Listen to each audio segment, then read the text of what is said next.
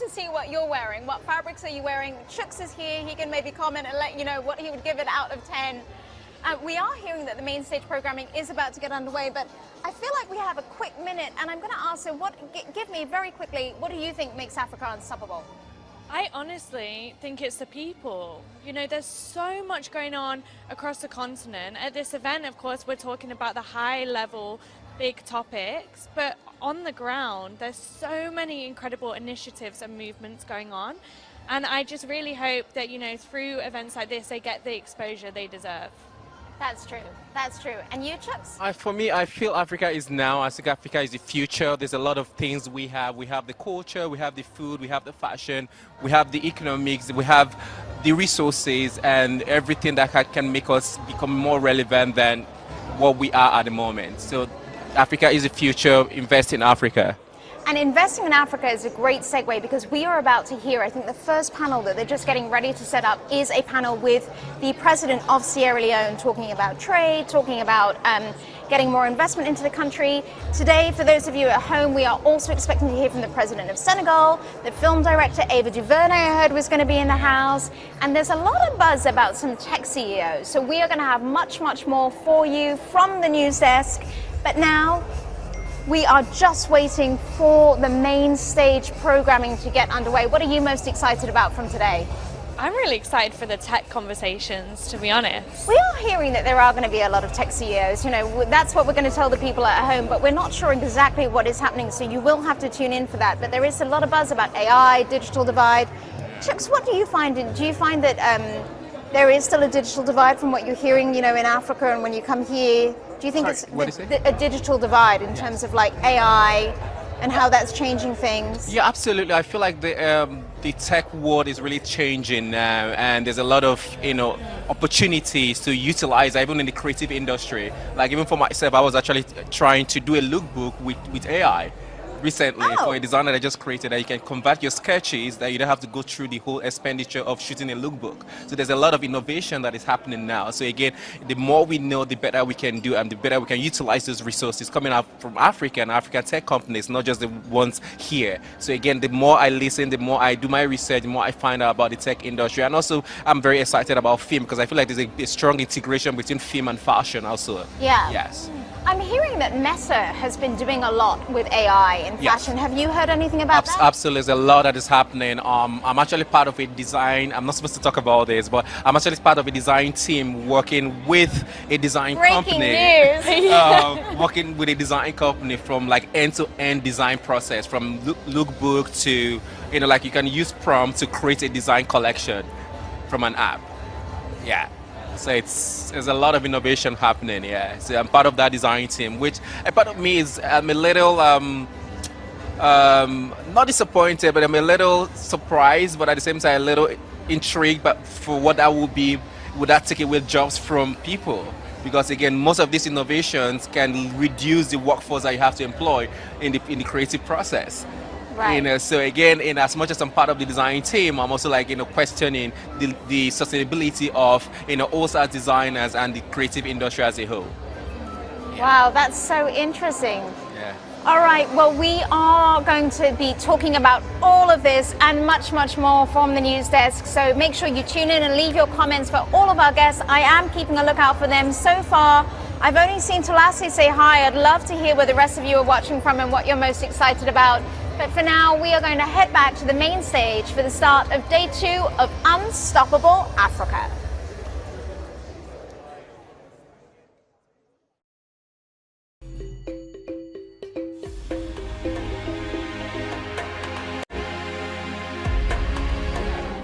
That none of us acting alone can achieve success. We must therefore act together as a united people for national reconciliation, for nation building, for the birth of a new world. When they talk about Africa, they say Africa is forever chasing a sunrise. But they forget, the sun was born here.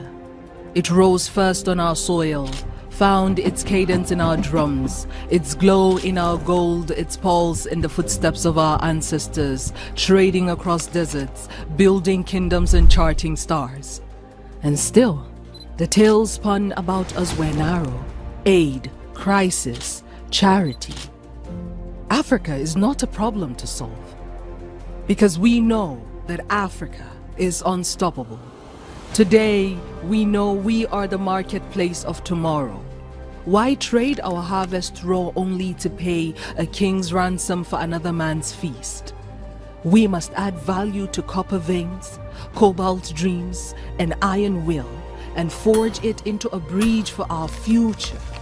In North Africa, the desert sun is no longer a watcher, it is a worker, lighting homes across the seas. And here at home, no child of Africa should bow to a candle's flicker while the sun blazes above their heads. We have the rivers, the winds, the waves waiting to serve their brilliance and watch our unstoppable continent shine. Africa is unstoppable. It's unstoppable. Unstoppable. Gold can be measured in ounces, but what measure can hold a sound that makes the whole world dance? What scale can weigh a style that turns heads from Paris to Pretoria? Our culture is not ornament, it is power. When Afrobeat shakes the stadium, policy listens, markets open, and the world leans closer. Think of our innovation. FinTech rewriting the language of money, youth coding futures in lines the world will one day recite like scripture. And yes, we carry scars, the weight of colonial ghosts. But even these are clay in our hands. We reshape them into lessons, into movements, into blueprints for a different kind of power. Because Africa has never only been what was done to it. Africa is what it dares to do next. And today, we dare to be unstoppable. The continent itself is a cathedral, a congregation. It's a wildfire, 1.4 billion strong, young enough to imagine, old enough to remember, brave enough to build. Our youth is not a weakness. We make Africa unstoppable. Look at AFCFTA. Once just a dream, now a drumbeat across the continent. One market, one borderless vision of trade and trust. In 2022, we planted the Global Africa Business Initiative to change the story of Africa, to grow a table where the world looks us eye to eye as partners. Gabi convenes, Gabi connects, Gabi champions, and Gabi catalyzes for Africa. Africa is not waiting to be included. Africa is already leading, and African leaders must no longer batter with what is sacred. For Africa brings with her the promise of a future the world cannot afford to ignore. Africa is unstoppable. The real power is in AFRICA, is it not? And across languages, the echo rises. You cannot stop the sun from shining. Different tongues, one truth. We push, we create, we shape. Because the story of an unstoppable Africa is not written in isolation. It is co-authored through investments that recognize value, collaborations that honor dignity, alliances that know that when Africa rises, the world does not lose its gains. The world is in transition, and as the earth braces for another big push, Africa is the solution the world has been searching for to power it. So when Africa is unstoppable, the future itself becomes unstoppable.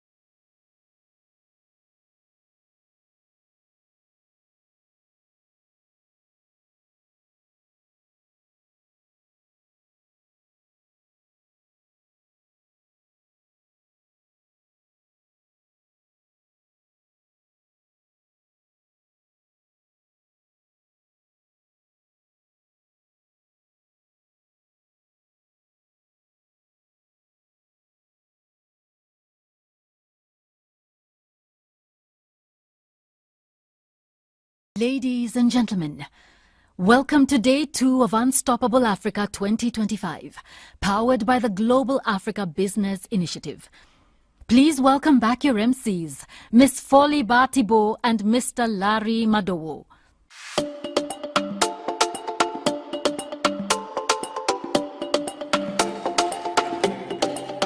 Good morning, everyone.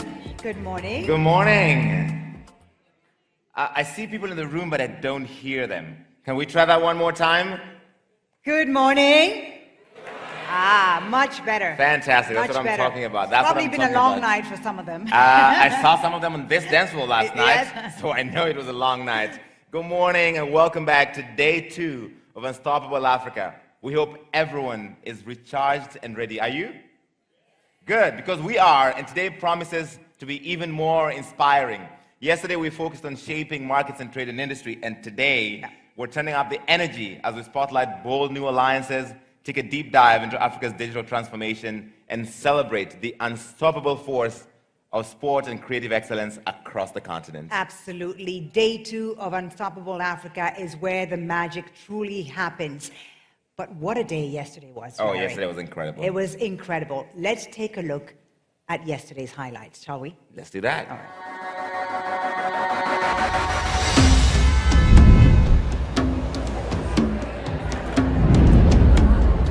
Welcome, everyone, to the 4th annual Unstoppable Africa. Africa's brightest minds and visionary leaders all in one room right here in the heart of New York City. We're gathered here at the 80th anniversary of the United Nations to continue to rewrite this new narrative for Africa. We gather on the eve of the United Nations 80th General Assembly at a time of turbulence, but also tremendous opportunity. And Africa stands at the center of that opportunity. Unstoppable Africa n'est pas qu'un simple slogan. C'est d'abord une prise de conscience de notre potentiel, une volonté d'agir pour transformer le quotidien du citoyen africain. In our 20 years experience as a logistic and port operator, I tell you, why do you go to Africa? Because the growth of the market is higher than anywhere in the world. The optimistic note is that the opportunity is now in front of the continent worldwide. Anywhere from textiles to leather to shea butter to oil palm and so on, we have the opportunity to add value on the continent.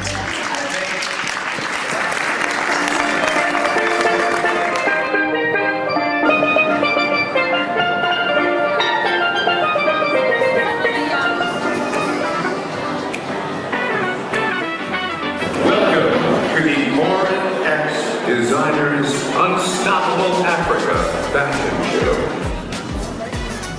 Fabulous, fabulous. We've got some creative personalities in the room tonight. Thank you for joining us this evening. Thank you for believing in Africa. And thank you all for making Africa unstoppable. Wow. Incredible, wasn't it? That was amazing. Incredible. I think we outdid ourselves.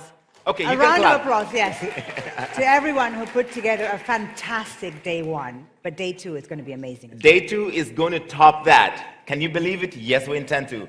Let me tell you who we've got coming up today. We've got bright minds like AI genius Silas Adekunle, who will show us how African-led innovation in robotics is setting new standards. And that's not all. This is also your chance to hear from Africa's most influential technology giants, Strive Masiyiwa and Google's James Manyika. Indeed, and the creatives and the sports segment is on fire. Yesterday we talked about trade, today creative sports. We've got the acclaimed film director Ava DuVernay, known for films like Selma, of course, but also 13th and A Wrinkle in Time. Then for our finale, this is a big later one. this afternoon, you don't want to miss it. Big one. Honestly, Afrobeats icon Tiwa Savage is going to bring the house down with an unstoppable performance. So make sure you're here for that later this afternoon. That is how we're closing day 2, and it's something worth looking forward to at the end of the day. And expect contagious energy, visionary debate, and pure celebration. Right. Because day 2 is all about Africa's unstoppable momentum. So, shall we get started? Let's get started. Awesome. Right. So, our first session is about those trade winds of change we've been talking about, and how South-South nations can forge strong and powerful alliances in these uncertain times. Indeed. So to set the scene, please welcome to the stage the President of the Republic of Sierra Leone and chairperson of the Authority of Heads of States and Government of ECOWAS, His Excellency Julius Maada Bio, in conversation with the brilliant Dr. Vera Songwe, founder and chair of Liquidity and Sustainability Facility and immediate past executive secretary of the UN Economic Commission for Africa. Mr. President, welcome, how are you? Mr. President. Thank you so much for being here. You can sit in the second chair there. Dr. Songwe, how are you? Yeah, this is your seat.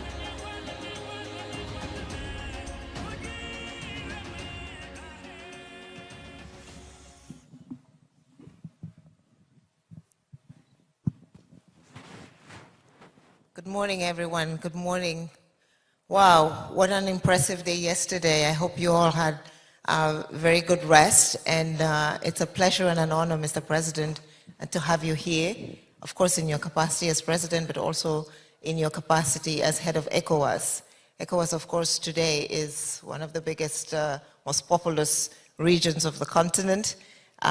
When we talk about ECOWAS, we see youth, we see production, we see, of course, huge business possibilities and tons of opportunity for the sub-region. I think the rest of Africa is waiting for ECOWAS to rise and shine and pull us with you as we go forward. So I think maybe let's start a little bit with your vision of ECOWAS, what you see your term doing and accomplishing. How would we measure your success?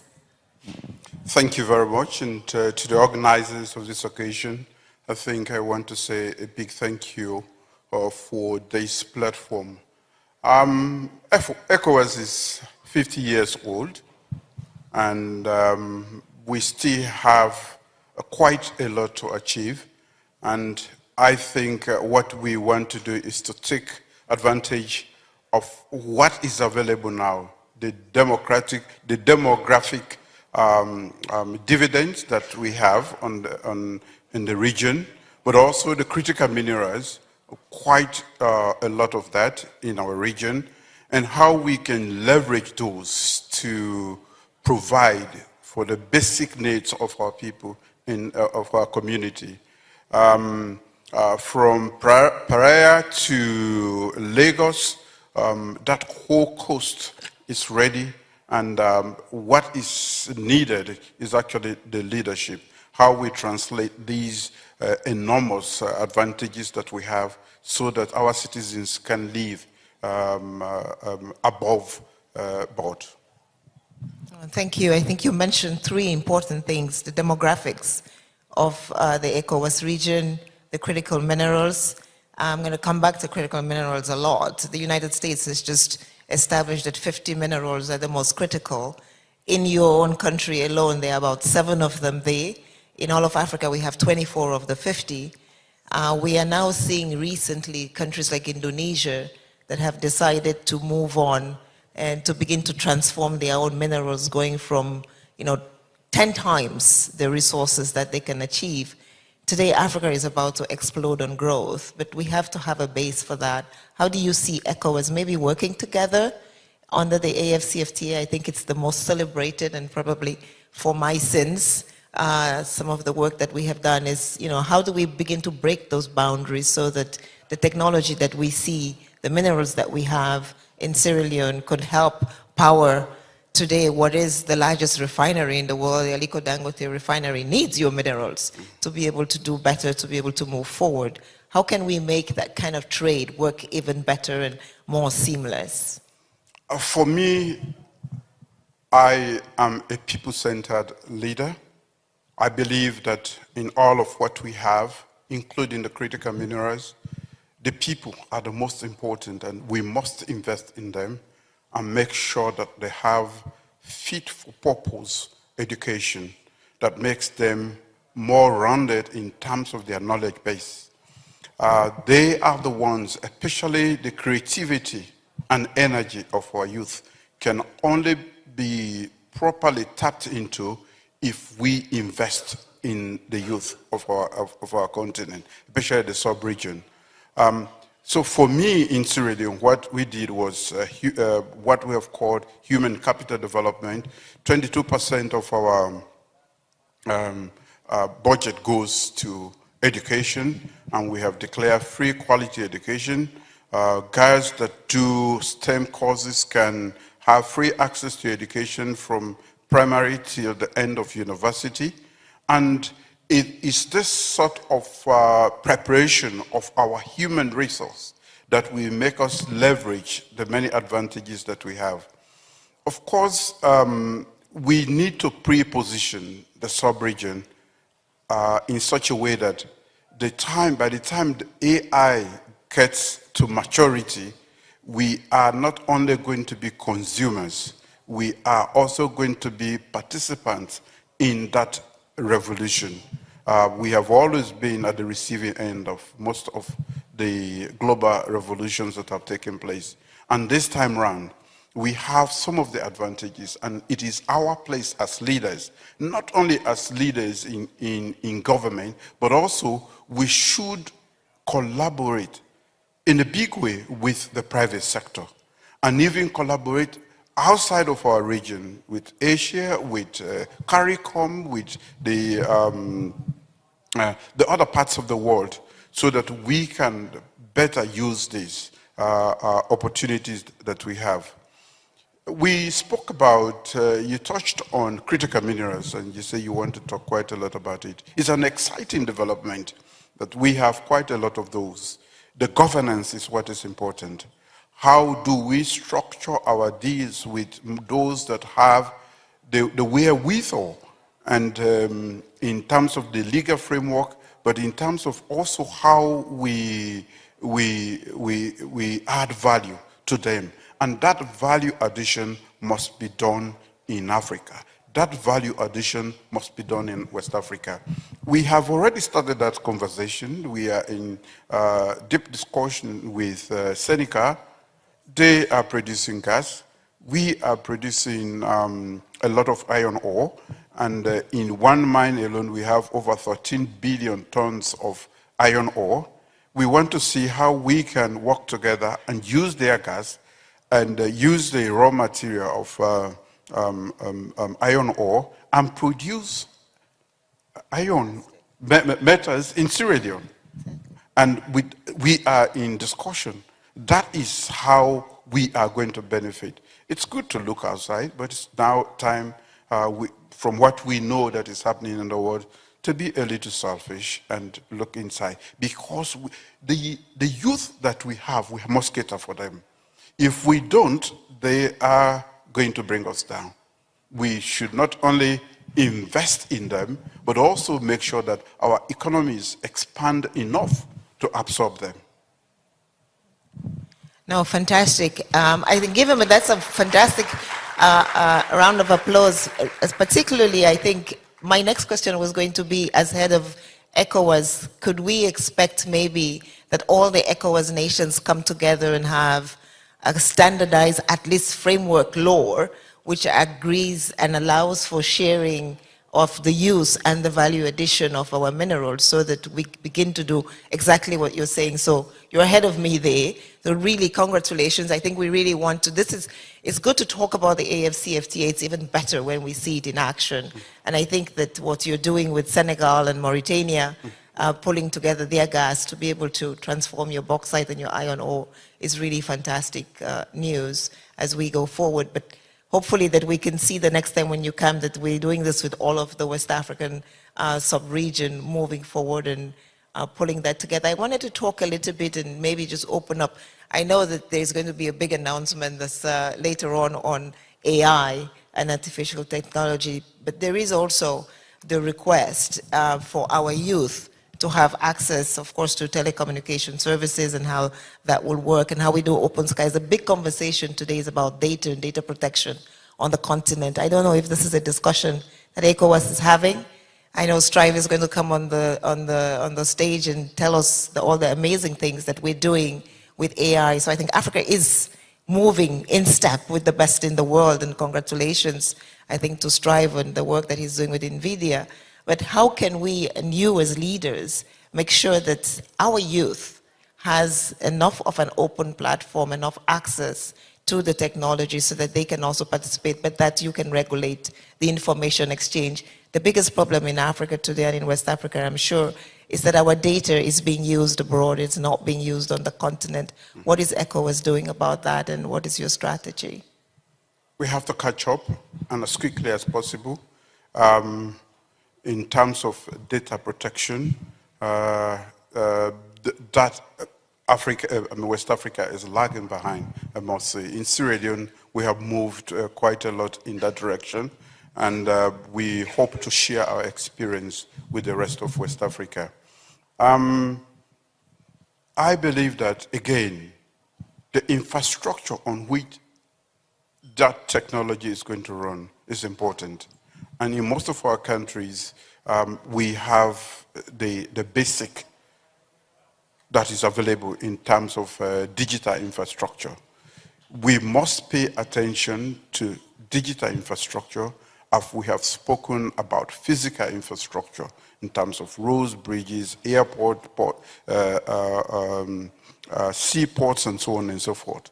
At the moment, I believe that investment in digital infrastructure is critical, and it must be inclusive, meaning that we must serve the last mile.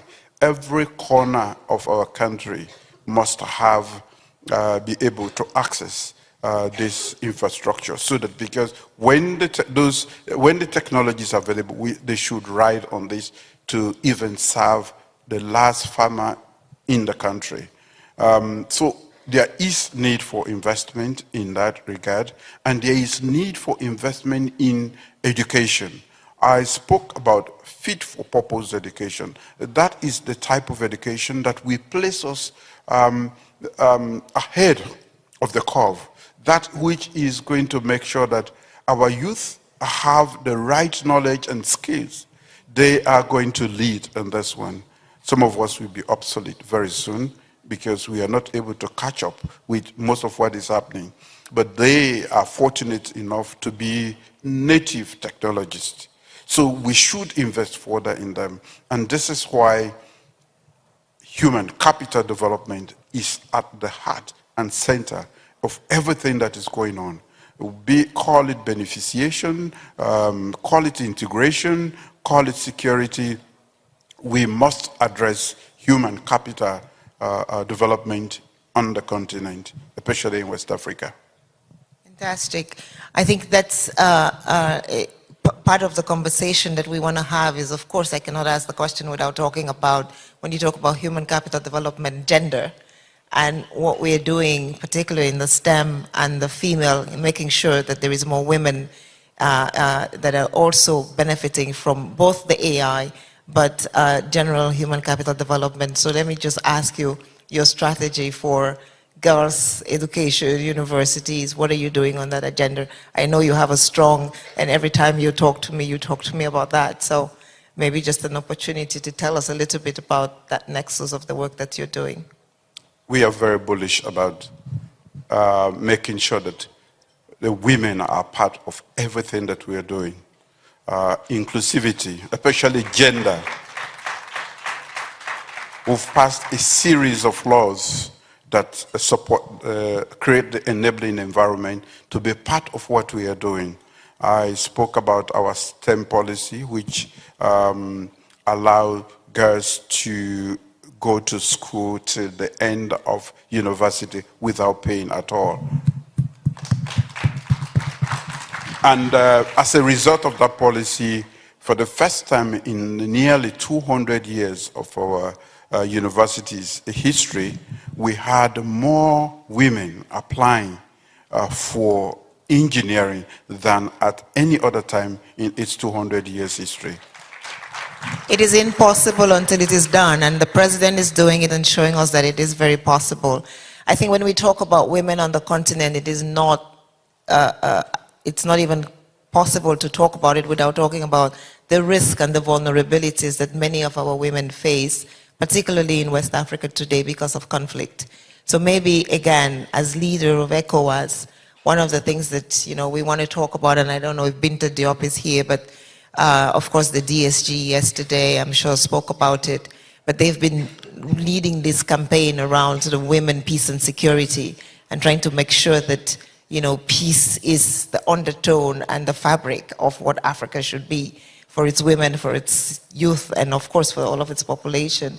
But how do you see, I think we're all looking, we're all watching, we all want West Africa to succeed, but we see some of the stresses that are sort of pressuring that part of the continent today. What is your vision for how we can begin to solve it, if not solve it altogether? In Sierra Leone, what we have done is to make sure that our girls are protected.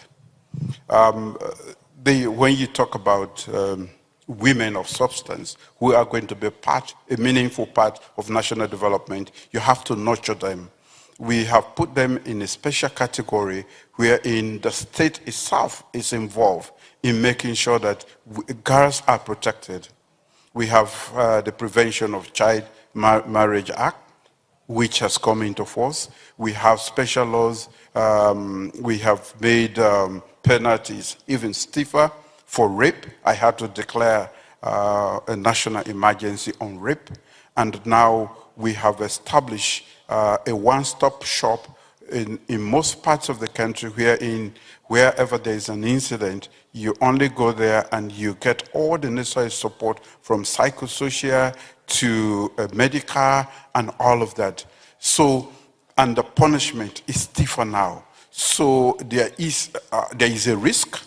There is still, that we still have challenges in that regard. What about in the whole ECOWAS region? I think we can't talk about ECOWAS without talking about the tensions in the region. How do we hopefully maybe to see how we bring back the other countries into the fold, but what is the progress with conversations on? Well, 50 years on, ECOWAS was beginning to fracture. But I think I have what it takes to bring it back together. I have started a tour. I've started a tour of the 3 countries that have decided to go their own way, and I've told them in no uncertain terms, my background is military, and these are all military men, and I've told them, I've been where you are. 30 years ago, you have to listen to me. I know what your fears are, and the best way out of this that is more honorable for you is to make sure that we transition to democratic governance. So I'm finding a way to get them. And last week I was actually in Burkina Faso. On that note of transitioning to democratic governance from a military man, I am also being told that it is time for us to transition to the next session. Okay. So we will follow those orders. We really hope that you are able to bring peace to the West Africa region, and so that all the positive things we've spoken about, we can see the fruition of them very soon, and the next time we have you on stage. Once again, thank you so much for joining Unstoppable Africa, and it's a pleasure to have you on stage, Mr. President. Thank you for having me.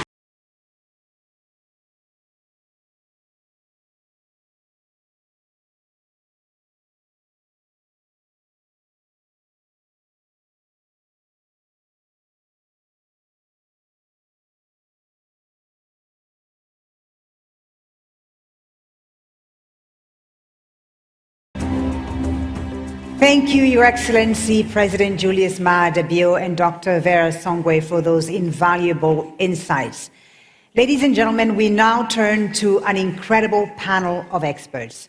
Dr. Anthony Costa, Head of Secretariat B20 South Africa, Mr. Pamela Coke Hamilton, Executive Director of the International Trade Center, ITC, Mr. Alain Kilavuka, Group Managing Director and CEO at Kenya Airways, and to guide this entire crucial discussion, joining us on stage, crucial discussion on the new multipolar order, please welcome the CEO of Development Reimagined, Ms. Hannah Ryder.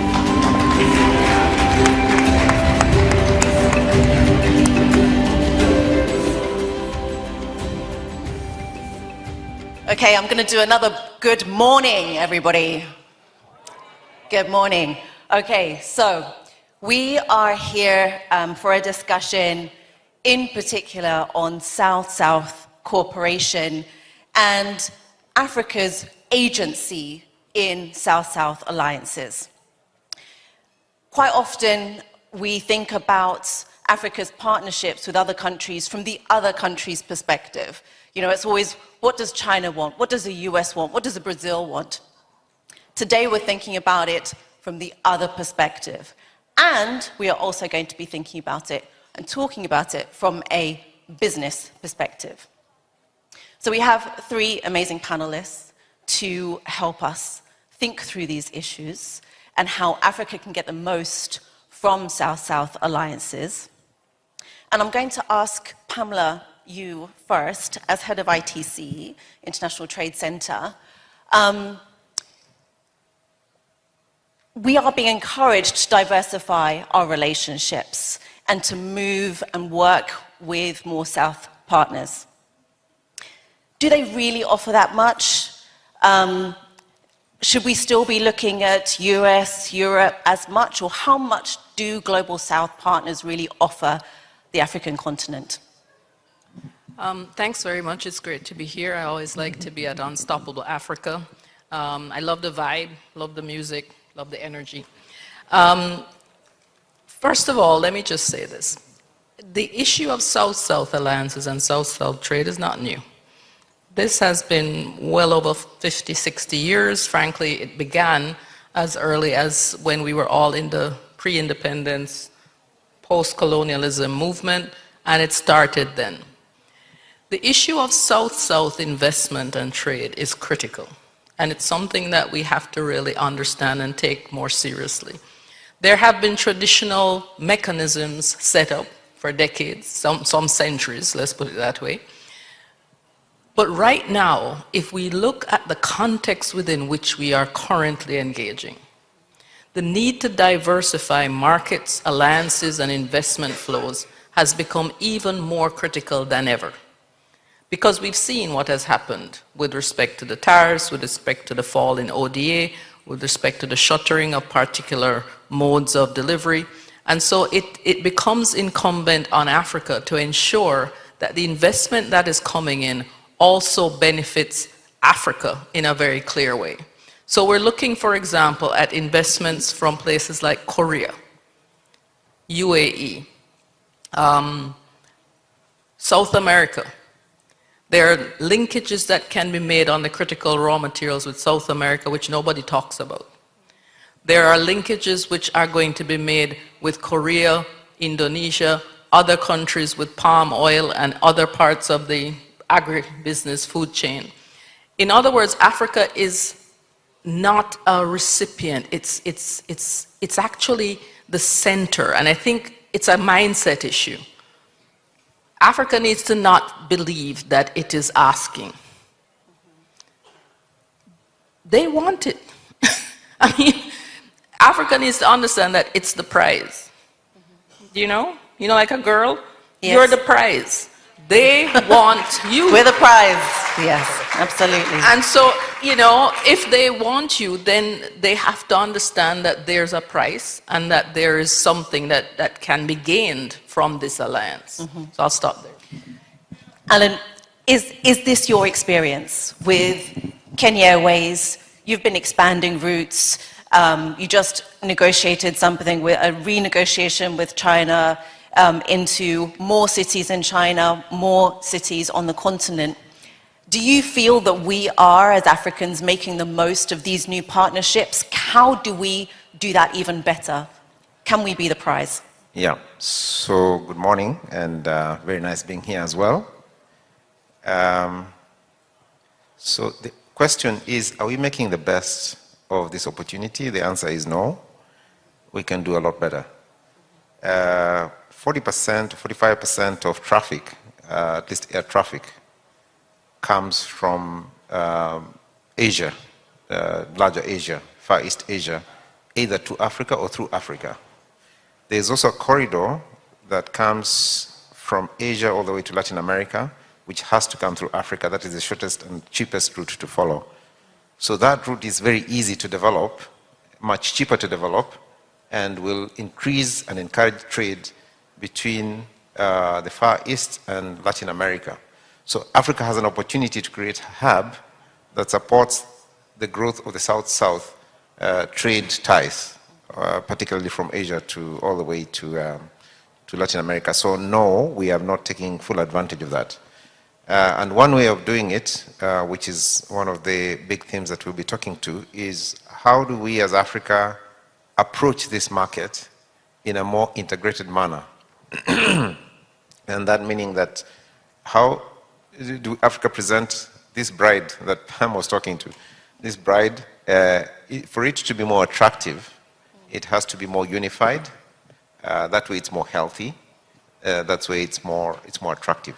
So for me, no, we don't have opportunities. There's also opportunities around education and skill development. So we're looking for skill development in Africa. Yesterday we said we have possibly a youth bulge, which could be a youth dividend, but it has to be an educated youth. That's what Professor Sachs was saying yesterday. So the fastest and easiest way to do that is through cooperation of skill development, particularly from, I would say, Asia, generally. Right. And we've seen more and more African countries join different alliances in the global south. We've seen, in particular, we've got G20 has now also been part of a sort of long string of global south partners, and now South Africa is the head of the G20, the president of G20, and also putting Africa at the forefront. Is there still more integration that we need to do in order to make the most of these opportunities? Do you see private sector, our African private sector, working together more sort of intentionally, cohesively, to get the right outcomes out of G20 meetings? Alan, sorry, Anthony. Thanks, Hannah, and thank you for inviting the Business 20 here. So we are the official engagement platform for the G20 under South Africa's G20 presidency. And we're very conscious of the fact that we are the fourth and the last in the cycle of the Global South. So following particularly from Indonesia, India, and now Brazil, and we have sought to expand and develop on the work undertaken by Brazil, but to do so not just from a South African perspective, to do so from an African perspective, and we followed South Africa's G20 presidency in terms of putting Africa at the forefront of this G20, but also to make sure that it speaks to the needs of business across the G20 generally. So we've been very clear that Africa's economic development is not an African priority, it's not a global South priority, it's an international economic priority. There's no growth in the future without African growth. It's the least developed, it'll have the biggest population. We've spoken about the youth, about the opportunities, and we've been really surprised and pleased by the engagement and the interaction. And I think the opportunity is to develop within Africa, particularly through the African Continental Free Trade Area, through some of our South-South partnerships, as well as partnerships with the developed world. And certainly countries that Pamela already mentioned, but recently Japan hosted TCAD9. There were several African heads of state, a huge delegation of African and Japanese business. So partners that have not traditionally traded or invested heavily with the continent are now looking at it anew, and it's really up to us to harmonize our regulatory frameworks, implement the sort of policies that makes it easier to do business within the continent, as well as with our new external partners. Pamela, I saw you nodding your head quite strongly to the point around kind of how Africa's growth is an international story and an international need. But how realistic is it that we're going to be, so intentional, coordinated to work more intentionally with these partners? Do you see that really happening in practice? Well, I wouldn't be here if I didn't. I mean, it's New York. I could find a lot of things to do. The point I'm making is this. The African Continental Free Trade Area, and I've said this before and I'll say it again, and I believe it very strongly. It is the single most important decision made by the heads of African states in decades. I need to explain why this is important. If you look at the EU now, they started with 4 members, 4.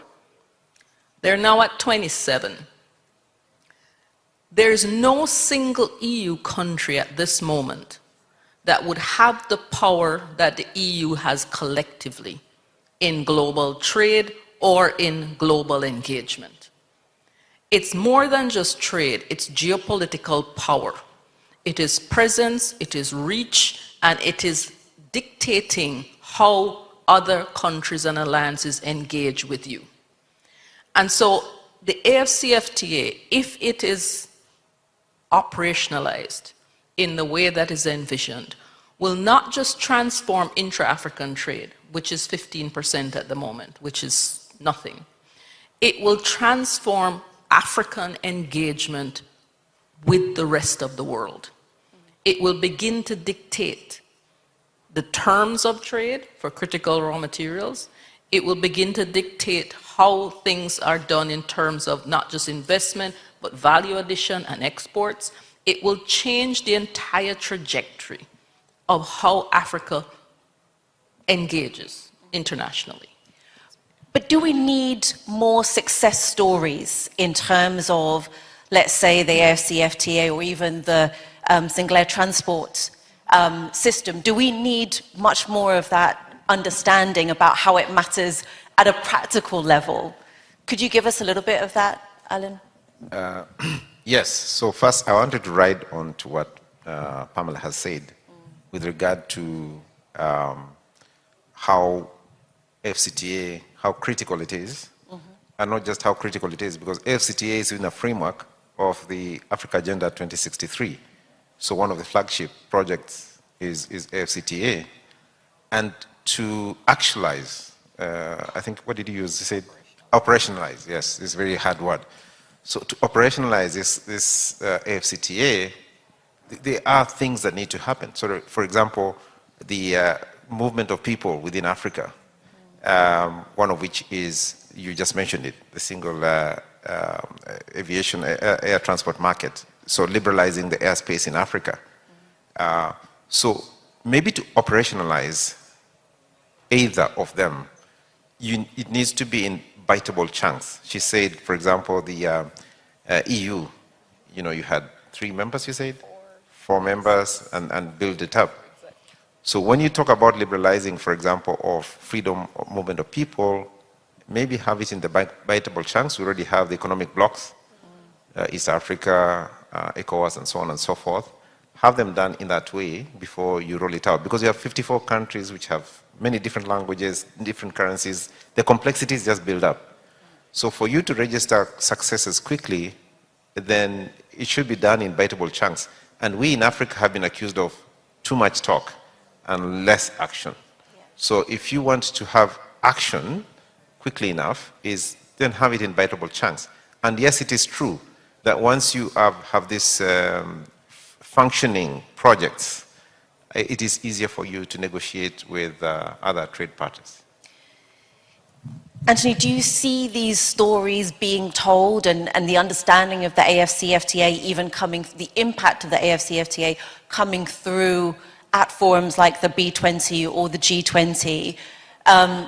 Are people understanding that this is the key to, harmonizing the regulation, getting these success stories out and getting things done fundamentally? I think South Africa's G20 presidency has marked a departure in terms of putting these issues on the agenda, and as the B20 we've reflected that. The African Union is a member and its 2nd year of the G20 now, and I think becoming more active, and we need to support its participation in the G20 along with the EU. So the issues are on the table. The G20, though, faces challenges. It's a very complicated geopolitical environment. And I think what we've done is we've made recommendations to the G20 from the B20, from countries across the G20, not just African participants. And those will be considered by the G20 and are part of the process. But whether or not they are formally adopted, there's an opportunity for African governments to take the initiative because the G20 show moves on. It's the end of the Global South, and next year will be interesting, I'm sure. And how do we ensure that we don't lose momentum? So both as governments, but also as businesses. And I think what we've tried to do is identify opportunities for business globally and in Africa to take action, hopefully with governments. Public-private partnerships are a key focus, but if need be, independently, and build on this momentum that we've achieved this year, regardless of the focus shifting at the end of the year. Right.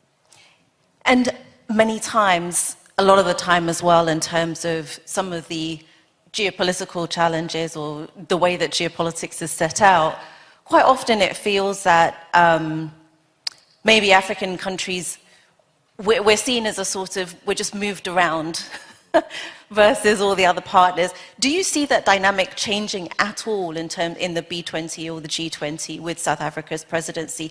Do you see, in particular, the African private sector voice coming out more strongly so that we're clear about what we want? I think it is, but it's just starting to do so.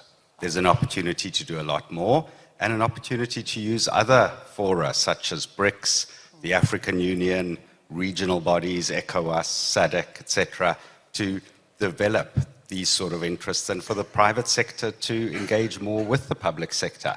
And certainly in South Africa, we've got a history recently of public-private partnerships to address crises on electricity, energy, and logistics. And we think if similar models can be used in countries where business has the resources, can work with government in a well-governed and transparent manner, then we don't require external assistance. We actually can start to address these challenges independently within Africa. So I'm getting quite a positive feel from all of you in terms of, our Global South partnerships. Let's go for them. Let's put forward, Africa as the prize, the pitch, the integrated pitch with AFCFTA. But surely there's challenges. And, for example, in our trade flows, whether it's US, Europe, China, Brazil, most of the G20 countries, in fact, we run overall trade deficit, right? Part of that is because of commodities and so on. But how do we really shift, again, in a very practical way, those sorts of patterns? Are South-South partnerships the way to do that, or are we going to fall into the same pitfalls that we've done before? Pamela, maybe you can go on this one. Yes, it will work, but there are a couple things.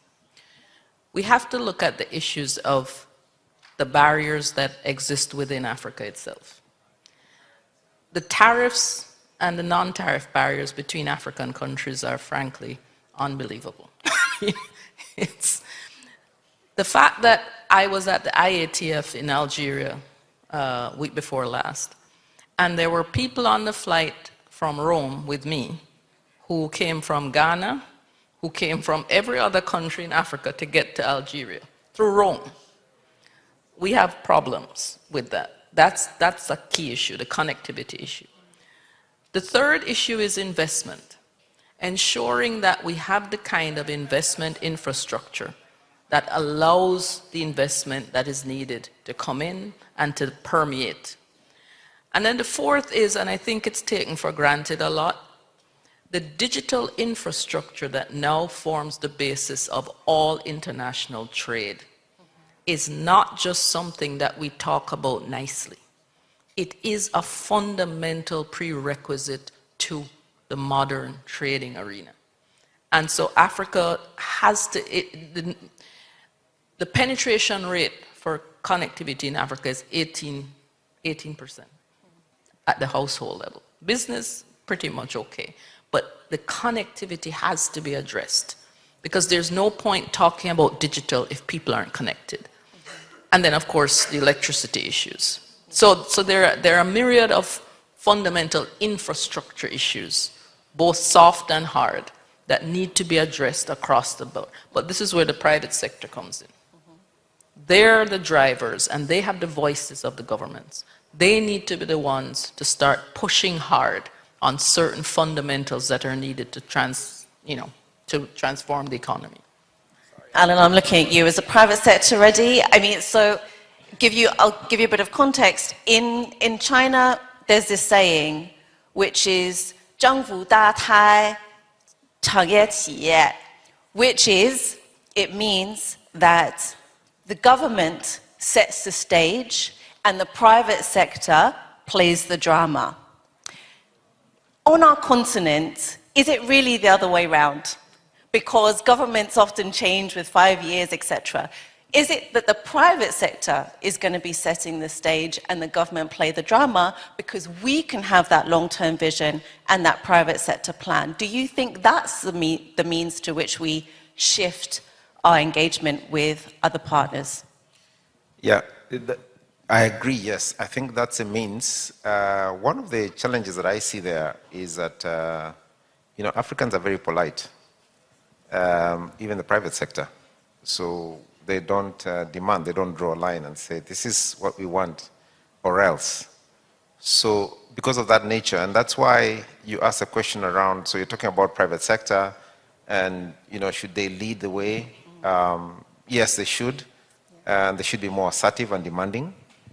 At the same time, you asked whether the South-South trade ties is an anecdote to the problem. The answer is no. So we need to have, if we don't negotiate properly, like we haven't, if you don't have good trade negotiators, even with the South-South, although it's a more balanced, maybe more easier discussions to have with our South-South trade partners, we will end up in the same trouble. Same thing with, should we have private sector more engaged, leading the way? Yes, but then the private sector should be, because the 40% of production of goods and services is coming from the private sector, a lot of government involvement still. So government should be more involved in minerals. I think we were talking about it yesterday. And that way then it has a lot more say in determining, trade. So we're running out of time. We had a very short panel. But I'm going to put one last question to all of you, and it's the same question. If there was one thing that we should do on the continent to shape our private sector engagement and private sector partnerships to be more beneficial for the continent, private sector partnerships, South-South partnerships in particular, what would that be? And I'm going to start with you, Alan, and then Pamela, and then Anthony.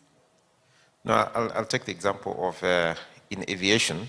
This is my pet subject, so this is what I think. We expect you to work on to speak on this one. So the problem is, this is a representation of the problem we have in Africa. We have subscale sectors. In other words, the sectors are not properly developed. And so it's very difficult for us, if you're subscale, to have proper negotiating power. So how do you solve that problem? Because we are underinvested in very many sectors, including aviation. One of the ways to do it is consolidation of those spaces. Yeah.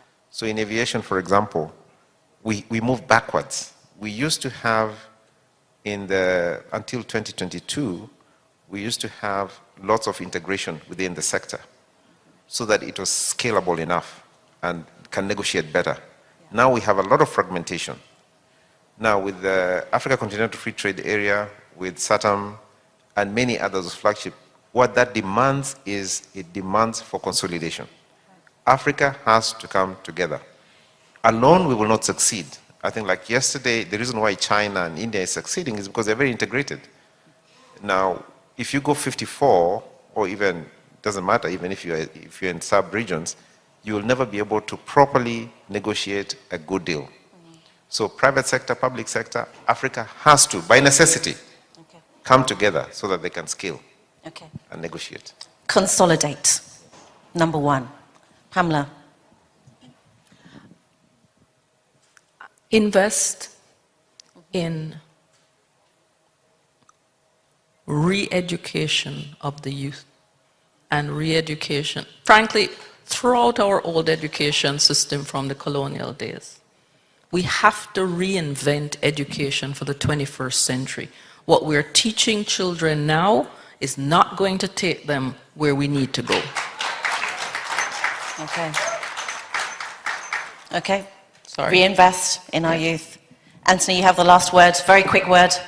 I think alignment amongst regulatory systems within Africa. So if it's education, that qualifications in one country are recognized in another. If it's rules on importing, trade, that there's a degree of alignment. And I think business needs to work with governments, starting small, as Ellen said, on a 2, 3, 4, 6, 7 country block, but developing that, putting aside this narrow self-interests to see the bigger opportunity to allow that interoperability. Brilliant. Consolidate, reinvest, and align. Thank you, everybody. Hope you enjoyed that.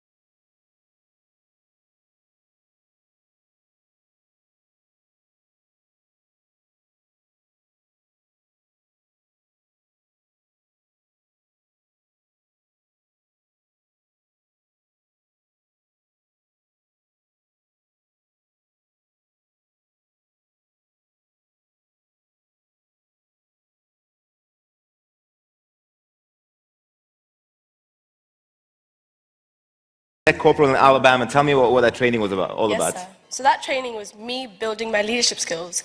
The most recent course I finished was Cadet Military Police, where we learned how to control riots and handcuffing people and legal language. But my other course was leadership skills, it was Cadet Field Leadership course, where we learn how to lead platoons, troops, people, and cadets, and also how to talk to senior people above you, either your corporal or your sergeant, whatever it is. We learn leadership skills and doing field tactical training exercises and camping outside. It was phenomenal. I loved it. Congratulations. Thank you. As a climate and health champion, you work around the world. You've met global leaders, President Macron, among so many others. What are you most passionate about?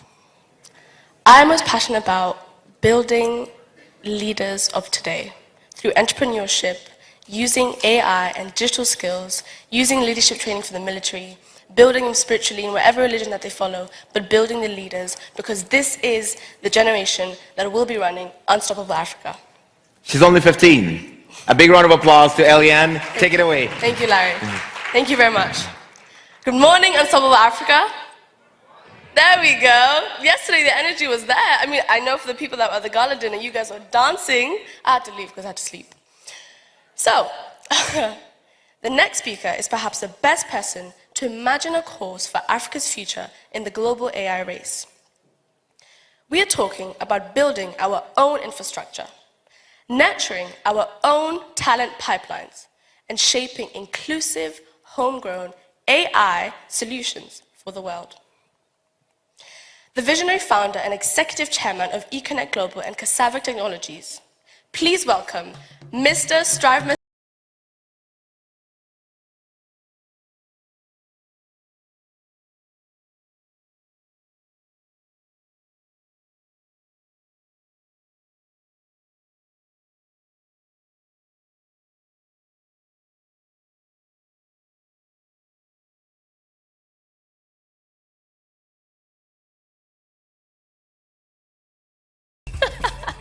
Okay. I think this is the biggest age gap that I've had on a panel.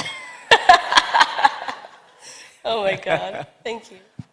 My question for both of you, and you could probably talk about this as you're speaking and as you're talking to each other. Because I am the generation that will be running Unstoppable Africa, how do you see all these investments in growing Africa's digital and AI infrastructure impacting young Africans like me? And what advice would you give to us? Thank you. You missed it. Okay. Let me run across. Thank you. Shall I answer it now, or should I wait until the end? Go for it. All right. It's a very profound question. She's 15.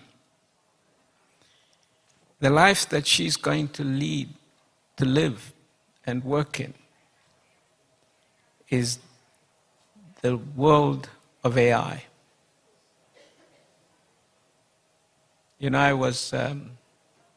I was listening to an Al Jazeera program the other day where they were saying that the government of China, its Ministry of Education, had just issued an instruction that all children over the age of 6 and above must now be mandatory taught about AI.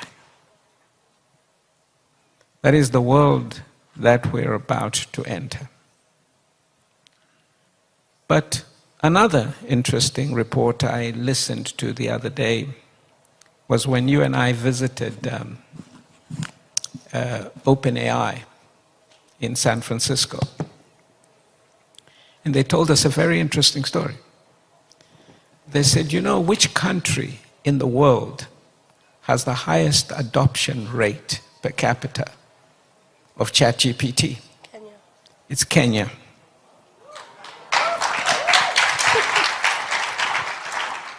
But there are quite a few African countries on the league.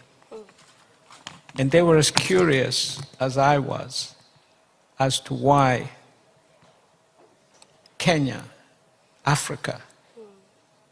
And I reminded them that the world's youngest continent is Africa. Our mean age is 19.7. You are the natives of AI. So you shouldn't be afraid. Whatever it brings, what is important for you is to master it. Yeah. Do not be afraid. Never be afraid of the future. So we are doing it for you. We are only stewards of the future. You were talking about planting trees, and I was telling you backstage that I knew Wangari. We were friends. We used to correspond. She was an amazing woman. And it's a great honor to meet her successor and the one who carries her torch. Thank you. Thank you. Thank you very much. Thank you.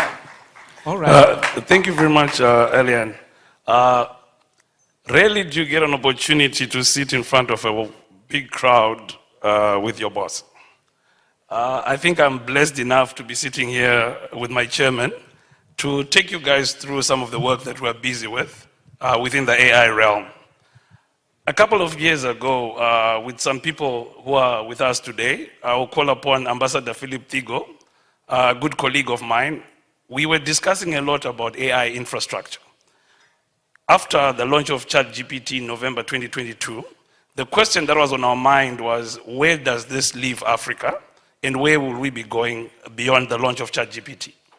One of the key infrastructure enablers that we started discussing at that time was compute. The mere fact that we, as Africa, were potentially behind the queue when it comes to compute.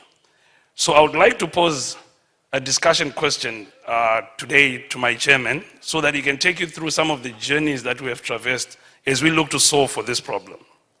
Chairman, there's an analogy you keep talking about railway lines and the fact that you are plumbing Africa. Can you take us through that journey as you speak about AI compute? No, thank you so much. You know, Oswald has been with me all his professional career. He's an incredible engineer, and he heads our cloud computing and cybersecurity group, which we call Liquid C2. And he's one of a team of engineers who over the last 7 years at least have been working in cassava technologies on AI. So for us, AI hit our sweet spot as a company because we build digital infrastructure in Africa. For the last 20 plus years, we've been the one technology group that split away from the telecom sector to focus on digital infrastructure. So this is not about our telecommunications business, Econet. It's about our digital infrastructure group, which we call Cassava Technologies, which includes Liquid. What they do is to build, they began by building fiber, Oswald. We laid fiber across the African continent. interconnecting Africa from east to west. We laid over 120,000 kilometers of fiber connecting countries to one another. It is one of the most ambitious projects undertaken across a continent. We're the only people who can really say we have a continental network. No one else says it for their continent. But it was possible because of the incredible support of African governments in seeing the vision and in supporting it. And of course, our investment partners, because it's cost a couple of $2 billion for us to do that. But as we evolved with that, we were the first people to recognize as the data was flowing through our pipes, we were calling it plumbing the African continent. We also realized that data storage was coming in the form of data centers. So about 15 years ago, we started to invest in data centers.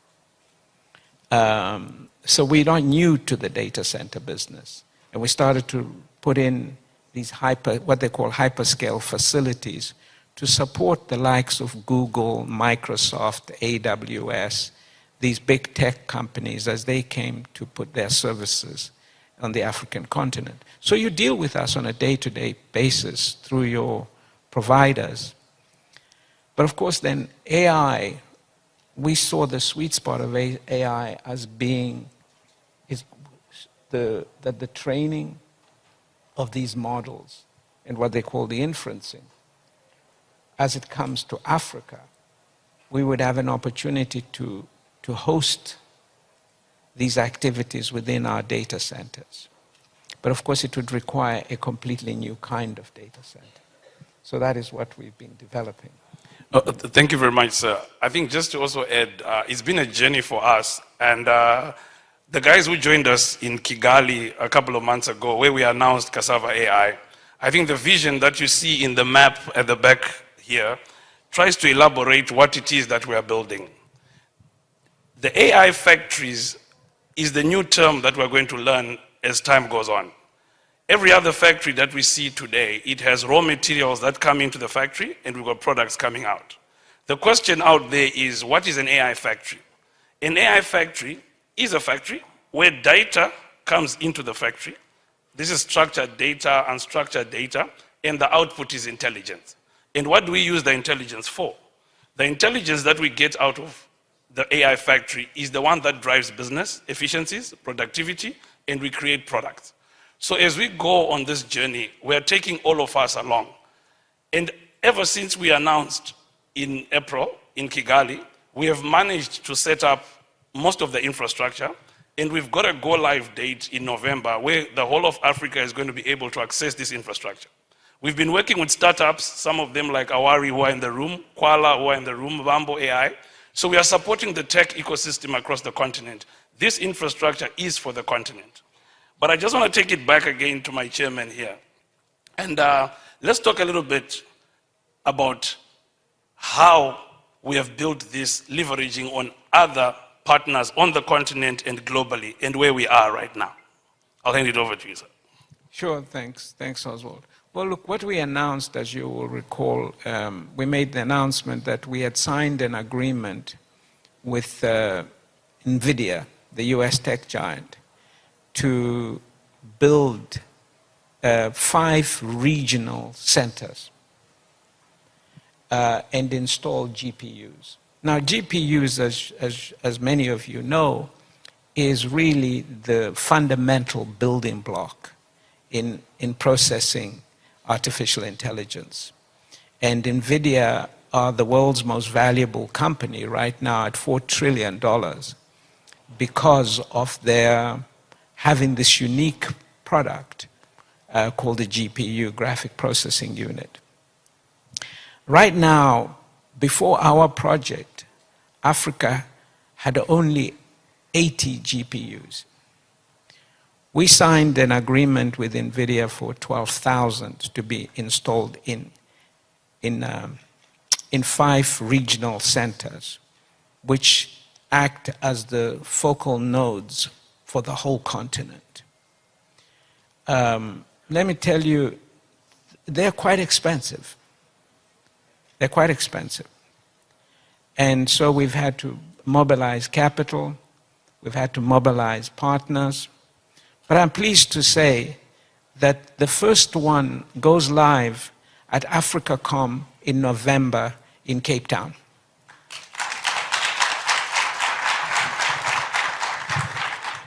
It's been quite an extraordinary undertaking. But as Jensen Wang himself said, okay, we're all at ground zero now. So Africa is at the table. We're at ground zero. And what has stunned us, of course, as you know, Oswald, has been the number of people who have taken the capacity. As we go live with the first facility, we have no more capacity. We are already planning the rollout of the additional facilities. So facility 2, we are already, construction has started, which is Nairobi, Kenya. I just arrived in New York from Cairo, where we met the government of Egypt, and they said, Strive, we are ready. We are ready to receive the GPUs. And so we are already working on the delivery of Egypt. We're working on the delivery of the Nigerian facility and the Morocco facility. We thought it was going to take us 3 years. We will be done by December next year.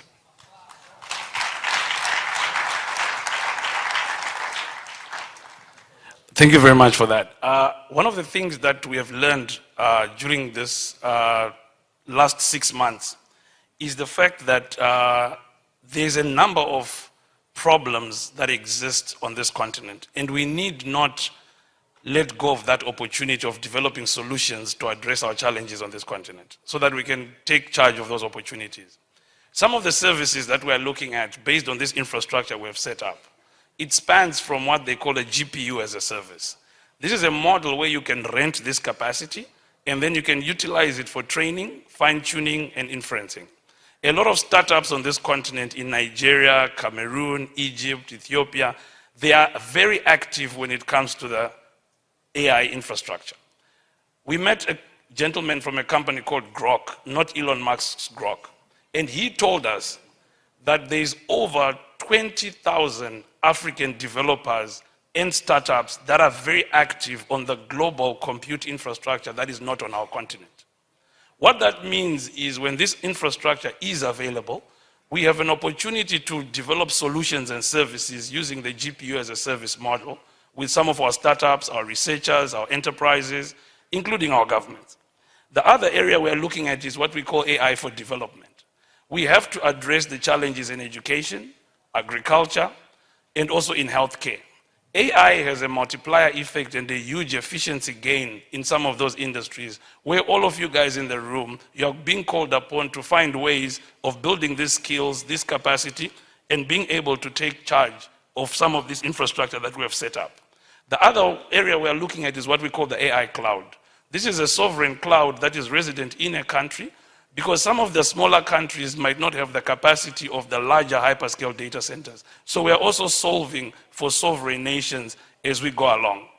I'll take it back again to my chairman here. Let's talk a little bit, say, around some of the other partnerships outside NVIDIA that we have looked at and why it's important that we work with African partners, global partners, and also students, researchers, as we build this AI ecosystem on the continent. Thanks for that, Oswald. Well, look, going back to the original analogy, we build the infrastructure. Without the infrastructure, without the compute, Africa is a continent of users. We will use other people's systems, but our own young people will not launch businesses in this space. We're talking 20,000 young developers. It's extraordinary. Already developing their own apps, applications, solutions for problems they see every day in Africa. Today, little TikToks are being born, little WhatsApps are being born in Lagos, in Harare, in Kibera. Okay? What they need is access to compute to run those workloads. You and some older ones like me may not know what compute, low workloads. Let me tell you, these guys know. They know exactly what they need because, no sooner than we had launched in Kigali, they were coming up and saying to me, oh, Mr. Masiwa, I'm doing the thing in Nigeria. I'm developing this in Nigeria. I'm developing this in Kenya. I said, where'd you get the compute from? They said, oh, we are getting access to the US and Malaysia and places like this. But now we have our own. Okay? So there's no need to complain. There's no need to run to the World Bank and other people to ask them for money. We are building it. Okay? But I'm only there to do the plumbing. Okay? What happens from here on, it's up to them. Okay? So, yes, number one for us is the startup ecosystem. We have got to turn Africa into a startup continent. We have to drive wealth creation, jobs creation through entrepreneurship. And we have to drive through the entrepreneurship of the now, which is AI. Okay? So our job is to provide that. We build the power systems, get all that hard stuff in, then these young people will come in.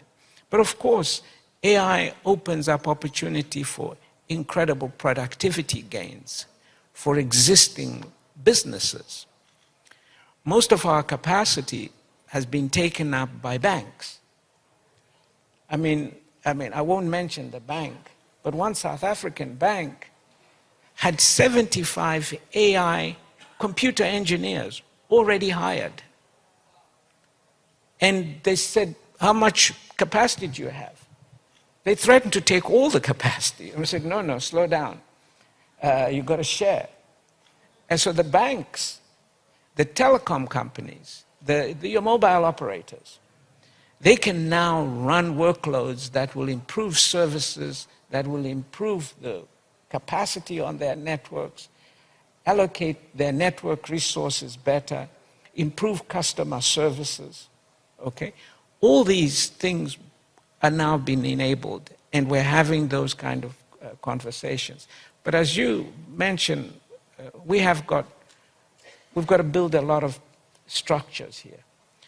I'm pleased to announce that about now, a press statement is due to be released jointly between our company and Accenture on what we call the orchestration layer, which is the platform that enables us to unload all the customers, all the large enterprises in Africa, so that it becomes easier for them to access this platform. So the reality also is that governments, again, I can't mention governments by name, but we've got at least 5, 6 African governments that have already got very clear AI strategies. And they came to us and they said, okay, but we are not one of the regional centers. We said, no, those are just entry points. Because every African country has access. Right now, we did not even allow the South Africans to have all the capacity in South Africa because we said, no, it's available to the whole continent. This is part of a continental platform. It's designed to be a continental platform. So we are already taking in customers from other African countries, governments, so that they can run research facilities, improve government services, run the different applications for health and so forth. So we'll be announcing shortly a partnership with people like Rockefeller Foundation, who are working with us to develop solutions around agriculture and health, whilst we're talking to others about education. So already we are moving on from the infrastructure side to the uses. Yeah, I think coming back to the conference, at the back there's a word called unstoppable that is all over this event. Why does compute matter to ensure Africa is unstoppable? I think that question lingers on many people's minds in the room probably, to say, what really does this compute mean for an unstoppable Africa? Your words of wisdom on that one. Yeah, we're unstoppable. 1.3 billion people, $3 trillion GDP. A report from the GSMA, which I didn't fully agree with, but still was indicative. If we do the right things, particularly providing the hard infrastructure and allowing young people to use these platforms and develop their solutions, could see the African GDP up by 2.9 trillion in the next 10 years. That is virtually doubling our GDP. That's from the GSMA. Okay, not a particularly dynamic organization, but very conservative by my account. But they're talking about that. But even if we could realize half of that, Oswald, that's an extraordinary leap forward. We missed out on industrialization. But industrialization was factories that used electricity. AI is built through factories in which intelligence is the raw material. We've got to get all our data. We've got to turn this into products and services and solutions that will take us forward. That's why we are unstoppable. But if we do not, we can't speak our way to it. We have to act our way to it. Sometimes in Africa, we talk too much. It's time to do. Let's do. Okay, enough conferences. Okay, we got to walk out of here and go do. Okay, I'm 64 years old. I feel blessed to have seen the telecom revolution, but it required a generation of us who were telecom bandits. We went out and we created the Econets, the MTNs, the Vodacoms, the Glow Mobiles, African companies, by the way. We created them. And then came the internet revolution, and we sat it out. We sat it out. And others went and created the Amazons of this world, the Alibabas of this world, and we sat out and we just sat in the glow of what we did in the mobile industry. Now AI is here. We cannot be users, consumers, and hope to go to the future on that basis. Yes, it's great that you're downloading ChatGPT and so forth. I have no problem with that. But I want you to be downloading the platforms that our young people are going to create because we open doors for them. Yes, the infrastructure is one thing, but we need to make sure that we open up access to finance, access to skills. The most important thing for me on AI, the most important urgency right now is where I started when I was talking about that Chinese mandate and why it troubled me and challenged me at the same time. We cannot do anything if we don't get our education right. Our education needs to pivot to maths and science. That's not to say we don't do all the other stuff, but we will not be at the table if we do not produce more kids that are driving through on maths and science. So please promise me that you will focus on maths and science, because that's what China and India are doing so well ahead of us. Okay? We can do that. Then I would add that we got to skill up. Okay? We need to train at least 10 million young people over the next 5 years in AI skills. AI has got to be a literacy in of its own. So AI literacy is fundamental for everyone. So that's where I would say, if we do those things, we absolutely will be unstoppable. Thank you very much for those remarks. I think we've run out of time. Thank you very much, everyone.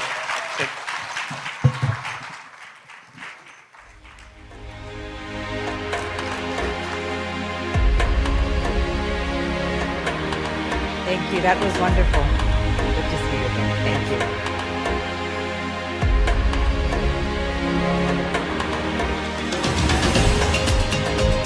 That was the grand vision, ladies and gentlemen, for Africa's AI-powered future. A round of applause once again to Mr. Strive Masiwa and Oswald. A great session that was. Now, our next session, ladies and gentlemen, convened by the Africa Business Leaders Coalition, is all about the practical mechanics of growth, the art of deal-making, and the power of networking to connect African businesses to the world. We're bringing together a dynamic group of leaders to explore how coordinated private sector action can unlock investment and create real-world opportunities. To lead this masterclass in deal-making, please welcome the international correspondent and anchor for Arise News, Ms. Adefemi Akinsanya, joined by Dr. James Mwangi, Group MD and CEO of Equity Group Holdings, Ms. Puti Mahanyele Dabengwa, South Africa CEO and Executive Director of NASPERS Limited, and Mr. Martin Ocheng, Group Managing Director at Sassini, joining us on the Unstoppable Africa stage. Please, a round of applause for them. Adefemi.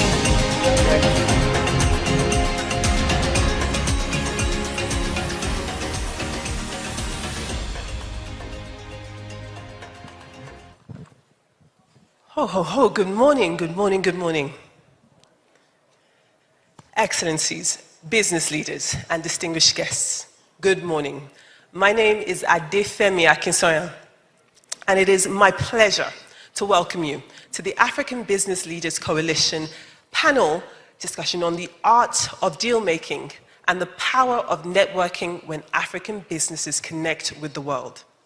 The African Business Leaders Coalition is, as convened by the United Nations Global Compact, is a CEO-led alliance representing 70 of Africa's largest companies, all of them with the view of tackling the continent's most pressing challenges. I'd like to give you a bit more context on the ABLC. Those 70 largest African companies which they represent together represent 170 billion US dollars in annual revenue. They also represent 1 million employees across 52 African countries. They are quite literally in the business of making Africa faster, stronger, greater. So if you are also in such a business, or if you, an African, would also like to learn how to become faster, stronger, greater, then congratulations. You are in the right place at the right time. And with me as your moderator, well, your prayers have actually been answered. Why? Because we're going to have a great conversation this morning. We will be looking at how the ABLC, definitely highlighting its overarching purpose, but we'll also be taking a look at how it helps other African companies work together through this ABLC.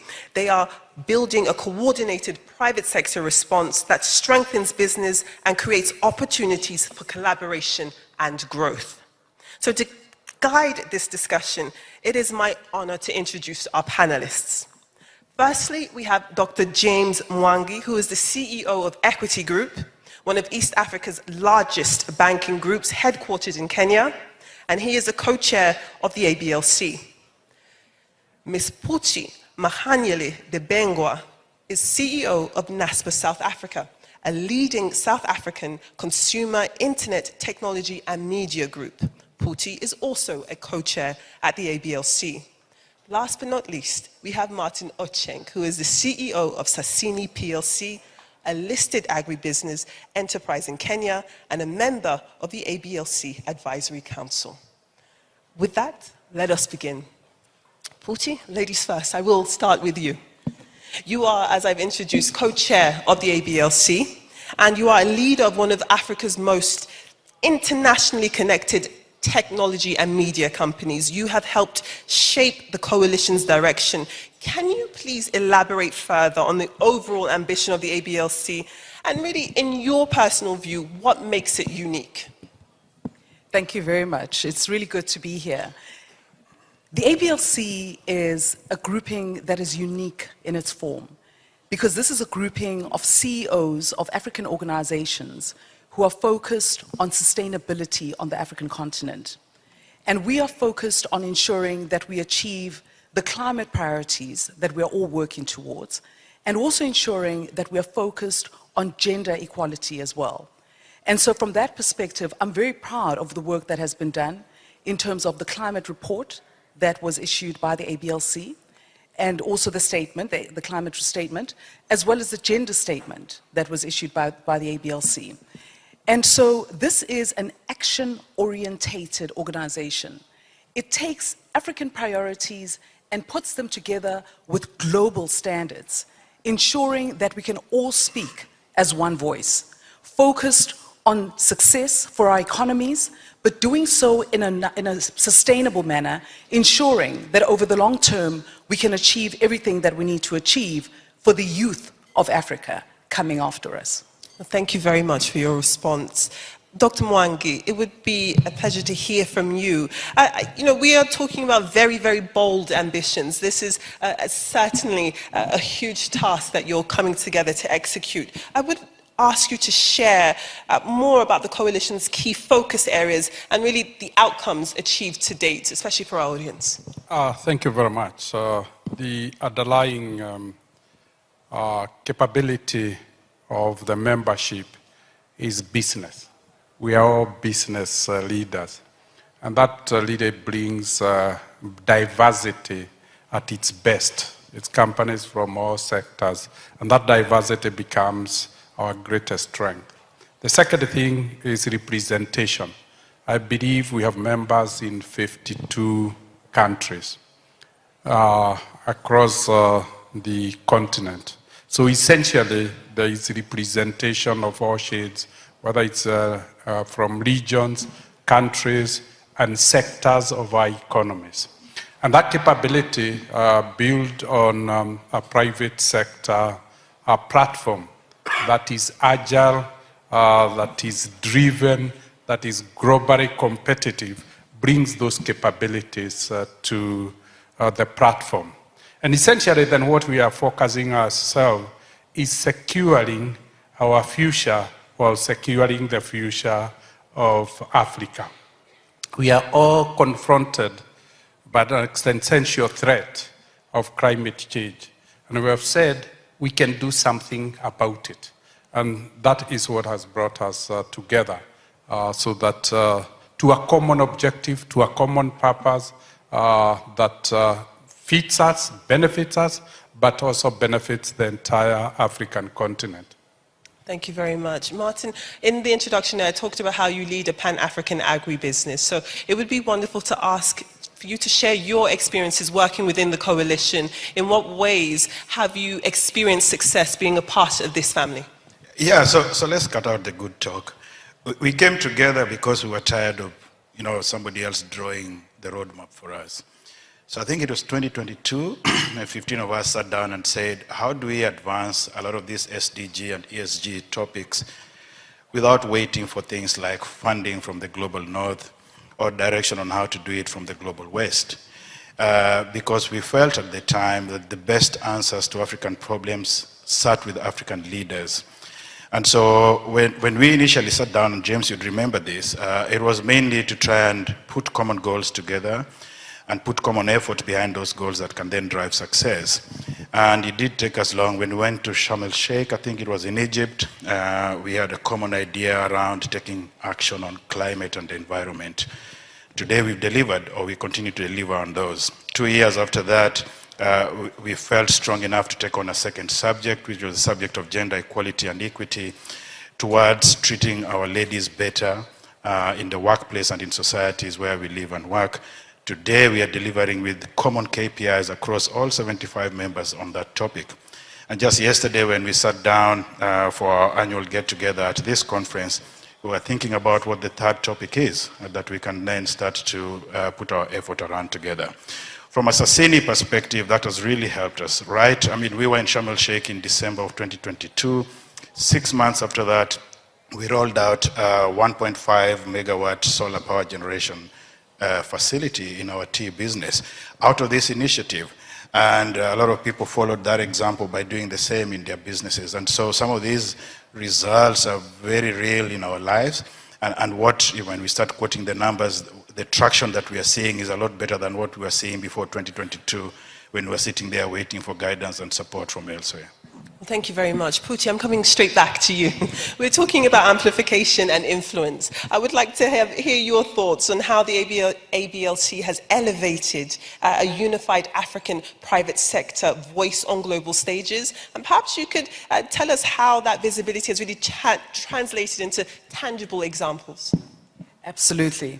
I think, as has been mentioned, for instance, with the climate report, we've managed to collate $4.8 billion to be able to deal with climate. And we are just beginning. Yesterday we had a side discussion where we discussed the fact that there's more, even more, that we want to be able to do. And to do so as African organizations, not continuously looking for support externally. And so this is something that is an area of focus. But within our own organizations as well, I'm very proud of the fact that as a South African organization leading one of the largest e-commerce platforms in South Africa, we have now been able to ensure that all of our trucks are electric vehicles. That's the largest fleet of electric vehicles in South Africa. And so in doing so, we are starting to ensure that as African organizations, we are not just asking for what we want, but we are doing what we believe is the right thing to do.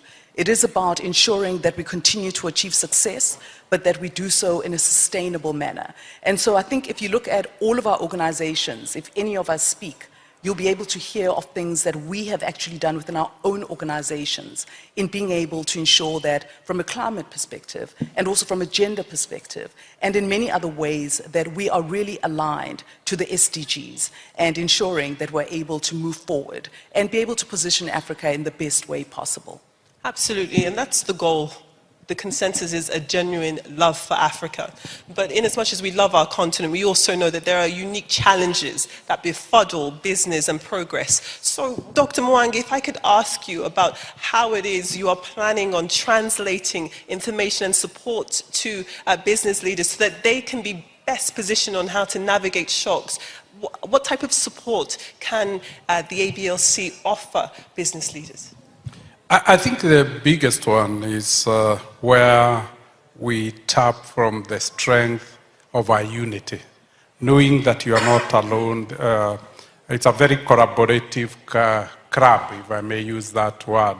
And essentially what it has built is confidence. The second one is learning from each other, what each of us is doing, not just on gender and climate, but because we are business, how to learn the most competitive, agile businesses, but more importantly, resilient businesses in the world, how to be competitive. So we are all becoming a better organization. If you look the last 2 days, there's been many bilateral meetings between ourselves. And that again is the strength. The last one is where we look at sectoral positions.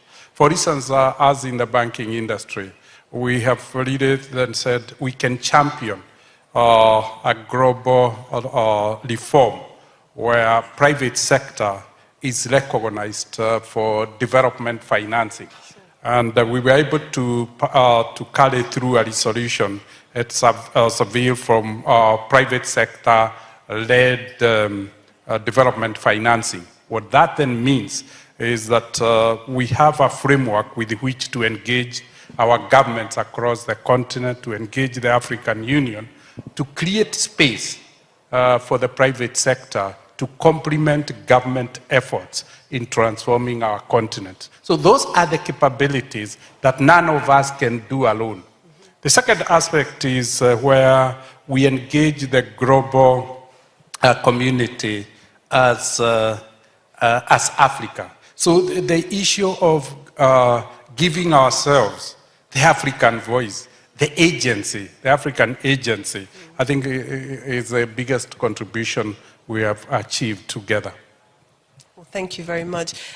Martin, I do want to ask you, just following on from Dr. Mwangi's points about the importance of collaborating and having a good and open relationship with the government or different countries in order to facilitate, global progress. I would like to ask you how you think ABLC members can be supported to fully capitalize on these enabling environments. First of all, I think the platform gives us a unified voice to Dr. Mwangi's and Puti's contributions. So it's probably in the United Nations Global Compact world, the only regional conglomeration of business leaders that then allows us to talk as one, with continental issues that are being addressed through that forum. The biggest advantage of that is the strength in numbers, the strength in ideas that comes from those numbers, but also the ability to put our effort together for scale and impact. Because 15 was the starting number, today we're at 75, nothing stops us from being 200 in the future. And so that, as Dr. Mwangi was saying, we're in 52 out of the 54 countries. There's really nothing African we don't know, and there are no solutions that we need from elsewhere. And so those business leaders that are looking for whether it's regional solutions or country-specific solutions or industry-specific, sector-specific solutions, we'll find them within this platform. And so we are very proud of the work we've done, but we've got so much to do. First of all, we have now a very solid platform to engage government, whether it's at home or in the region or in the continent.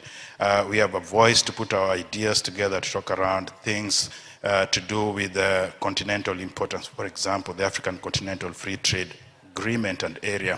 How do we implement this faster? How do we fund this to benefit the private sector? How do we then jump into it to make sure that it is successful, it doesn't remain a pipe dream? For me, that's been the biggest effort. Thank you very much. And just finally there, Puti and Dr. Mwangi, when we're looking at all of these conversations, all of these threads that we're trying to put together, ambition, accountability, influence, partnerships, resilience, and trade, I would like to ask what bold actions could redefine how African businesses drive sustainable growth? And really, this is for each of you. Perhaps, Puti, you can go first. I would like to find out what your call to action is. Okay. My call to action would be for us to continue with what we are doing now.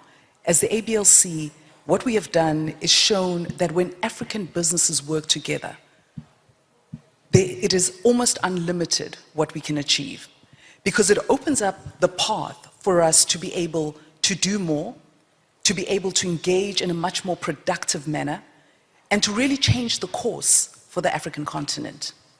We have seen governments come together, but to see private sector organizations on the African continent come together like this, how much more can we still do? That is what we are saying when we look at each other. And we are all ambitious. We want to do more because it is not about us. It is about the youth of Africa, the youngest population that we have in the world. It is about ensuring that that youth is able to do more for the world. Thank you. Thank you very much. I think the biggest opportunity we have as leaders is to lead with courage, is to invest with purpose as businesses, and it's to inspire Africa so that we are unified in a collaborative manner and urgently. I'm encouraged to see, for instance, we are the business leaders, but the next layer below us of business owners, the African entrepreneurs, 52 of them have also come together and said they want to influence investments, they want to scale capital mobilization, and they want now to focus on development financing. So this framework enables them to engage the African Union, the governments in the country, to underwrite and to undertake development projects. But the most important thing is that vehicle, particularly the listed companies, can then be the channel for taking Africa to the world and bringing Africa to the world. So I would see that we are not alone. We can be the vehicle for bringing people with a common mindset about the transformation of Africa. Those who recognize that a transformed Africa is a sustainable world. And I have seen that with the capital market. We are paving way for global capital to come to the African continent. So it might be because we are using the private sector.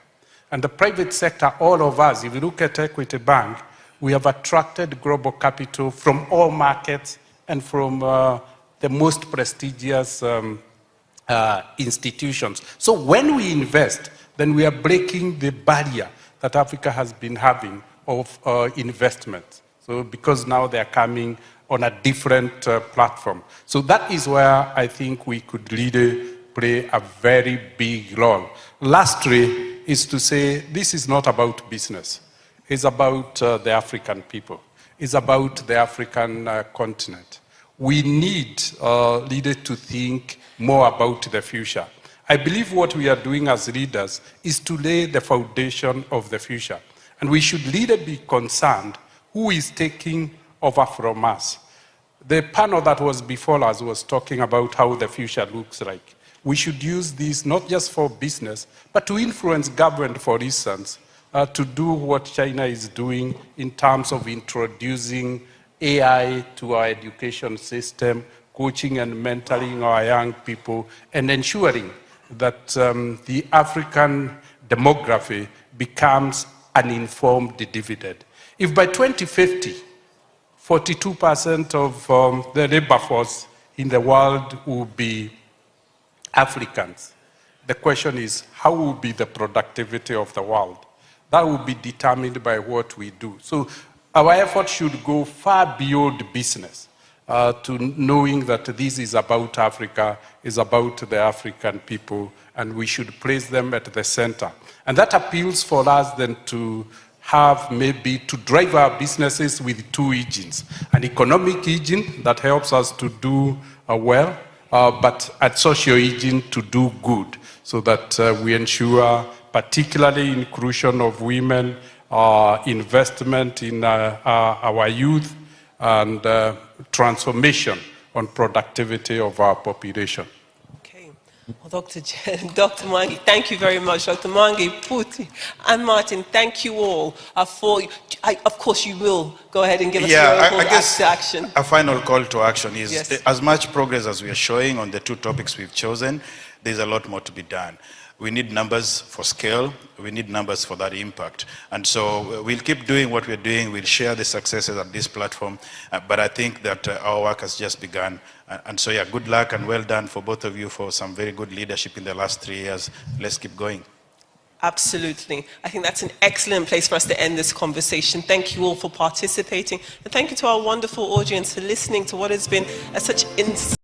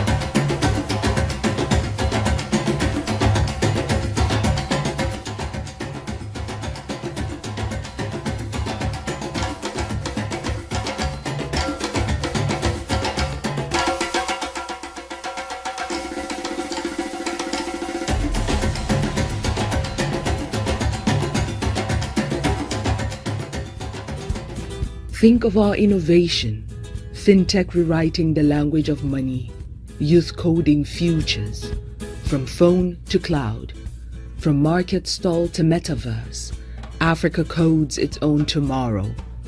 AI hubs spark across cities, e-governance moves at digital speed. This is not catch-up, this is leapfrog. Digital is Africa's unstoppable script.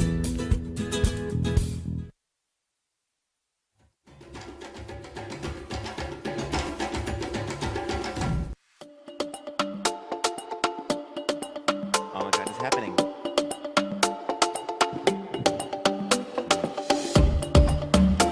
All right, how are we all doing? We've been through this, we've been over this, so let's start out one more time. How are we doing, ladies and gentlemen? You all good? You know who you're sitting next to? You're having good conversation? Good, we just needed to give you a little extra time so you can really get to do that, because even when we're here, you're talking anyway, so we wanted to make it formal. So you finished those conversations. Right now, we're going to watch has become one of my favorites at Unstoppable Africa. It's become a fixture every year. We do the panel of the future, and this year, oh, you're in for such a treat. Because we've talked about AI, startups, and the deals that fund them, and how we put it all together. So this is about building the ecosystem for homegrown tech to have global impact. We all want that, right? Exactly. It's about ensuring that Africa is a creator, not just a consumer, of the next generation of digital technology. Your next moderator is an entrepreneur, author, and the host of the fantastic podcast, My African Startup Story. Please welcome to the stage the CEO of Kitabu and Tribe Nation, Mr. Tony Ndungu. Awesome. And he will be leading this conversation with Mr. Sheikh Kamara, Vice President and Managing Director of Africa at ServiceNow, and Mr. Nuruddin Taibi, CEO and founder of Yasser. Take it away, Tony. Thank you, Larry. Wow, the lights are bright. How's everyone this morning? Hello. Now, we respect and appreciate the powerlessness of Manils. So don't think we don't know this. But we have a very special guest that was sadly unable to make it today. There was supposed to be a powerhouse sitting here next to us, but she wasn't available this morning. So we are not disrespecting the power of women in this conversation. But I wanted to make sure we set it up for our sisters and our moms for sure. But I have got two fantastic gentlemen here. We're going to speak to what we think the future of Africa is. I'm going to ask them to introduce themselves because there's no way to disrespect these young folks than trying to put them into a paragraph. And I'm not going to start right here. I'm going to start at the end with the doctor. Dr. Tayebi, please. Nordin, you are the CEO and founder of Yasser. I read the document, man. It's like 2 pages of who you are. Please give us a short summary of who's this man sitting right next to us, bro. I honestly don't know what was provided to you. Probably my assistant wrote something. But so I'm from Algeria, so 100% African. Educated here in the U.S. Pretty much all my adult life spent here in the U.S. and then went back to the region where I'm from, which is not just Algeria, but like North Africa in general, where I started technology business. Today, Yasser is the largest or the most valuable tech company in the whole North Africa. That's right. We offer payment and on-demand services in pretty much all North African countries.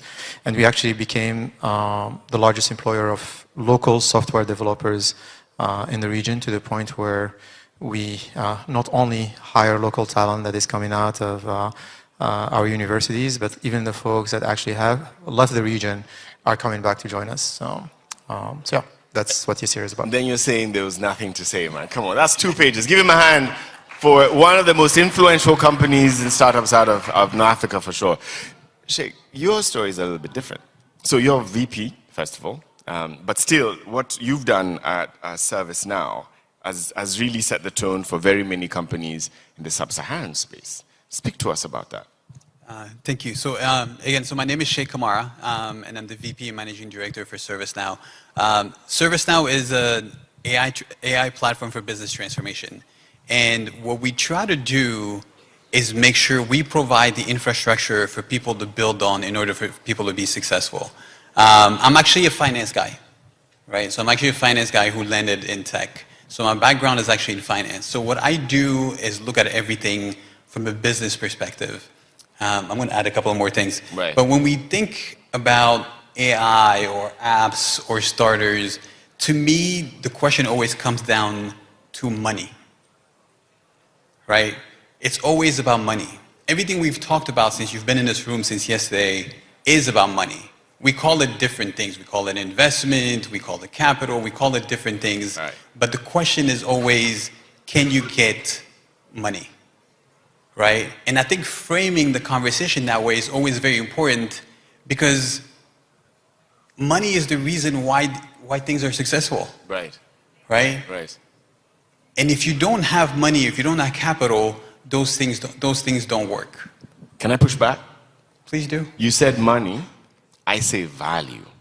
Okay. Because where there is value, capital follows. And for a long time, Africa has never provided itself as a place for value. It's only recently, both of you would know this, that Paystack got $200 million, that the investment from partners outside both the US and the UK did what they did, that my friend Karim Begre got the $670 million for Instant Deep. Like, it's recent. This is stuff that's happened in the last decade. How do we show value if we're saying we're the future of technology? I see Dr. there. Well, at some point, like to create that value, you need capital for sure. But then, of course, capital means that you're going to invest it, like in one way or another, to make it, to make more money out of it. And that wealth can generate, like more prospects to the region, more ventures, so on and so forth. So yeah, I do agree that capital becomes super important. And so do you think that the capital is what we need right now? Is that what we think we're lacking? Or is it the innovative ideas? No, it's like what's missing for us as we look at the future? Honestly, it's a combination of many things, and capital is one of them. And today we need to also realize that the capital is global.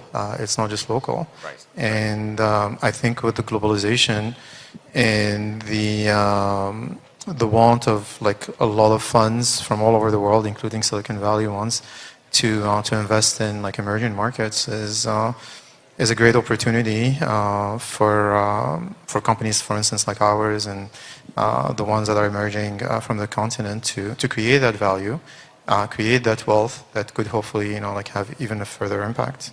Let me add to that because I think he said something very important. Money follows value and money follows returns. Follows returns, there right? You go. Yes. And money doesn't care whether you're black, white, or what continent it's in. Mm-hmm. You said Africa is starting to attract more money or more value, but Africa has always gotten money, right? If you think diamonds, if you think all our natural resources, we've always gotten money. The question is, how do we leverage it, and how do we make sure we use it correctly? But we've always gotten investment. Right. I think the issue has always been we as Africans or as black people, when we walk into a room to talk to investors, we tend to walk in with the weight of our continent behind us. Right. The weight of our history behind us. Right? So it's almost like... Should we not?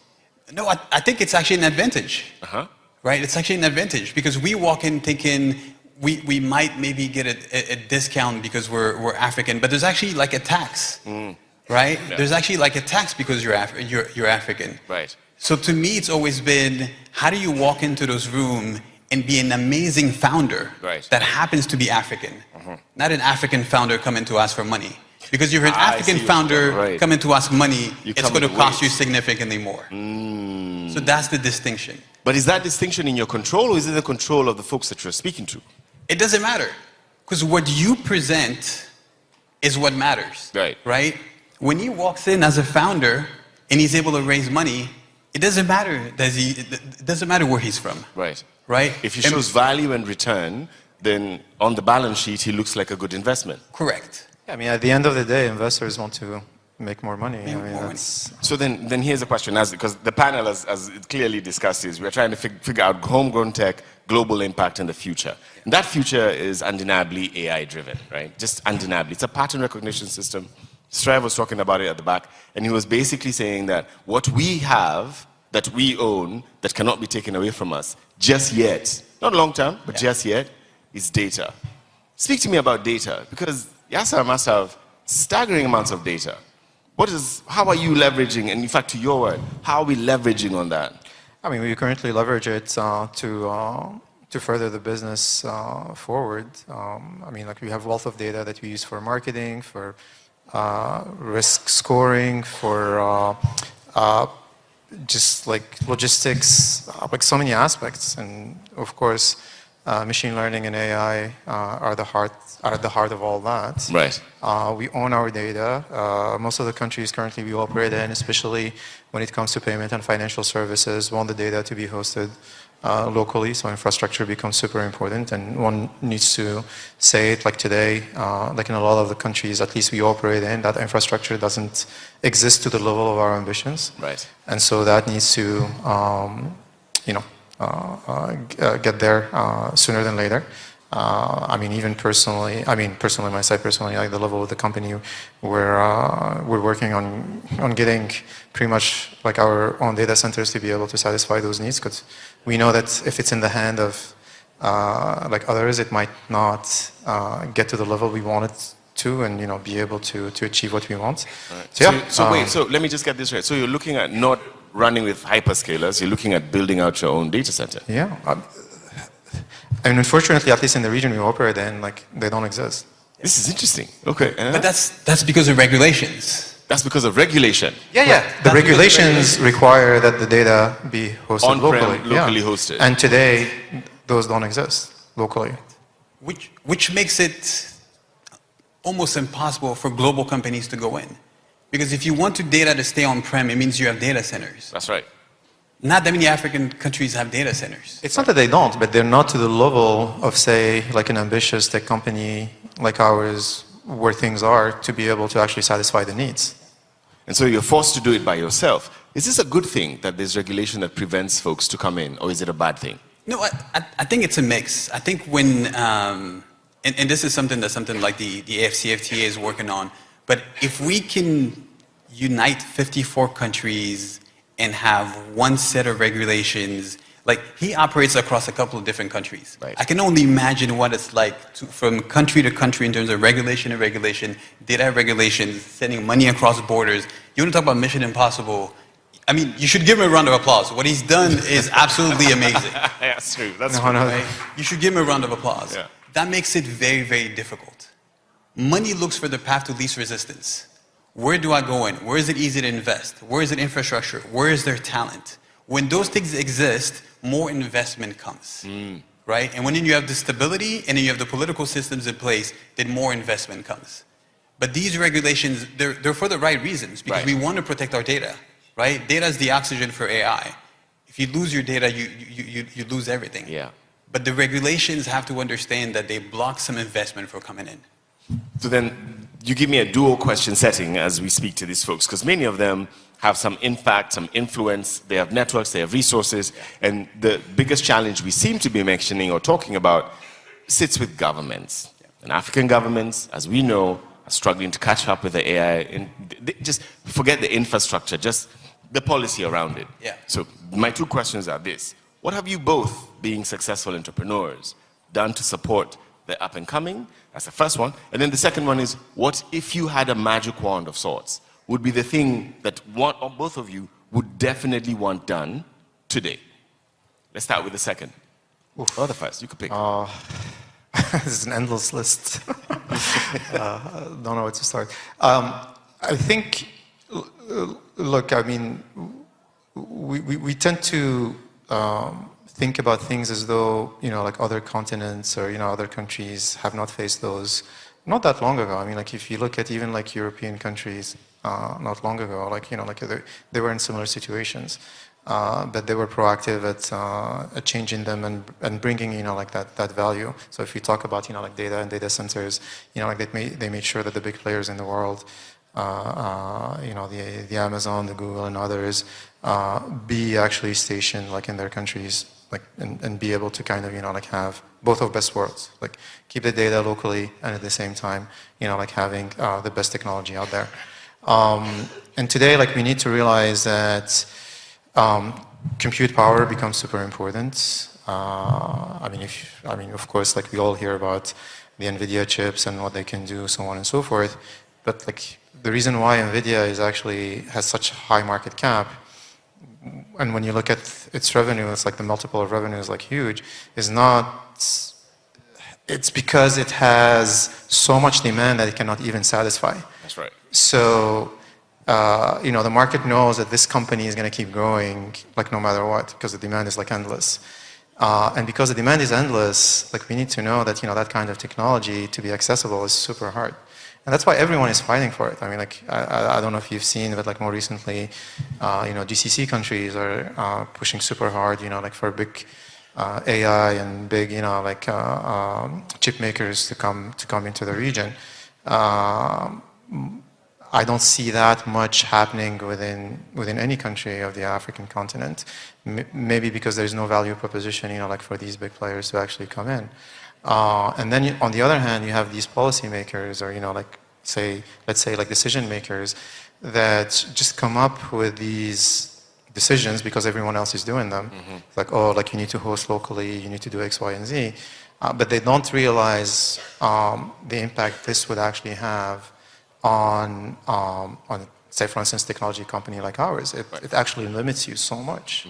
And so I think it's the responsibility of companies like ours to talk to these decision makers, make them understand what has to be done realistically, and you know, kind of like what would be the roadmap to get there, and work with them actually closely to make it happen.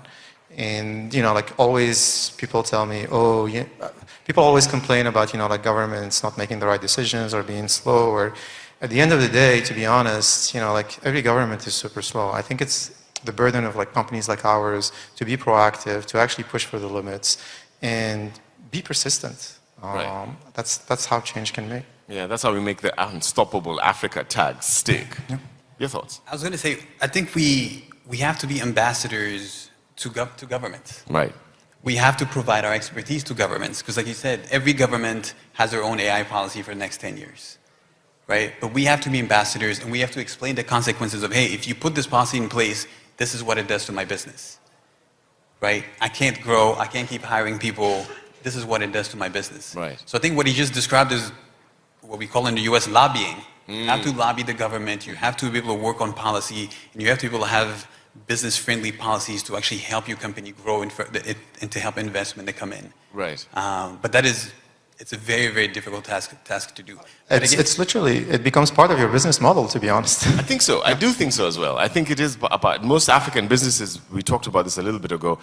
When you start an African business, apart from the products you're selling, you're upskilling an industry, you're speaking to government for policy, you're supporting an education system that can retrain or train people to use your services and your products. You're dealing with clearing and forwarding, because a lot of the stuff you're shipping in yourself isn't available in country. And all of those are verticals when you started the business you were not thinking about. So there is that. But then to the second question, or the first question, younger African folks, like we know and we've talked about it, 2050, 1 in 4 people will be looking like one of the 3 of us or more. And they'll be coming from the African continent, and we will be the youngest and still largest growing workforce. What are you all doing for that future generation through your companies? You understand? Yes, sir? I mean, for us, I mean, as I mentioned, it's really, you know, like making sure that, you know, like that talent has opportunities locally. I think it's extremely important, and I think that's what's lacking. I personally see a lot of, you know, like what are called like local African champions, but then when you look at the talent from the technology perspective, you find them having their technology teams based like in Europe or in the US or like other parts of the world, and those companies, I mean, don't take me wrong, I mean, they've done like great, and they're bringing so much value in the countries they currently operate in. But at the same time, you know, like we need, as you said, like we need to look into, you know, like what's going to happen in 2050. And having that homegrown talent that has the opportunities to actually, you know, take things to the next level, not just like in terms of like job opportunities, but really creating value locally and globally, to me is the most important thing. Nice. You work with HBCUs. Yes. Do you work with African universities? Putting you on the spot right there. I do. Speak to us about it. Thank you for asking. So I think it should be all hands on deck when it comes to education, right? Free education, mentorship, sponsorships, apprenticeships, anything that upscales talent faster, it should be all hands on deck. I want to repeat something he just said, which is he has trouble finding the right talent. We talk about the underemployed or the unemployed people across the African continent. There are jobs. We just don't have the skills and able to fill those jobs. That's right. So we have to double down on investment. We have to say, hey, we are going to partner with this university, which we're doing in South Africa with ServiceNow University, right? Hey, here's the curriculum, here's how we partner, here's the training, how many kids, how many people can we train as quickly as possible? That's right. Right? I think that's step one. But again, the mentorship, the apprenticeship, because you will learn everything you need in school, but the real work-life balance is beyond critical. Right? And that's where the difference comes. So having people that are in these jobs already reach out to universities, reach out to the younger population to be able to bring them up is beyond critical. You talked about the work that we did for HBCUs. Right. Right? When I started at ServiceNow, this was 8 years ago, I was in Santa Clara, and I remember walking into the building, and after like a week, I realized there were 2 black people in my building. 2. True. I was one of them, and the security guard was the other one. Wow. Right, in my building. Right? The population of black people in California is 4%. So I didn't expect to see like black people running everywhere. I just wanted to see somebody else. Right.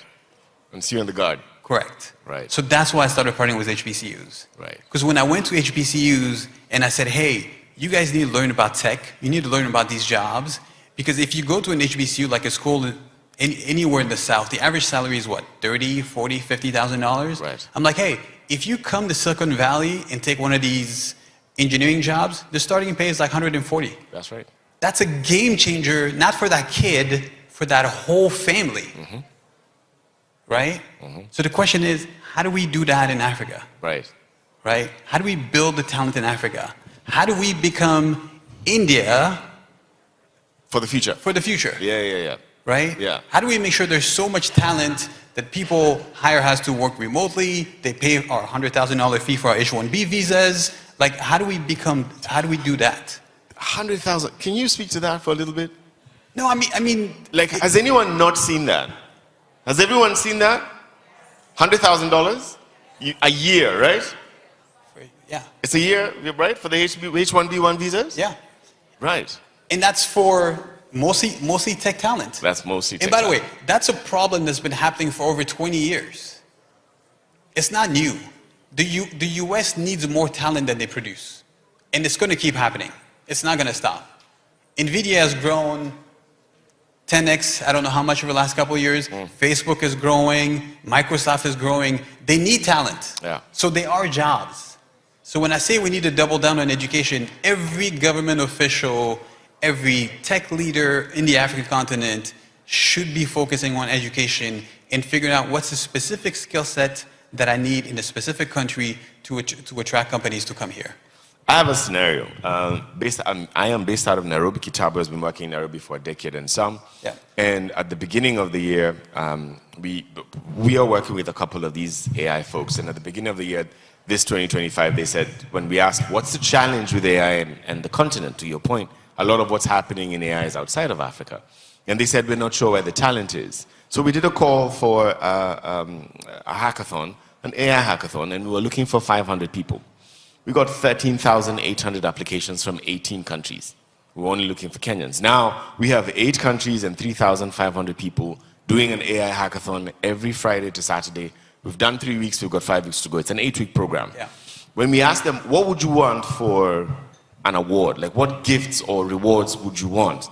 We assumed they would say the usual, credits, a laptop, connectivity. They said no.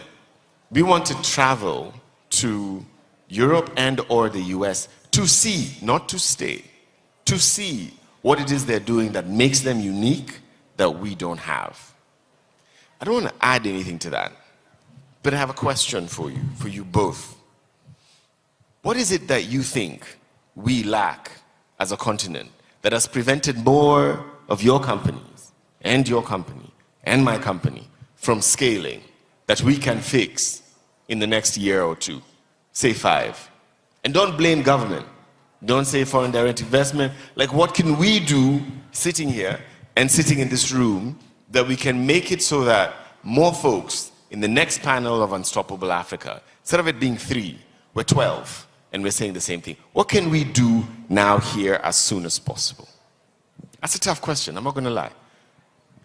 As soon as possible, I don't know. I'm sure there are like some like low-hanging fruits that that one can take advantage of, but like in general, I mean, to be honest, I mean, so I was, you know, like, so as I said earlier, I grew up in Algeria. I came to the US for grad school, and pretty much all my adult life, like, you know, I spent it here in Silicon Valley. Like after I got my PhD, like I worked on like in big tech and then took the entrepreneurial path. And when I went back to the region I'm from, one of the main things that actually, you know, got my attention is our value system is not, you know, like allowing us to actually move forward. And what I mean by value system, I mean the culture in general, you know, like within our countries. The way I define culture personally, it's like more like on anthropological point of view. It's really like a set of values that one will find like since birth actually, and will use that set of values subconsciously to impact his or her surroundings. And when we think about values, we always think about you know, moral values. Of course, moral values are important, but we don't think about, you know, the values of like generating ideas, being creative, having self-confidence, and things like that. And these, honestly, are the ones that I see are most lacking. What made Silicon Valley is, you know, these kind of values. Audacity. We don't have them. That's a heavy one. That's a. All right. And that is not going to be overnight. That's a heavy one. Okay. I asked for answers. He gave me more questions. I like it. Let's go. What do you have? I agree, but I think there's there's a medium between how do you put this? Modernization without westernization. Modernization without westernization. Correct. Okay. Because we come with different values. And those values mean that we will probably never be like the United States, but we have different values. And I think it's important to keep those values, right? Like, you, as Africans, you take care of your parents forever. Ever. No, I agree. But Right? that's why I said I'm not talking about moral values. Yeah. I'm talking about like values that can, you know, that are actually universal. I mean, generating ideas is like a universal value. It doesn't have to come from the West or the East. And at actually some point, our continent had them, right? Like when the biggest civilizations were on that continent. So. No, because I don't think we lack anything, right? I think what we have to focus on is, again, for founders or investors, it's when you're having conversation, focus on the outcome and focus on the money, right? If I'm going to give you money, how much money am I going to get back? Yeah. And can I get my money back? First. Yes, can I get my money back? Can I just get my money back? Can I get my money back? Right. Right? Because a lot of investors, when they look at Africa, it's like, oh, I'm going to invest, but I may not be able to get my money back. So how do we get more founders like him to teach younger founders how to raise money? There is more money than needed in the world right now. The question is, how do we attract it? How do we have those conversations? How do we present something that says, give me 10 million and the value will be Y, and this is the ROI that you get? Right. But I don't think we lack anything. I think it's just, how do we have those conversations? I like that. I don't think we lack anything. It's just, how do we have those conversations? And then we need to find a way. I'm not sure I agree. Because, you know, like to get to that, you know, like X number on return. Right. You need to make it happen. And to be able to make it happen, you need, you know, like talent. That talent is not just about the skills, it's also about the mindset. It's about so many other things that, I mean, to be honest, today is greatly lacking. So, I mean, you would be able to raise money, let's say you do that, but if you don't have the basis to actually make it happen, it's not only gonna fire back at you, but it can fire back at like a whole ecosystem within a certain region, because it just didn't happen. Yeah, and then it does. Yeah, I get that. I totally get it. In closing, gentlemen, I want to give the beautiful folks who've been listening to us for the last couple of minutes 2 things you want to leave them with. And I say not one, but 2 things you want to leave them with. My personal thing I want to leave them with is, number 1, within their circle of influence, I would love all of you to start looking at yourselves different. That's the first thing. And then second, I'd like all of you to start doing Africa different. And this is what I mean by that. Folks like you should be the norm, not the exception. But that starts in the way we perceive each other and the way we perceive ourselves. What about you two? What would you like them to do? I mean, for me, it's really simple. It's, always be ambitious, trying to push the limits of what can be doable. First, in your immediate kind of surrounding, depending on, what you're doing. And believe it's right. I mean, the other part is we need to also stop blaming the other. And for me, an entrepreneur is someone that challenges the status quo. And always find solutions to problems. So whenever we're faced with a problem, we just try to solve it, as simple as that. I think if we have these little steps and we do it collectively, it can have a huge impact. 2 things. Well, first thing, so I think a divided Africa will make sure that we fail. A united Africa will make sure that we succeed. Say that slowly so that everyone hears it. A divided Africa will fail. A united Africa will make sure that we succeed. Can I ask a question? I mean, what do you mean by, united Africa? Because whether Africa is really heterogeneous and you have so many countries. Yeah. So what is, and this is really a question, we always tend to, even when, when I'm here in the US, people talk about Africa as though it's one country. It's homogeneous. It's not. I mean, even neighboring countries can be very different. Even inside a country, it can be very different. What's that? Even inside a country, of it can course. be very different. And so when we speak about Africa and what do we mean by united? I mean, we don't hear united Latin America or united North America or united Europe or united Asia. Okay. So why do we always speak about Africa as united, and in what sense? To me, so we've described a lot of the challenges that we're facing.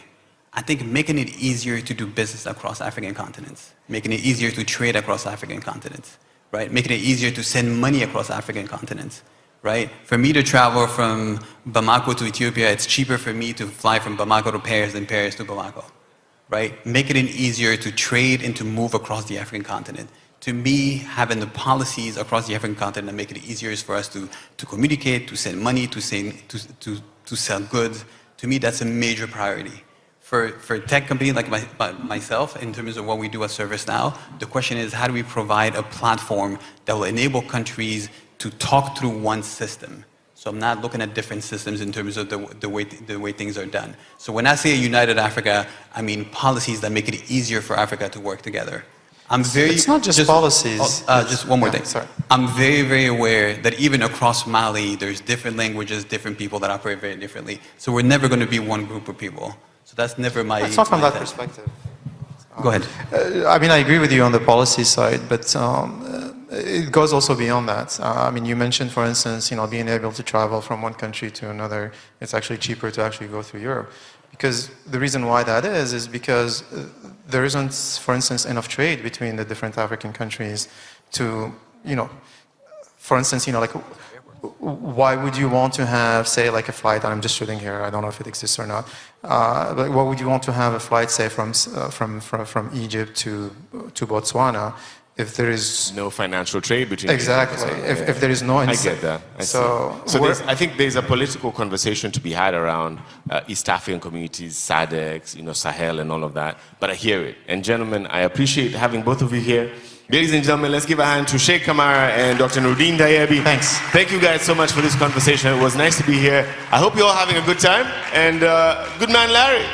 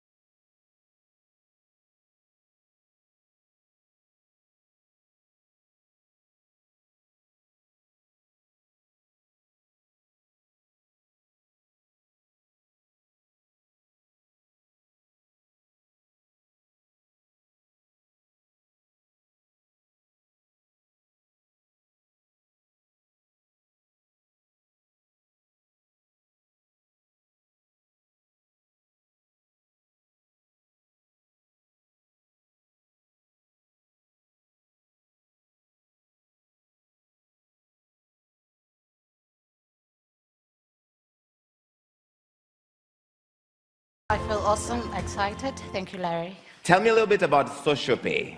So SocialPay is a green-based, AI-based system that we have created.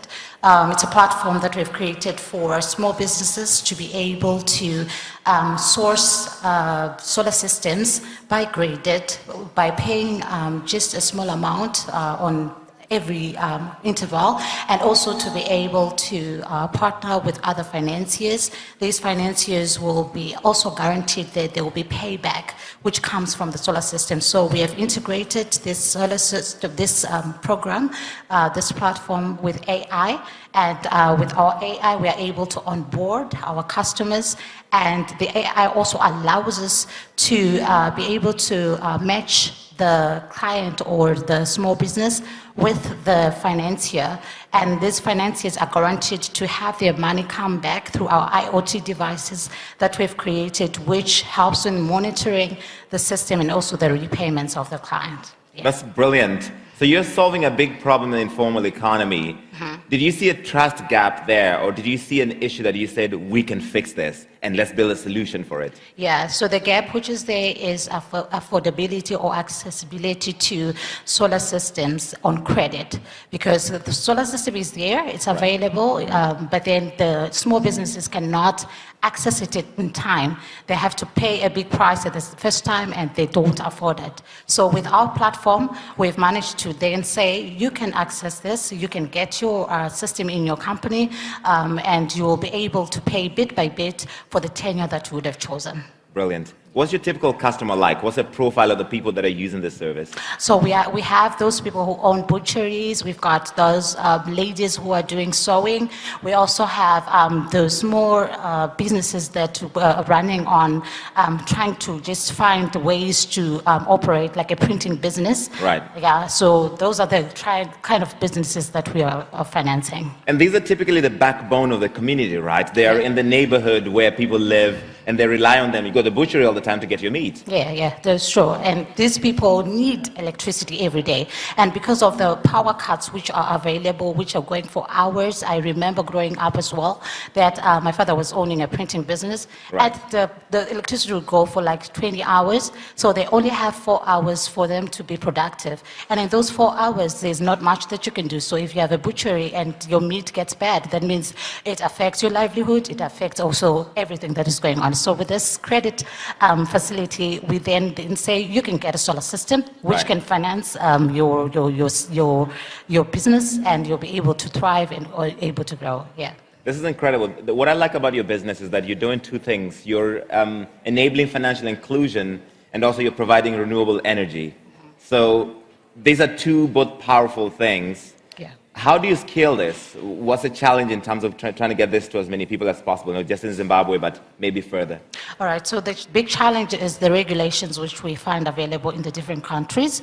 These regulations were giving us like, was limiting us to get to this to these markets that we wanted. But the good thing about it all is that we overcame this through the system that we have operated, like I said, it is very asset flexible. We can just place it anyway. It's not limited just to a hardware that we have. We can put our IoT even in any place. So we have also partnered with those local financiers in those countries, in those markets, and those financiers will be able then to assist us in providing the systems to these people. So also the credit people, the credit, solar creditors, which are around in those countries, they help us because they know this environment and they understand it. Fantastic. Finally, you're part of the Timbuktu Accelerator. Yeah. What is your vision for Social Pay? Where do you want to take this business? So where can it go? All right, so Social Pay, we wanted to go further into Africa. We want every small business to be able to manage to get solar system. We want them to have productivity tools that they can use. What we know and understand is that if everyone is not reliant on the power that is available every day that is given, and they have their own solar system, they will be able to be productive, they're able to be innovative, it improves their livelihood, it also gives them gains, they have dignity and confidence. And this will help even our economies in the different countries that we have. Right. We grow as a country, we grow as an economy, and we also grow as Africa, because these small businesses are the large part of African communities, and we need them to be have solar energy. We need them to have energy in everything that they're doing. So that's how we to impact. Fantastic. Shirley, thank you so much. A big round of applause to Shirley. If you want to partner with her, come find her and do business with her. Thank you you so much. Congratulations. I was very excited about that and what she's doing in Zimbabwe in financial inclusion and renewable energy. And right now, we want to switch to one of my favorite topics. This one is about, if you follow me on social, you know I say this all the time. If I show up in an African city, I'll say, good morning from Cotonou, Africa's greatest city. And this year I've had the pleasure of being in Yaoundé and Dakar and Joburg and Kampala and all of your great cities. They're all just the engines for how we are building our continent. They're the places where we live our lives, where we build our dreams, where we do great things. And they're the engines of growth for both the African and US leaders are grappling with the same questions. How do we create jobs, drive industrialization, and build inclusive, sustainable economies? These next two sessions will address some of those. So to set the stage, please welcome Mr. Fred Swaniker, founder and CEO of SAN Technologies.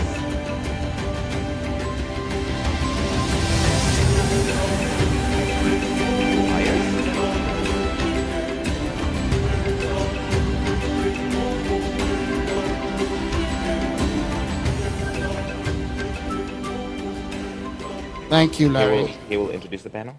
Good Fabulous. morning, everyone, or good afternoon. Over the last couple of days, we have been engaging in discussions. Nice to meet you. I'm a big fan.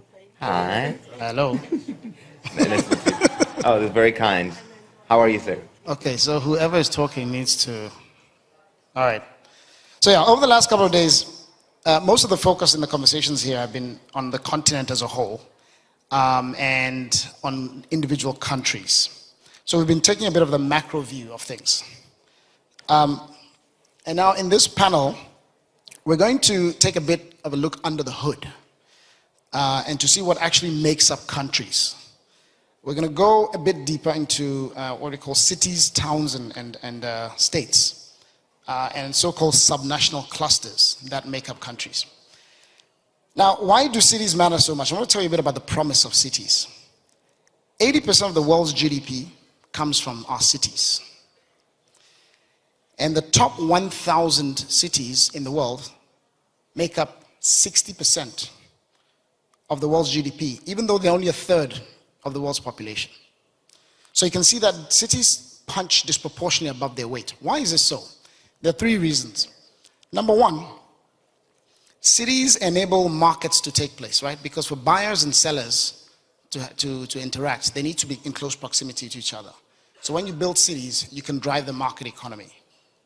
The second reason why cities are so important is that they drive innovation. Because people come together with their ideas and they can build off each other. And then that spurs a lot of innovation that drives technology and all those things. That's why you see clusters, Bay Area, That's where a lot of the AI is happening, right? Because people are coming together, they're sharing ideas. The third reason why cities matter is because it's much cheaper to develop infrastructure in a city.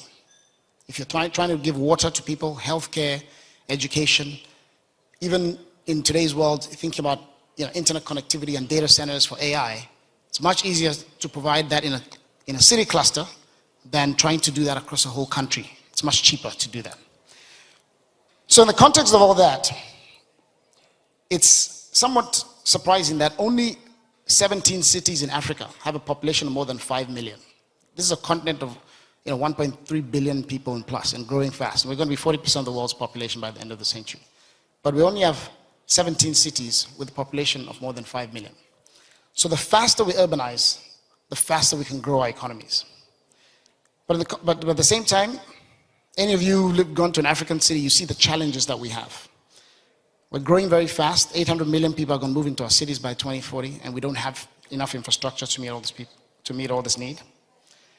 And on the other side, when we come to the US, we've got some cities that are much older, but they have infrastructure that is too old, and it's not keeping up with the current demands.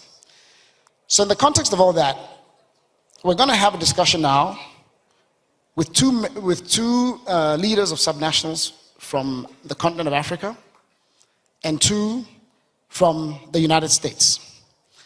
So it gives me great pleasure to welcome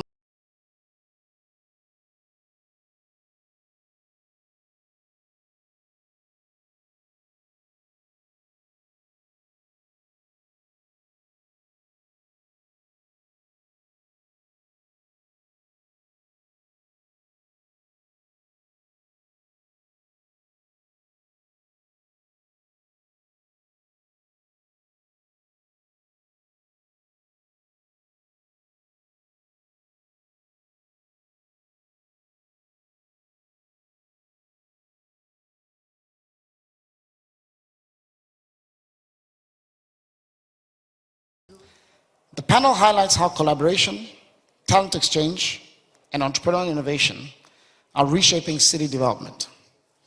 So you can expect vibrant dialogue, practical lessons, and shared insights on how local leadership can unlock private sector success and resilient economic futures. To join me on this discussion, I'd like to invite first Honorable Yvonne Akisoya,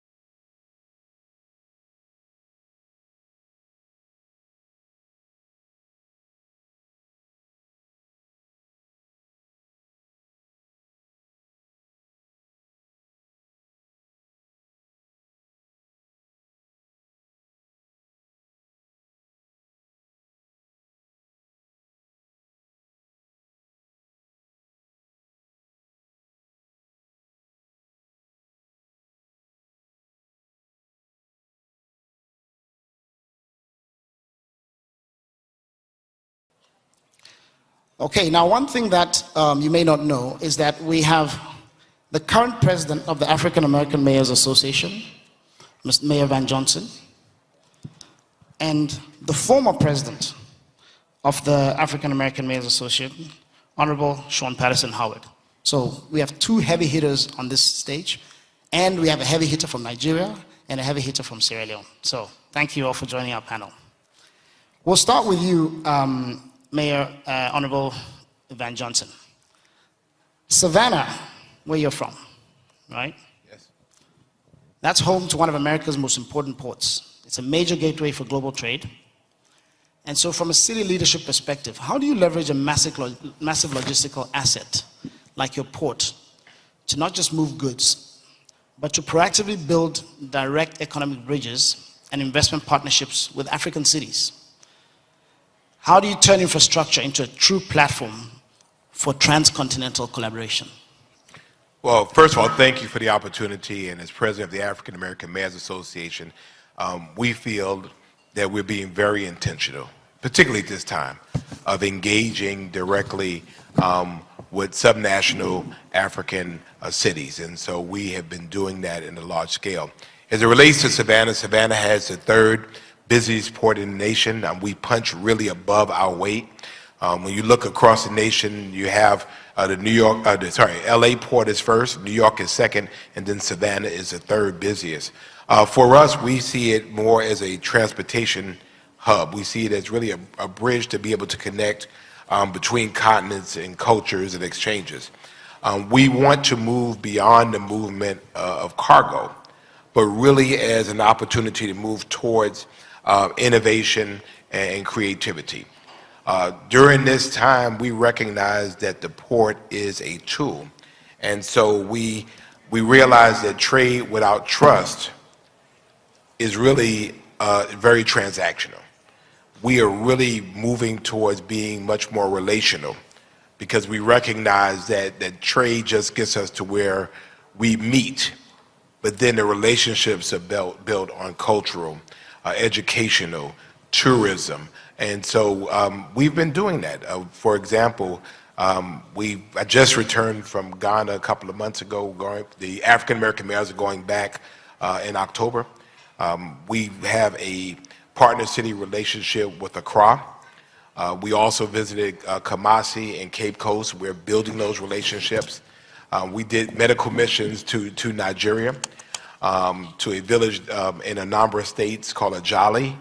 Because we recognize that there is a kinship that exists. And for years, we have not done what we should have done as it relates to Africa. And this is just a magnificent opportunity. Savannah as a city, but then the African American mayors to be able to give back. And so we look forward to those opportunities, using trade as a tool. That's fantastic. So you're already doing quite a bit to facilitate that intercontinental relationship between Africans and African American cities, and building those bridges that we're all connected. Yeah, we're all connected, and so in the tradition of Sankofa, we're going back and we're fetching. Yes. And so we're going back, we're fetching, and we're bringing forward because we recognize that we have as much to receive as we have to give. Not everyone in the audience is Ghanaian, so can you explain to them what Sankofa means, please? Sankofa, and you're asking the wrong person, because some folks get, but the Sankofa bird is a bird, if you've seen it before, where it's facing forward, but it's looking back with something in its mouth. And so it basically loosely means that you go back and you fetch and bring forward. And it means a lot for us that you can't go forward without looking back. Looking backwards. And you can look back and move forward at the same time. And you have the responsibility as you move forward to go back, fetch, and bring forward. And so we see this as a mutually beneficial relationship between United States, subnational cities, and then, of course, with Africa. It's by respecting our traditions, honoring them in order to move forward. Yes. Fantastic. Let's move on to you, Mayor Honorable Sean Patterson Howard. So, in your mind, how can you as subnational leaders collaborate with African counterparts to leverage global tech talent and cross-continental entrepreneurial networks for urban revitalization? Well, I think it's really critical at this time, probably more than ever, with national relationships being so challenged, that subnational leaders are building authentic, respectful, genuine partnerships to collaborate. When you look at the advancement of technology and the AI space, and every government, every business is using technology to advance their businesses, make them more efficient, that there are so many opportunities for public-private relationships, but really creating tech hubs innovative tech hubs that we can do together. I'm a graduate of Howard University in Washington, D.C., and we have a big HBCU partnership here across the country. We need to be partnering across the waters between our HBCUs and our universities and our schools in Africa. There's opportunities for us to come together and have innovation hubs where we're sharing information around training, innovation. Africa has the youngest, fastest growing population in the world. These are very bright, innovative future leaders and current leaders, and we must make sure that we're respecting it. So it's not just what we can do from America to Africa, but what we can also learn from Africa at the same time. And I think that's something that we need to be discussing more, because oftentimes as Americans we are a little bit, I guess we assume that we're better than everyone else. But as I have traveled across the world, as I've gone to Senegal and Gambia, as my chief of staff recently came from South Africa, we're seeing that many of the young people, as well as the technology around the country, is far more advanced than we are here. And so I think once we really admit that, then we can develop those mutually beneficial relationships where it's not just us feeling as if we have the answers. And so I want to see exchange programs and fellowship programs happening. We cannot always make it across the waters, and so there's opportunity to use digital platforms and online spaces to really trade and to partner and to skill each other up. I think it's also public-private partnerships. And so we have lots of companies and industries. With the African American Mayors Association, we have a business council. And so how are we working with our business councils to partner with businesses who are supporting innovation and urban digitalization? I think also I work closely with a group in Westchester that has a lot of ties to Africa right now, Earn Your Leisure, and they've been doing InvestFest, and so they live about 20 minutes away from me, and they've been doing a lot of investment right now, not just in the Capitol building space, but talking more about building technology hubs throughout, at least right now, West Africa, and looking to expand it even more. And so as a subnational leader, partnering with our universities, partnering with our local government to provide opportunities for internships and fellowship exchanges, working with the universities, all of these things are important. And then also we have to use our financial leverage, right? Our financial leverage is important. Oftentimes we feel we have to have millions and billions to begin the conversation, and we don't have to wait until we have everything in place. And so we are looking for opportunities to partner with entrepreneurs in our community and some of our private industries to see how we can invest and see how we can build. Because financing has become one of the biggest challenges and has always been one of the biggest challenges in Africa. And so like they say, where your money is, that's where your heart is also. And so we have to really make sure that we are intentional in investing financially into these partnerships to make them work. Fantastic. So you're talking about the opportunities to exchange ideas, exchange talent, and the recognition that our cities in Africa, in a way, actually have an advantage over US cities because we have a clean slate. And so you have opportunities to innovate and reinvent. So one question for you, if you were as lucky as our mayor in Freetown that I'm going to ask her to talk about right now, what would you do differently to build your city if you didn't have the legacy that you currently have? Goodness, right now our city is challenged by very old infrastructure and old ways and lots of bureaucracy. And so if we're able to sit there and look at how we're developing in the future, we'd be able to start with a clean slate. And we'd invest really in our young people, because far too often when we're looking to build not just digital infrastructure, but physical infrastructure, we're turning to communities that don't look like us, are not concerned with us, and are not willing to invest in us.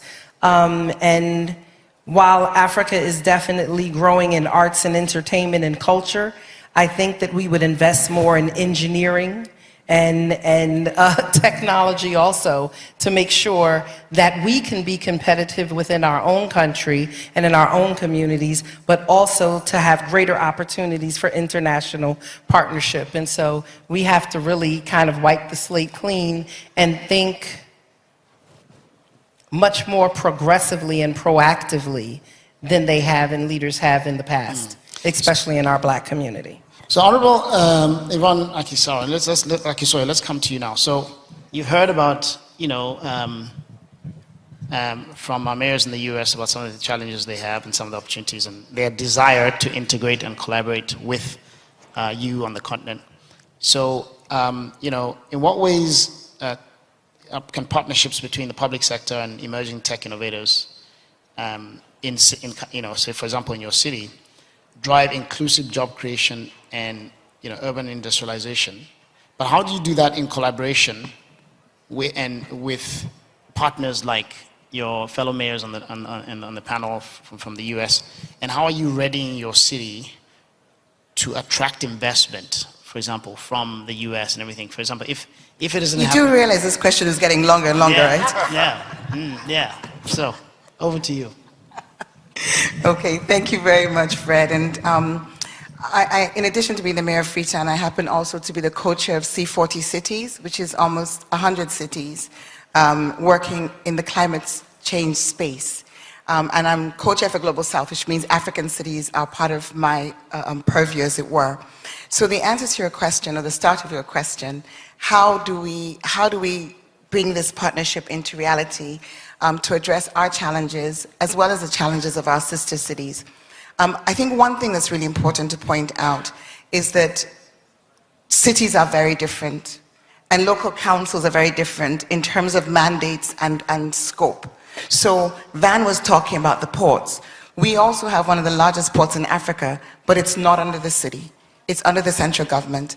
And I think one foundational point that I'd like to make is that even as Africa is looking to become unstoppable and to move forward on this development trajectory, we have to have a rethink about how we do local government. Many of our local governments are not empowered to make the difference that they want to make. But we're just going to continue this conversation with the assumption that those mandates are there. Now, with those mandates being there, the challenges that we face are similar and yet different. We have, in our case, a fast-growing youth population. The resource gap is there, but we have an opportunity, as has been said by many people already in the last couple of days, to actually leverage that youth. But to do so, we need to unlock capital. One of the sources of that capital is the private sector. So in a practical way, I think one of the things that we should be aiming to do, irrespective of our mandates, is build those bridges. So Van talked about the work that the engagements that they're doing in Ghana with the visits to the cities. We have twinning relationships. We have a history which makes tourism an obvious connection between Freetown, the city of Charleston that we're a city with, a sister city with, and the city of New Haven. But the same could be true of Savannah. I went to Sapelo Island, which is just off the shore there. The people speak my language. So the links and the connections are there, but we haven't really built on them. In the same way when it comes to tech, if tech industry here is looking for where its growth is Africa, what can we as subnationals do? We can move. We can begin to build those relationships. So on a very practical note, I was in a session this morning where I heard that trade flows with Madam Ngozi, trade flows into Africa's trade flows of the world rather, are just at 4%. How do we begin to make that different? Just as 4% of the global trade flows, how do we begin to make that different? To be intentional. And we don't need to wait for the national governments. There's a lot that we can do to build those relationships. We have the platforms. We've got the African mayors. We've got C40. We've got UCLG. We've got GCOM. There are many platforms. What we need to do is to realize that this is a space that we can fill as mayors, as governors, and to begin to fill it with practical partnerships. You've talked about exchanges, but it's really also, in addition to those exchanges, investments. Us opening doors on both sides of the Atlantic, as the case may be. So I think to answer your very long question, we can make this happen. We can be intentional. We can practical relationships, not just sister cities. I have a situation with the mayor of Zurich, not American, but that city has just given a grant of 2.5 million Swiss francs to do a regeneration of our central business district. That will open economic opportunities within our district. Not every city is in a position to make that kind of grant, but we can do, as you say, don't wait for the big check. We can look at how we bring business in. We just completed a feasibility study for a cable car transport system, our first mass transport system. It's $90-something million. We're looking for partners. Our traditional partners may not be the ones to come on board. This is an opportunity for us to begin to use your business council and say, how do we get a pipeline of investment opportunities and present those to those sister cities, not for their own funding, but for funding of the entrepreneurs, the business people who are within their communities. There are opportunities for us to move this forward, and I think that this is the starting point of changing a narrative of waiting on national governments and us as subnationals moving forward. Thank you. Thank you so much, Mayor. So one more point. Freetown, you've been a leader in climate resilience planning. How are you using data and technology to predict and prevent climate-related crises? And what's one data-driven approach to city management that you as cities could learn from what you're doing, from the African innovation that you're driving? Okay, so on climate change, Freetown the Tree Town, which is our campaign, our intervention, it started off with 1 million trees. Freetown the Tree Town was a goal to plant 1 million trees. We're at 1.2 million now, and we've now increased our goal to 5 million trees by 2028. And how technology comes in, every single one of our trees is digitally tracked. So it has a unique identifier code. When it's planted, that code is uploaded into a digital platform built by our teams. Then the monitoring of the growth of those trees is done by youth. So that's job creation and employment. And it's through that tracking system that the youth get paid as the trees progress. It's created over 1,000 jobs. That 1.2 million trees is stabilizing slopes. It's protecting our mangroves, it's the coastal line, it is protecting water catchments, and we are now in the process of going through a carbon accreditation system in order to begin to trade that carbon that we're sequestering from those trees on the carbon market. Can we give her a round of applause for that? I mean, that's amazing. That's amazing. Excellent example of African innovation, but that is globally relevant, right? And very proud that the mayor of Phoenix is actually working, using our system. All right. Building something That's similar. it. Fantastic. Wonderful example of innovation going both ways. Your Excellency the Governor from Zamfara State, can you share some reflections of what you've heard today about, what obviously we've been discussing subnationals at the city level. You represent a state. In what ways can you leverage your position as a state and to maybe overcome some of the challenges and bureaucracies that you might be facing at a national level? What are some opportunities that subnational actors have to drive real change and transformation on the continent right now? Thank you very much, distinguished panel members, fellow African leaders, as well as American leaders, distinguished ladies and gentlemen. Let me start by thanking you for giving me this opportunity to be on this panel to discuss issues that is of importance, especially issues that relate between subnational as well as the federal government, which is a very good starting for some of us as leaders to be able to learn what they went through and what we can do also as leaders.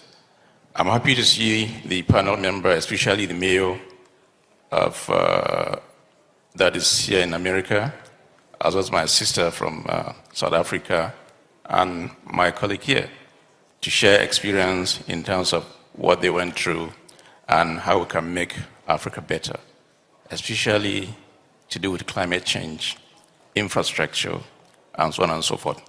Now, the thing about here is to look at the role of subnationals. What do we do as responsible leaders? What kind of process do we put in place to make it very clear that we as leaders can also do something meaningful that is completely different and not relying on the center to be able to move forward? I'm happy hearing from the mayor when she made mention of decayed infrastructure and what they are trying to do now to move forward, which for us is a learning curve for us, because we're going to build on what they had in the past to be able to align the two and do greater things together.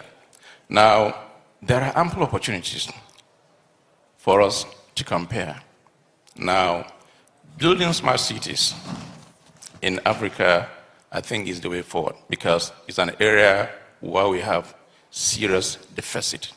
And it is high time as leaders we begin to think of what do we do to build better cities, climate-friendly, IC-driven, and so on and so forth.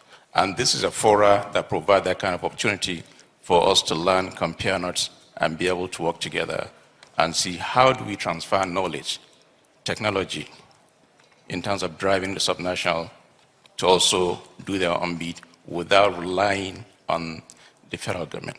So it is a very good opportunity for us to really key it into.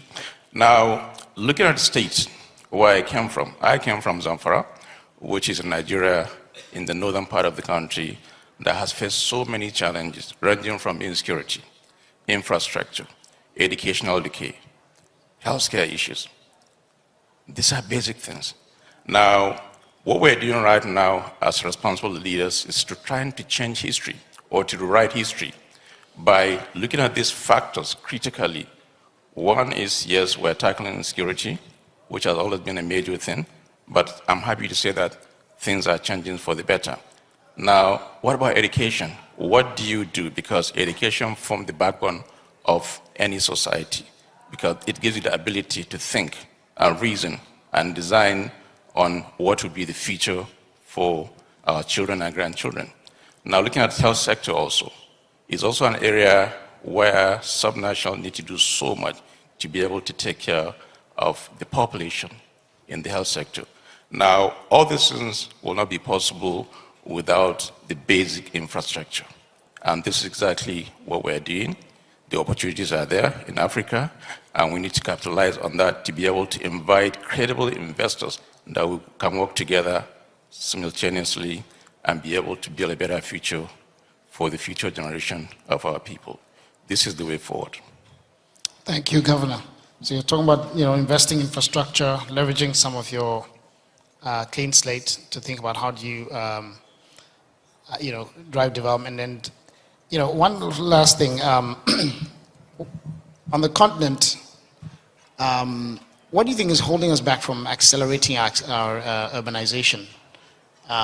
What's the one or two things that could really catalyze the urbanization faster? Well, I think it's a combination of so many factors. One, look at the community itself. What are you doing in terms of changing their mindset to understand reality? That is one, two.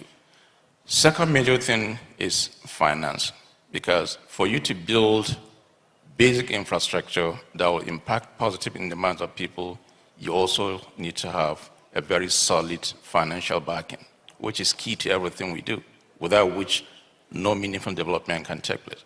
So the thing here is we're working tirelessly to speak to investors, to understand what we go through, and also to explain the opportunities that are there for them to kind of invest collectively and to make sure that we provide the framework where at least return on investment is secure and also very profitable, because, this is capitalism. So you need to invest, you also need to get money back. So these are the kind of things that we need to be focusing on now. Key is finance. Okay, all right, thank you. All right, so we're almost out of time. And what I'm going to do now is I'm going to ask you to, I'm going to do what I call the rapid fire questions, where I'm going to ask you to respond in 7 words or less to these questions, right? So, I'm going to start with you, Mayor Van Johnson. If your city had an official snack, what would it be? If we had a what? If your city had an official snack, what would it be? If my city had an official snack, what would it be? Yeah, in 7 words or less. Liquor. Liquor. Okay. That's one word. Okay. Gumbo. The governor, what is your hidden talent that has nothing to do with politics? Financial discipline. Financial discipline, all right. We like that. The mayor of Freetown. I'm going to give you a difficult one. If your city had a dating profile, what would its best pickup line be? Oh, wow.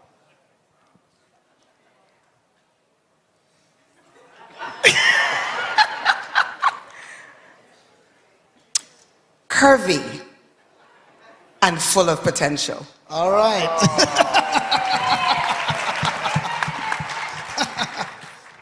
I like that.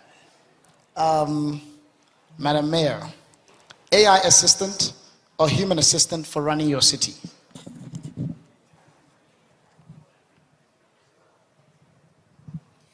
Human assistant for authentic connection.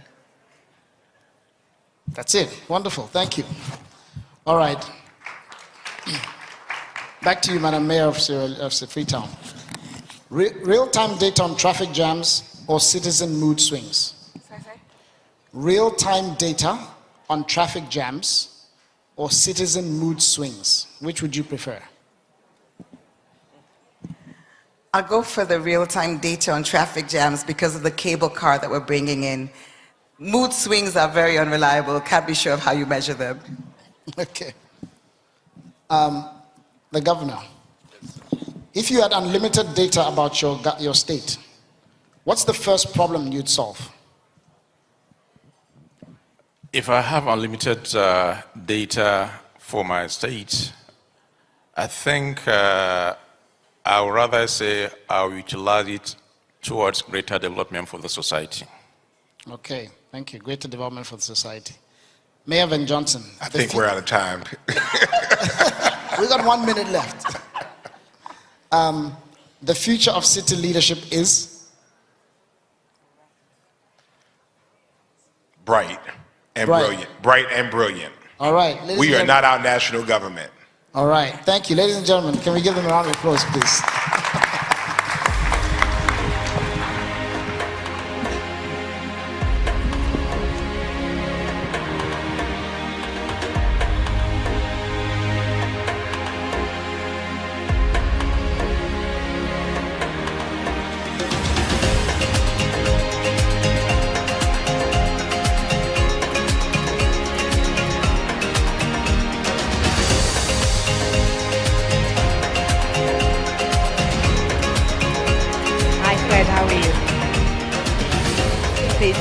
Go ahead.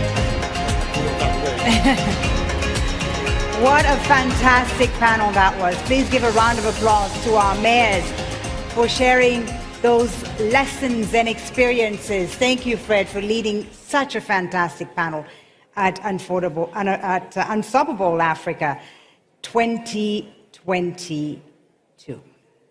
Now, ladies and gentlemen, this next session is going to be exceptional.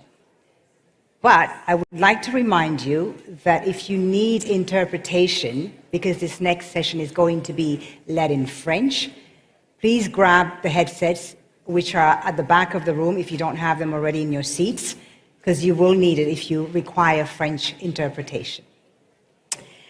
We're very thrilled to welcome our next speaker, a truly remarkable leader, Africa's youngest president, a tax inspector turned politician, did a brief stint in prison, and then became president. His vision for jobs, growth, and digital sovereignty is inspiring the continent and the world.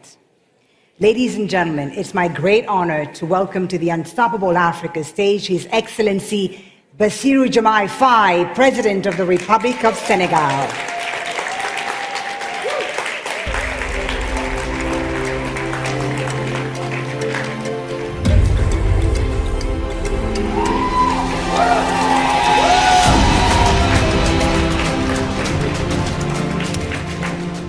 Merci.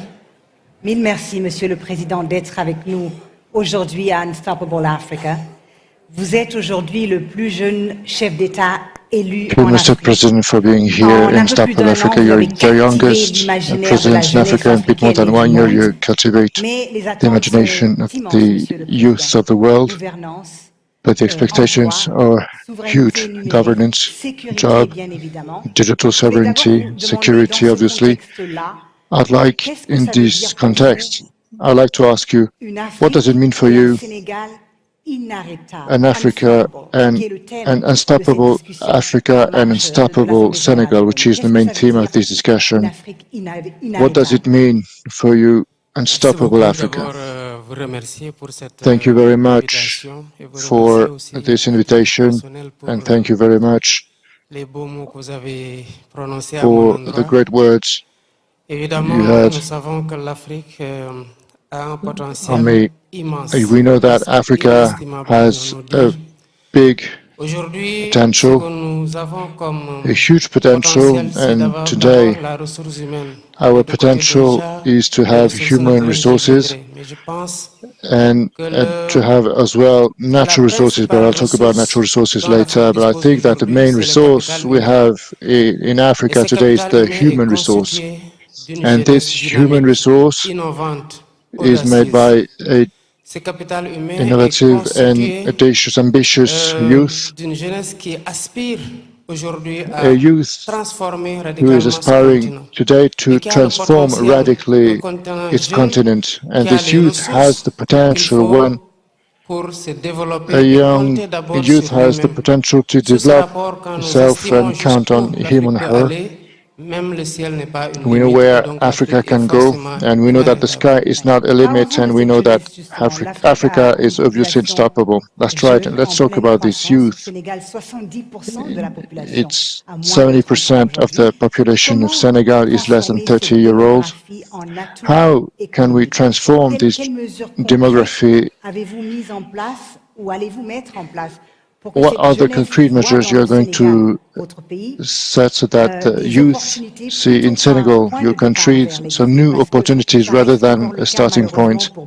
Because it's still the case for many countries in the region.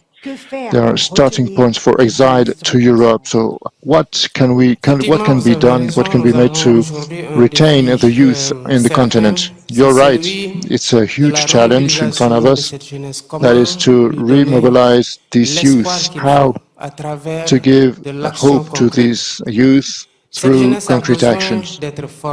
This youth needs to be educated, trained, and that's why when I arrived in power, we worked on a vision over 25-year-old, over 25, a deadline over 25 years. One of the main axes is the human capital. This human capital for us, as I said before, is young people, but young people that need to use their full potential, and we must give their knowledge and education so they can give back to the community. And we want to set the professional education at the very core of our policy by developing training centers everywhere in the country. By transforming the education, we must orientate and take the learners to training to a specific jobs rather than focusing on general education. They need to be able to have the full capacity and full skills to work on specific, very specific jobs. And we know that the skills we need over all the disciplines to help this transformation must have the youth as a resource to really mobilize them, and so that they can express a specific skill and talent. So you're talking about concrete action in Senegal by training the youth, and are there any other new measures you want to implement You've been in power for a bit more than a year now. And this could be maybe a model for the other countries in the region. We identified some sectors with a great potential, that is to say agriculture, agro-industry, and especially skills at the digital level. We organized the forum on transformation of the food system, and the challenge is to focus on more than 4 million of acres not exploited in Senegal, and we must say to the young people that this agriculture is a symbol of growth, of wealth, and that you can bring a major innovation in the agriculture by combining agricultural knowledge with the digitalization technologies. Let's talk about that, about the digitalization, because you talk about digital sovereignty. What does it mean exactly? You launch a plan of $1.7 billion. What does it mean concretely? Digital sovereignty today, and how can Senegal take this technology as a leverage? We are living a new era of transformation. This is a revolution we are living today, the digital revolution within all the professions. It's $1.7 billion, aiming three things. The first thing is to build digital structures through data centers, etc. And we want to create in the country enough connections so that there are not white areas. In so many countries in Africa where internet access is very limited, is it a challenge you can really face, or is it a reality? It is already a reality. At the moment, when I'm talking to you, we sign with the satellite operator so that by the end of the year, we can cover the whole territory with a perfect quality of connection. That's what I was saying about when I was talking about the technological New Deal based on the connectivity. And beyond this heritage, many things were done on the connectivity level with more than 6,000 kilometers of fibers. But the white areas will be covered by the end of the year, as the agreement has been already signed with the operator. So this is a reality. What we want to do is to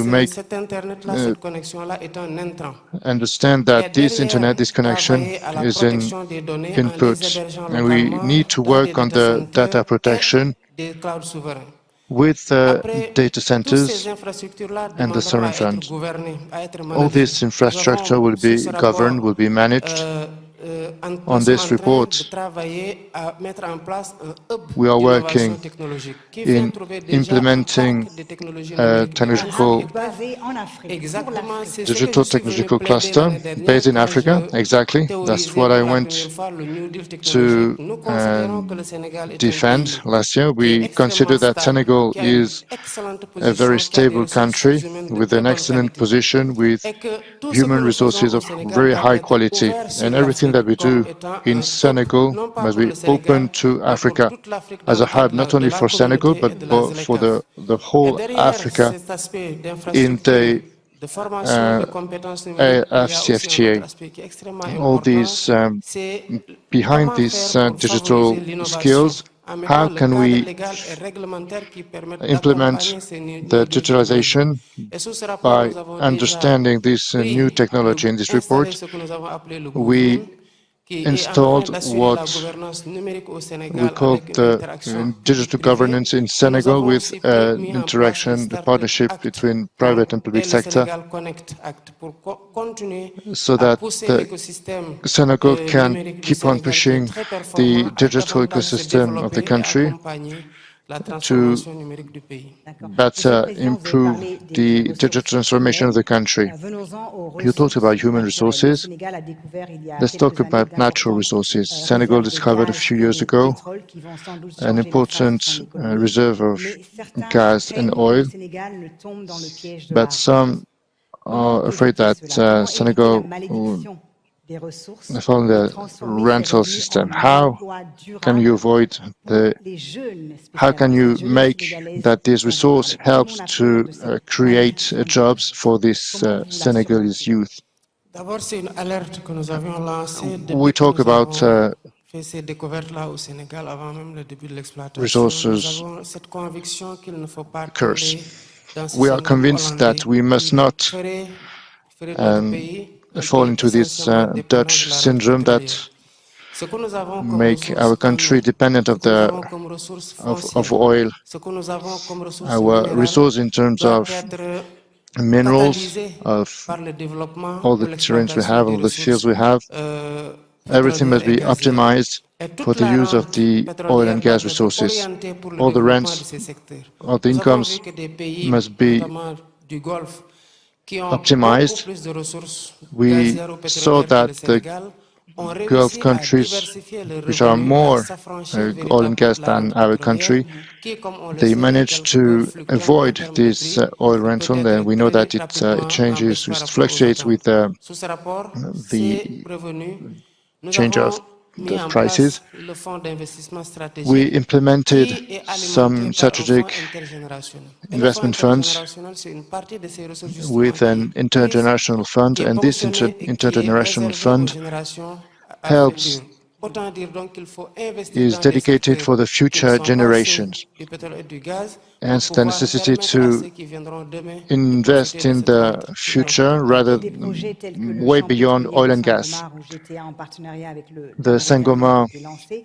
Mais au-delà oil de field renforcer exploration has la been launched, but sécurité beyond énergétique du Sénégal, on strengthening voit dans beaucoup de pays d'Afrique, comme the l'Angola ou le Nigeria, comment réduire la dépendance en parlant du energetic pétrole, independence. comment réduire la dépendance Talking about oil, how can we aux reduce this importations de produits dependence? pétroliers finis.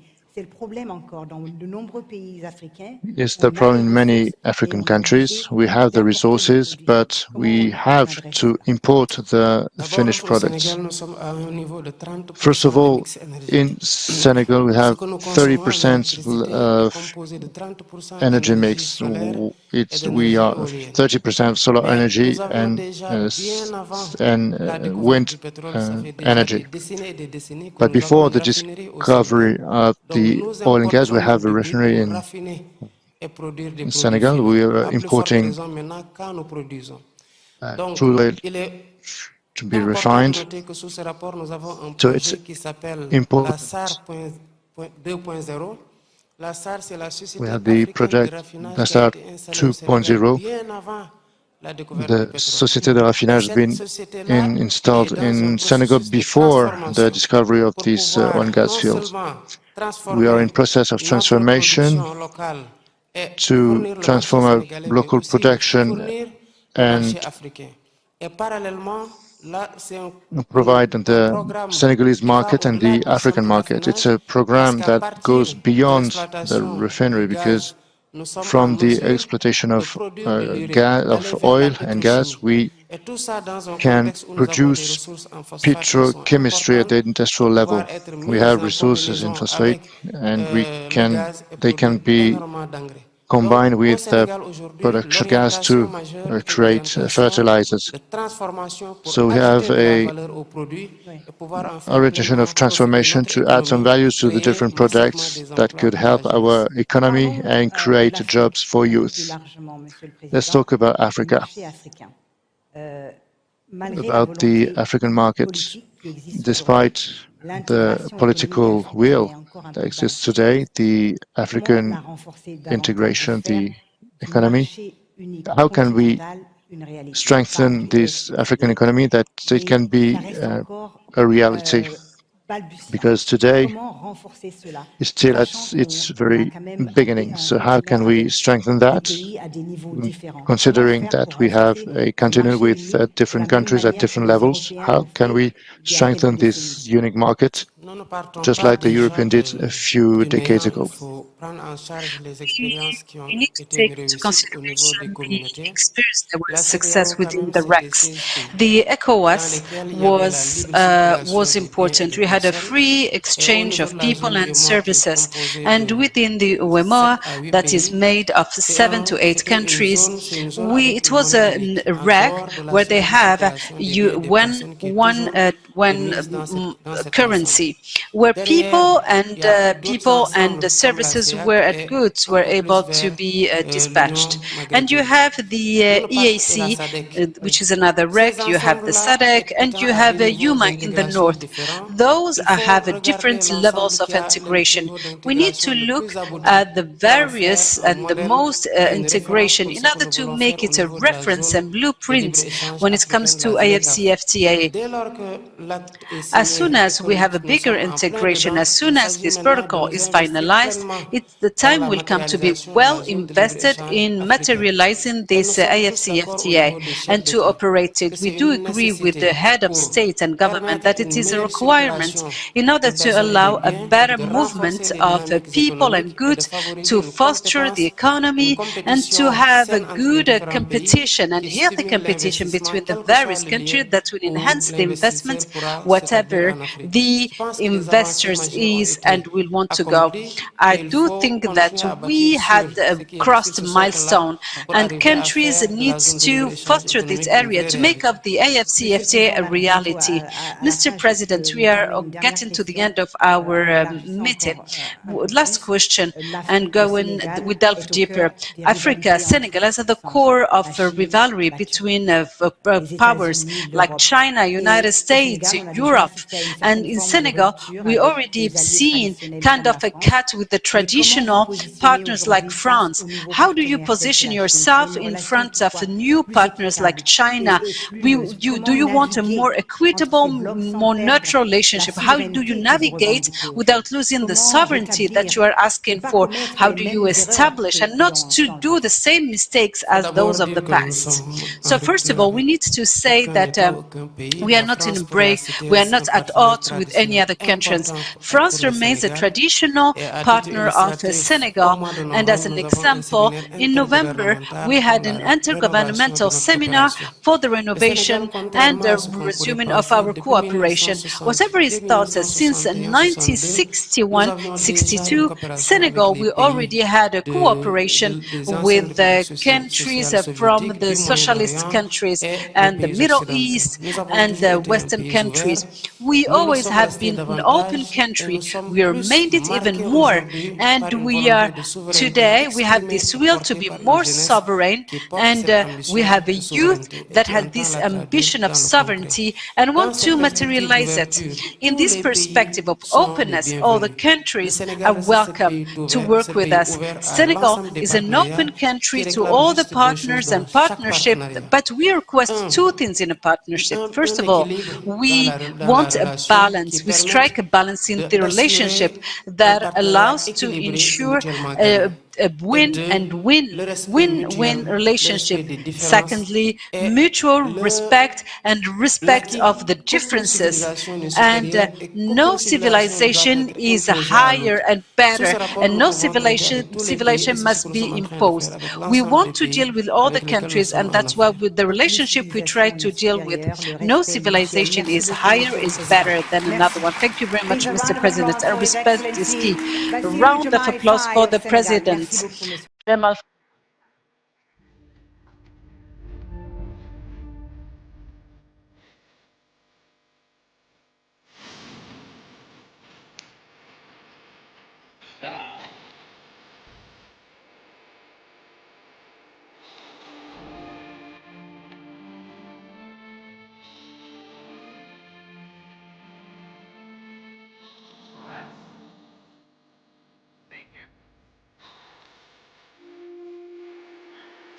Fantastic. That was excellent.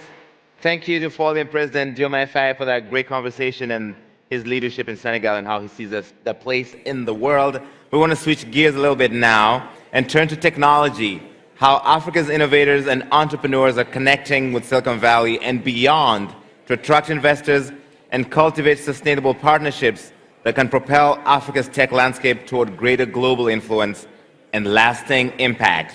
So please help me welcome our panelists. First on stage, Ms. Ahuna Ezeakonwa, the UN Assistant Secretary General and Regional Director for Africa at the UNDP. Mr. Kojo Boakye, Vice President, Public Policy for Africa, Middle East and Turkey at Meta. Mr. Daniel Marlowe, Managing Director at 4DX Ventures. And to moderate this discussion, please welcome Mr. Inolua Aboyeji, Founding Partner at Future Africa.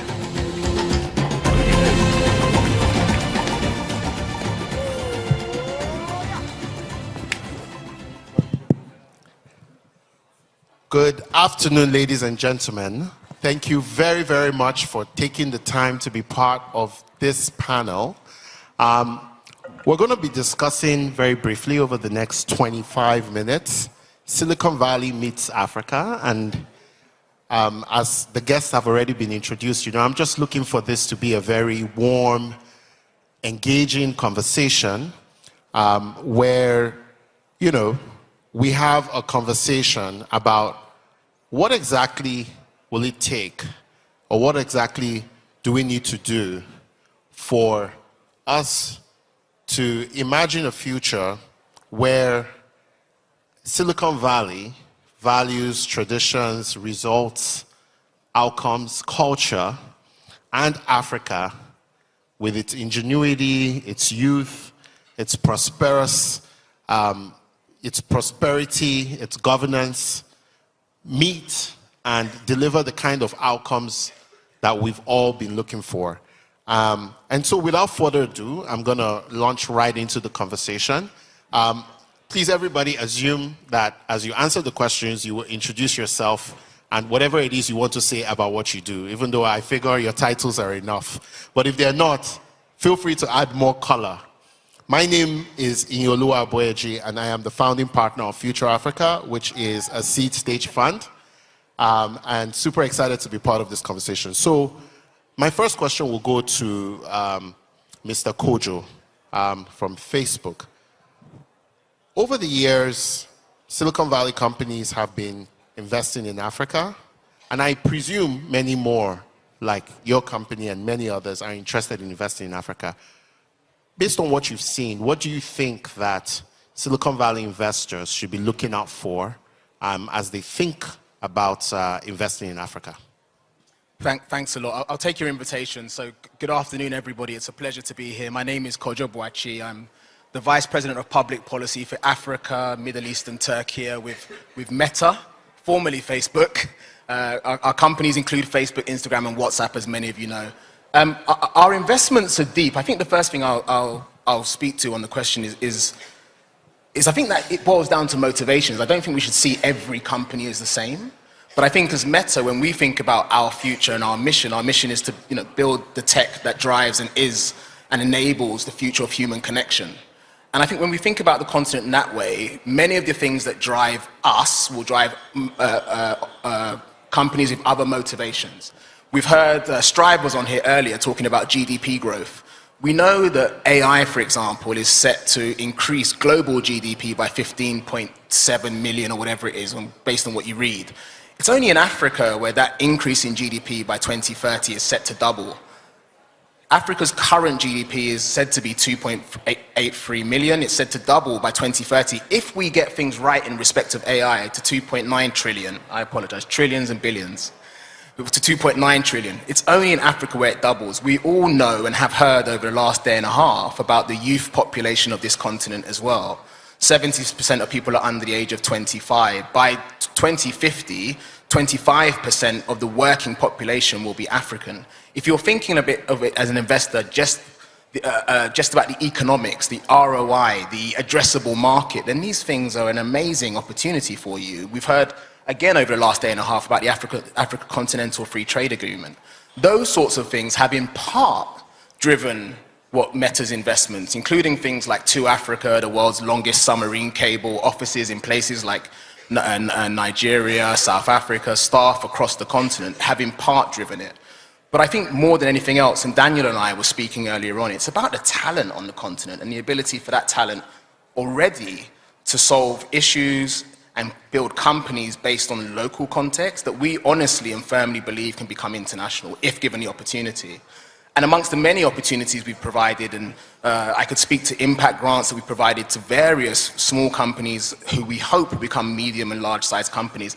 And if you are here, just before lunch, we'll be making an announcement where we have 5 Llama Impact Grant winners. So please do stay to applaud those young African entrepreneurs and developers who are creating companies and solving local issues.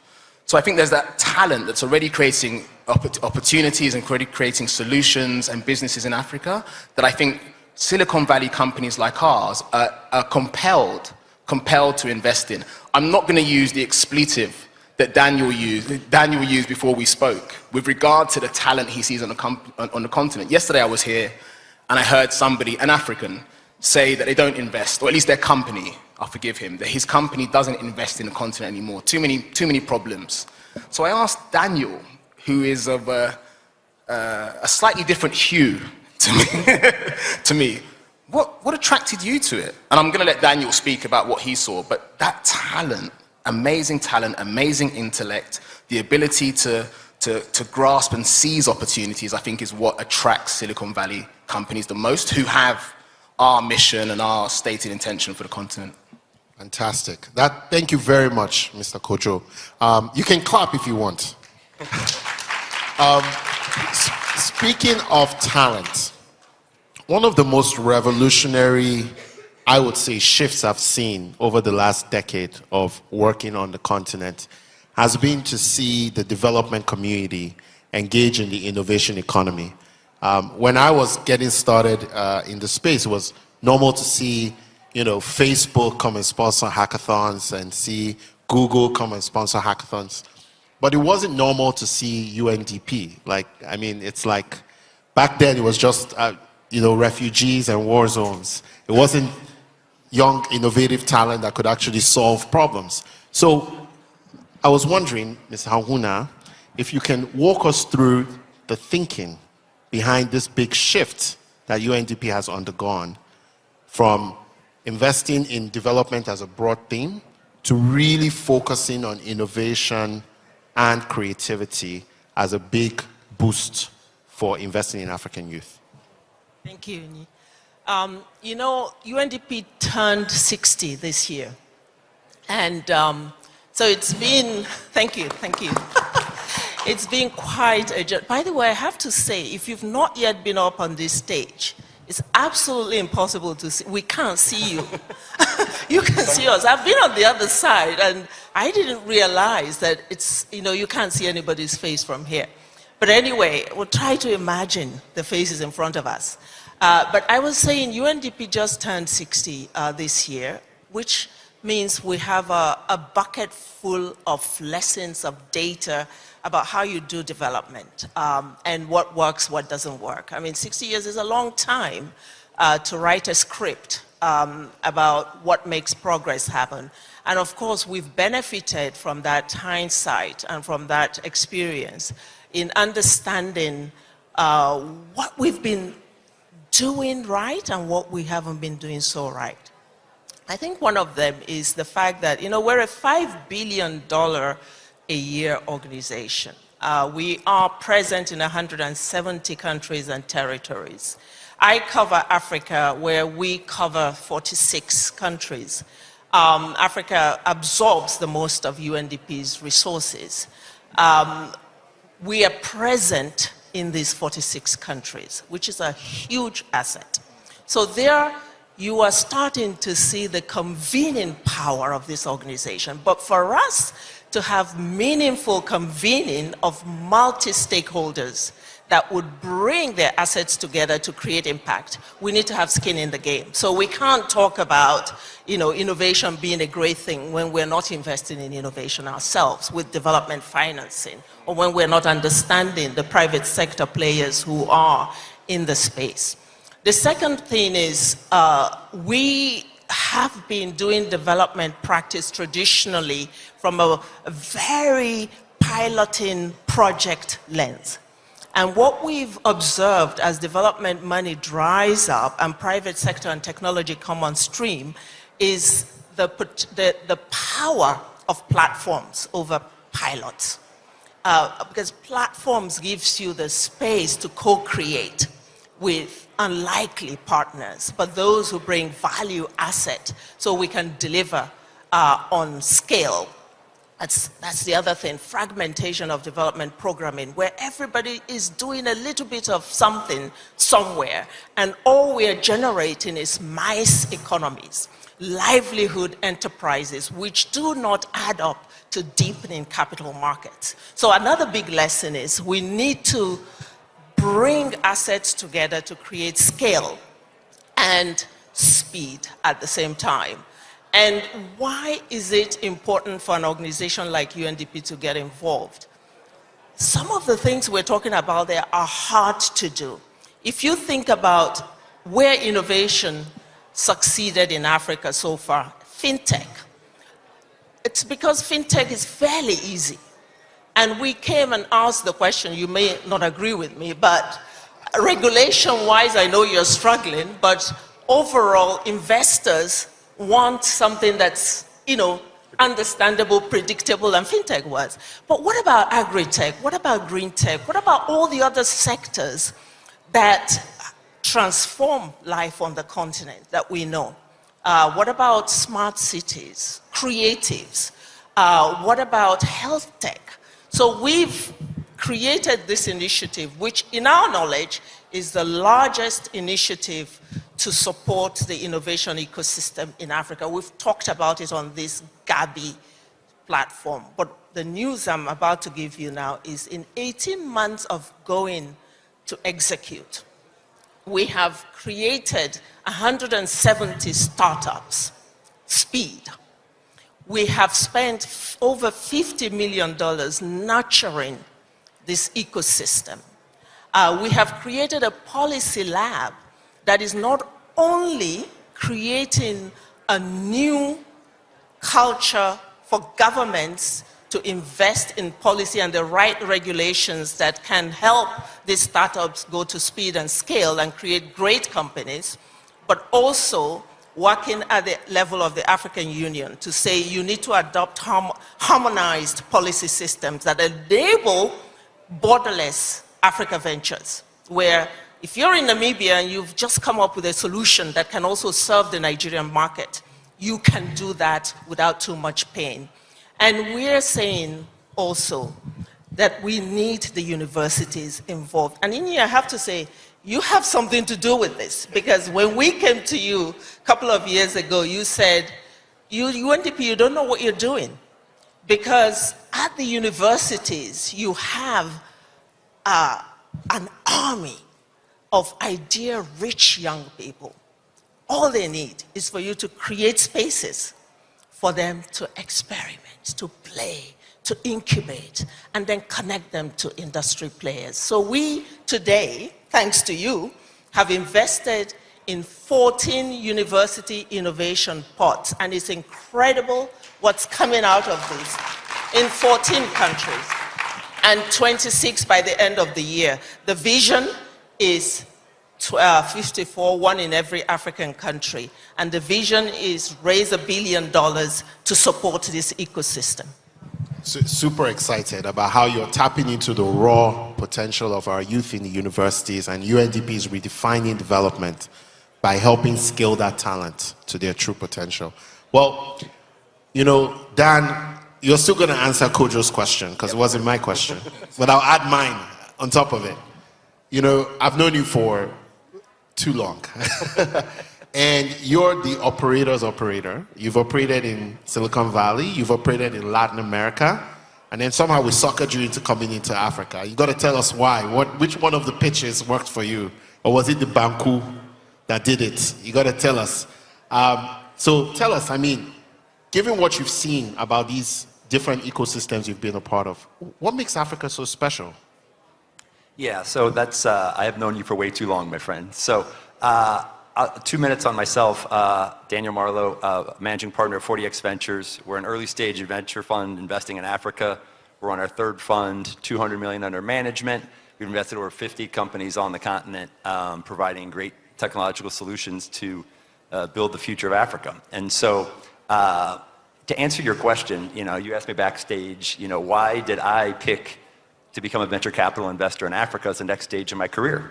I had been an operator before, and as you mentioned, had operated in all different emerging markets, including Africa. But when I started to spend more time here as an investor in 2013, investing my own money into people like yourself, and spent time with Walter and Peter, the two co-founders of the firm, I just became enchanted by the talent that I came across. Every time I came to the continent, I met more people, more young people, who were just at a level that was really remarkable, from skill set, energy, the understanding of business models, and most importantly, the hustle needed to actually build great companies in emerging markets. It's really easy to build something on a whiteboard, but it's really hard to build in practice, especially in emerging markets.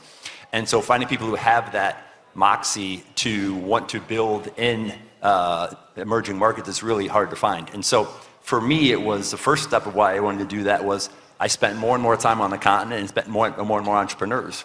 The second one, which is a little counterintuitive, is I think you can actually build more interesting business models in Africa.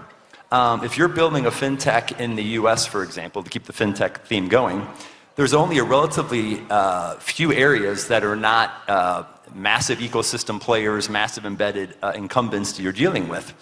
Whereas there's a lot more blue ocean opportunities on the continent to build really interesting business models that take local context. We have 3 local offices in Accra, our largest one, to our Ghanaian friends, Nairobi and Cairo, and the vast majority of our team is there, and that local context really matters. So taking best practices from Silicon Valley, from my own operating skills and just from investing in Silicon Valley, and taking the local context that you need to have in that. And so this is kind of, Africa has what I would call a last mover advantage, because you can see what works and hasn't worked in other emerging markets.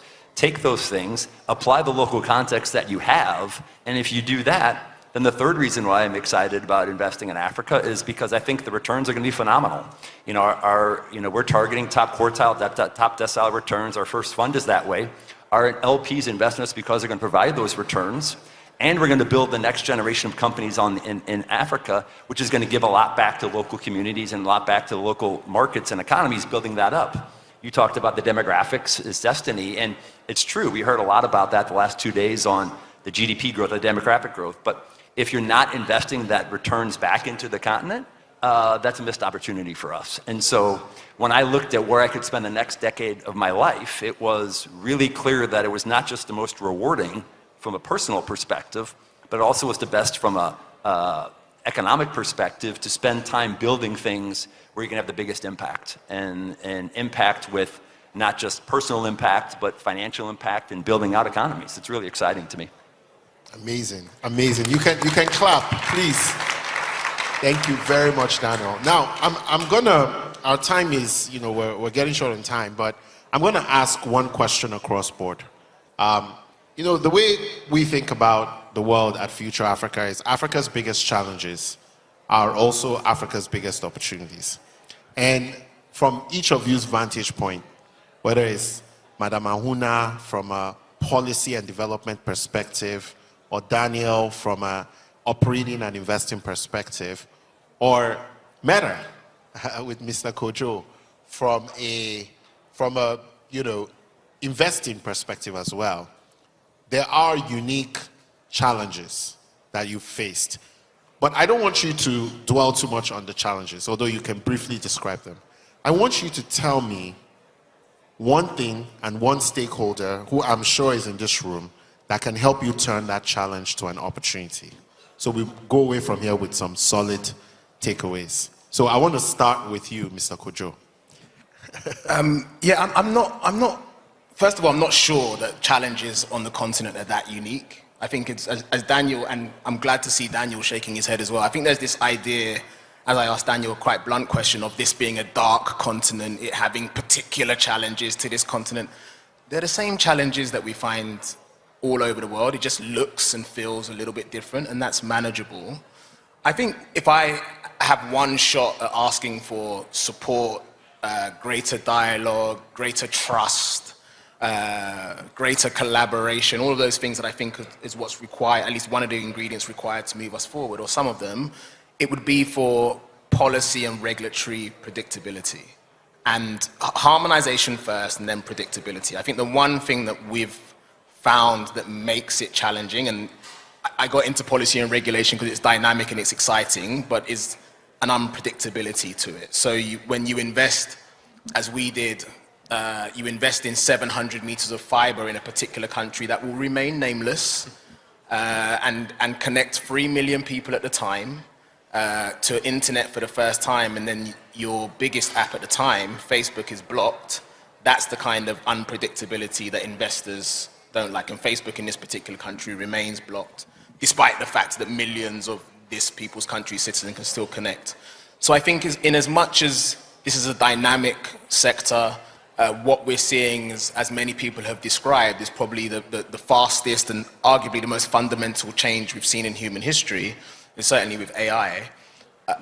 I think an ability to be able to predict, harmonize policy frameworks, and we're seeing lots of efforts on the continent to do that, and then to make the operation in those frameworks, within those environments, predictable, that's number one for me. So if there are people out there, and I assume there are, not only policymakers who I would like to call friends and colleagues, but also companies working in public policy who can also advocate for this, that would be the key thing for me. Thanks, Ian. Absolutely. No, that's a fantastic one. I mean, one thing I would say, though, is the age and the level of sophistication and expertise of Africa's digital economy ministers is actually increasing, you know, like in Nigeria and in Zimbabwe and in, you know, so that's a plus. So I think we're headed in your direction. Maybe you get us there faster by becoming the Minister of Digital Economy. I don't think I'm astute, clever, or sharp enough to be the minister yet. So to all the ministers, I hail you. Trust me, greater men have said less. Don't worry. So Daniel, what about you? I would just add on to that and say I have seen a tremendous difference since we started investing in 2013. I think we have a long way to go still to get there, to the level we want to get to, but getting engagement with the regulators, getting engagement with the government, and having clarity. The most important thing an entrepreneur needs is clarity on the rules of engagement. Yeah. So if I need to get licensed, okay, great. I have to get licensed and all my competitors need to get licensed. All everybody wants is clear rules of engagement on that. And then I would extend it. So I think we're making progress there. You've seen some interesting stuff recently in different markets with respect to stable coins and things going on in South Africa with SARB and things like that are more interesting developments in trying to look into the future and saying, where is this continent going in the next decade? Instead of looking backwards and saying, where has it come? Where is it going the next decade? And saying, how can I build regulations that are flexible with respect to that? I think that's really important. And then I would add on to that another layer, and this has been a common theme this week as well, is just trade within Africa. You know, oftentimes it is more difficult to get things within intra-Africa than abroad into Africa. And so I think utilizing those advantages and building actually a trade union and things like that will actually spur economy within the continent, that is where the combination of 54 countries will actually move into a much greater economic health, and they'll be able to negotiate better deals and things going forward. So those are two big ones, and then governance is one I think is important to have, and having governance is something that I give advice to any entrepreneur out there. Take that off the table. Just get the right governance structure set up early stages of your company, because it's going to be something that does come up, and the more you just make that a non-issue, the better. And so I think that's another one I'd say. Amazing. Thank you very much. So governance, trade within Africa, and like Mr. Kocher said, the regulatory. One thing I want to say about trade within Africa is, I don't know whether you've heard of the AFCFTA, but I've never heard a more beautiful pitch for the AFCFTA than the one you just gave. But then over to you, Madam Ahuna. What would you say the biggest challenge that we must translate to an opportunity is for what Timbuktu is doing and for what UNDP is doing to succeed? Yeah, first of all, I have to say one of the things that excites me about this space, about Gabi, is the fact that for once we have a space where we don't dwell on Africa's problems and challenges, on the fact that Africa is shaped like a question mark, but on the fact that Africa has the answers, and that this is a moment of opportunity for the continent. So my starting point is to look at the opportunity. If we don't have 70% of the population in Africa connected online, That's not a gap, it's an opportunity. And this lens is really important in order to answer your question. And the two gentlemen over here, Daniel and Kojo, have actually made the best pitch for Timbuktu. Because within the Timbuktu ecosystem, we are exactly building that culture with governments of having the right regulatory environment that does not strangle businesses but helps stimulate them. And one of the ways we're doing that, we have 10, now 11 verticals, because Timbuktu is not sector agnostic. We very deliberately chose to have sectors that also contribute to the Sustainable Development Goals. And so we're forcing a little bit you investors to look beyond fintech and look at all the other opportunities out there from a tech perspective. And to do this, we're building these hubs, Pan-African scale hubs, hosted by each country in these 11 countries. We've done 6 of them so far. In each of these countries, we're requiring the governments to adopt certain policies and regulations that are friendly towards startups as a condition for becoming a host. And I've just come from Ethiopia, where we have the manufacturing tech hub. Right now, we have the first cohort in residence. Ethiopia has just adopted its Startup Act.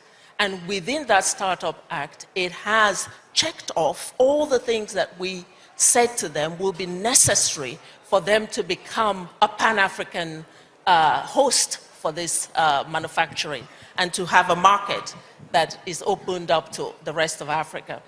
All the other hubs, the other host countries, Ghana with agri-tech will have to do the same. Kigali with health tech has done the same. Zambia with mining tech is doing the same. So the whole regulatory aspect of this is a core part of Timbuktu, and I hope that those in the industry can see there an opportunity to invest in. But lastly, I would say, Ini, perhaps what we're looking for here is not one issue or the other. We're looking for the whole ecosystem support. If you're a founder, you need, or an investor, you need the regulatory environment to be favorable. You need capital, and in particular, early stage risk capital. By the time they get to your doorstep, somebody should have held their hands to incubate, to test in the market, to support, to mentor, so that they are those great businesses that you want to put money in. That's what Timbuktu is trying to do. So we need that early stage risk capital. And I say to all the angel investors, institutional investors who, but also DFIs, to put money, catalytic money, in nurturing the talent that is out there, because we need to nurture the talent. We need the capital for that early stage, and we need the regulatory environment. But above all, we need lawyers who can be friends to these founders. We need accountants who can hold them by the hand and show them the way. We need businesses who have made it, business tycoons like Strive and others, to be the mentors for these young ones. And we need everyone in the room, private, public sector, academia, working together to make it happen. Thank you. Amazing. Thank you very, very much. I can't think of better final words, and I just want to say a big thank you to the panel for this exposition. Unfortunately, I don't have any more questions or time for any more questions, but I think just to summarize and leave a thought for the crowd, that here we are with Meta, which has consistently invested in Africa, with Daniel from 40X, who has been investing in Africa since 2013, with UNDP, a development organization, which has made this big turnaround to start investing in Africa's talent and is basically leveraging its convening power to bring the innovation ecosystem together. I think with this group that's right here on this stage, I can't see why we would be, I can see why we would be unstoppable. So thank you very much for listening to us, and have a wonderful rest of the afternoon.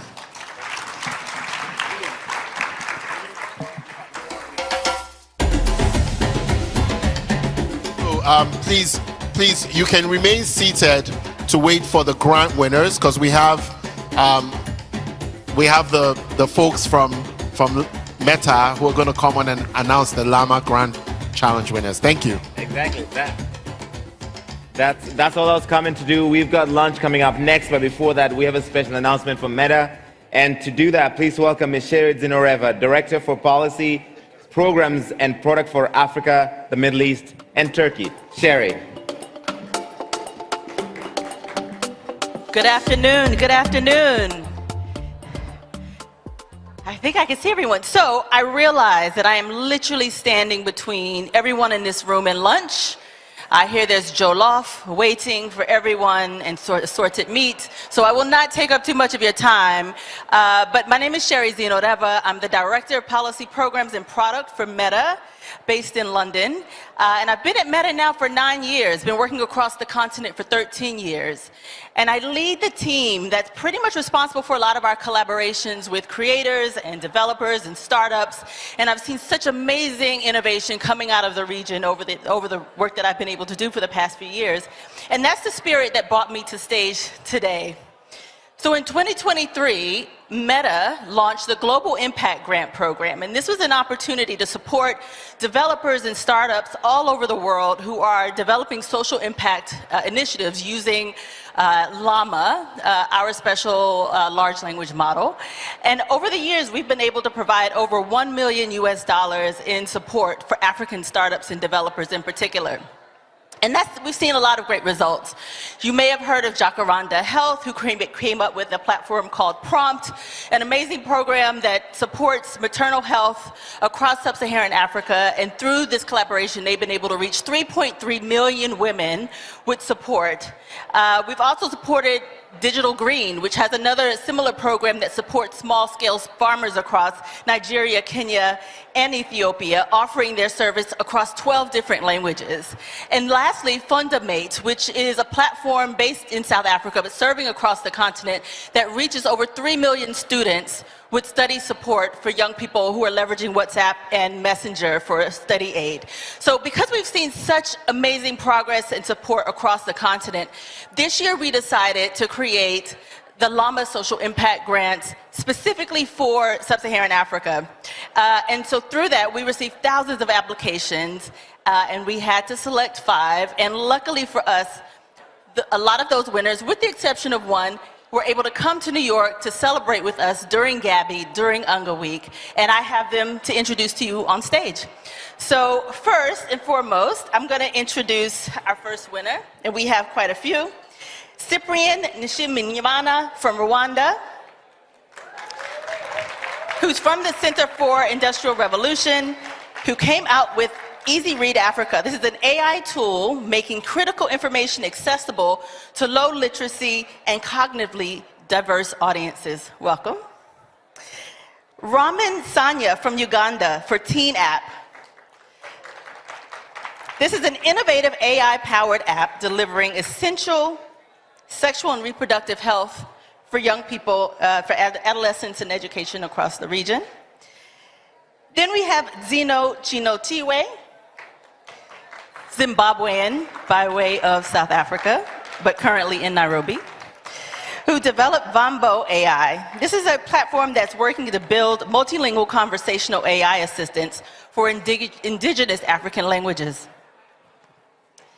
Next, also from South Africa, we have Reingard Pretorius and Mark Doan from Propel Mapper. This is an advisor assisting small-scale farmers, offering agricultural advice and support for smallholder farmers. Welcome. And we do not have Taiwo Oyewole from Nigeria, who's also a winner. Hopefully he's watching from Nigeria on this stream.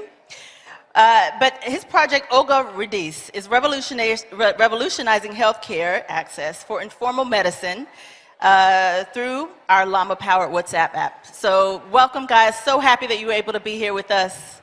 And congratulations on behalf of Meta. Very happy to have you guys. And it happened very last minute, guys, so we made that happen. Really happy we were able to do that. And thank you, Gabby, for allowing us to have this platform to celebrate this amazing win and give us an opportunity to really just also be a convener, because backstage these guys were collaborating, sharing ideas, and that's the spirit in which we do a lot of our collaboration and spirit behind the impact grants as well. So thank you so much. And once again, I heard a few claps, but if everyone could join me with a round of applause of our amazing winners. And I know we do have lunch coming up, but they will be in the room. So if you would like more information about some of the things that they're doing, please find them, corner them, get as much information as you can, because they're doing some really amazing work. That's it. Last but not least, we're going to take a photo. If anybody wants to join the photographer, we're going to take a quick shot.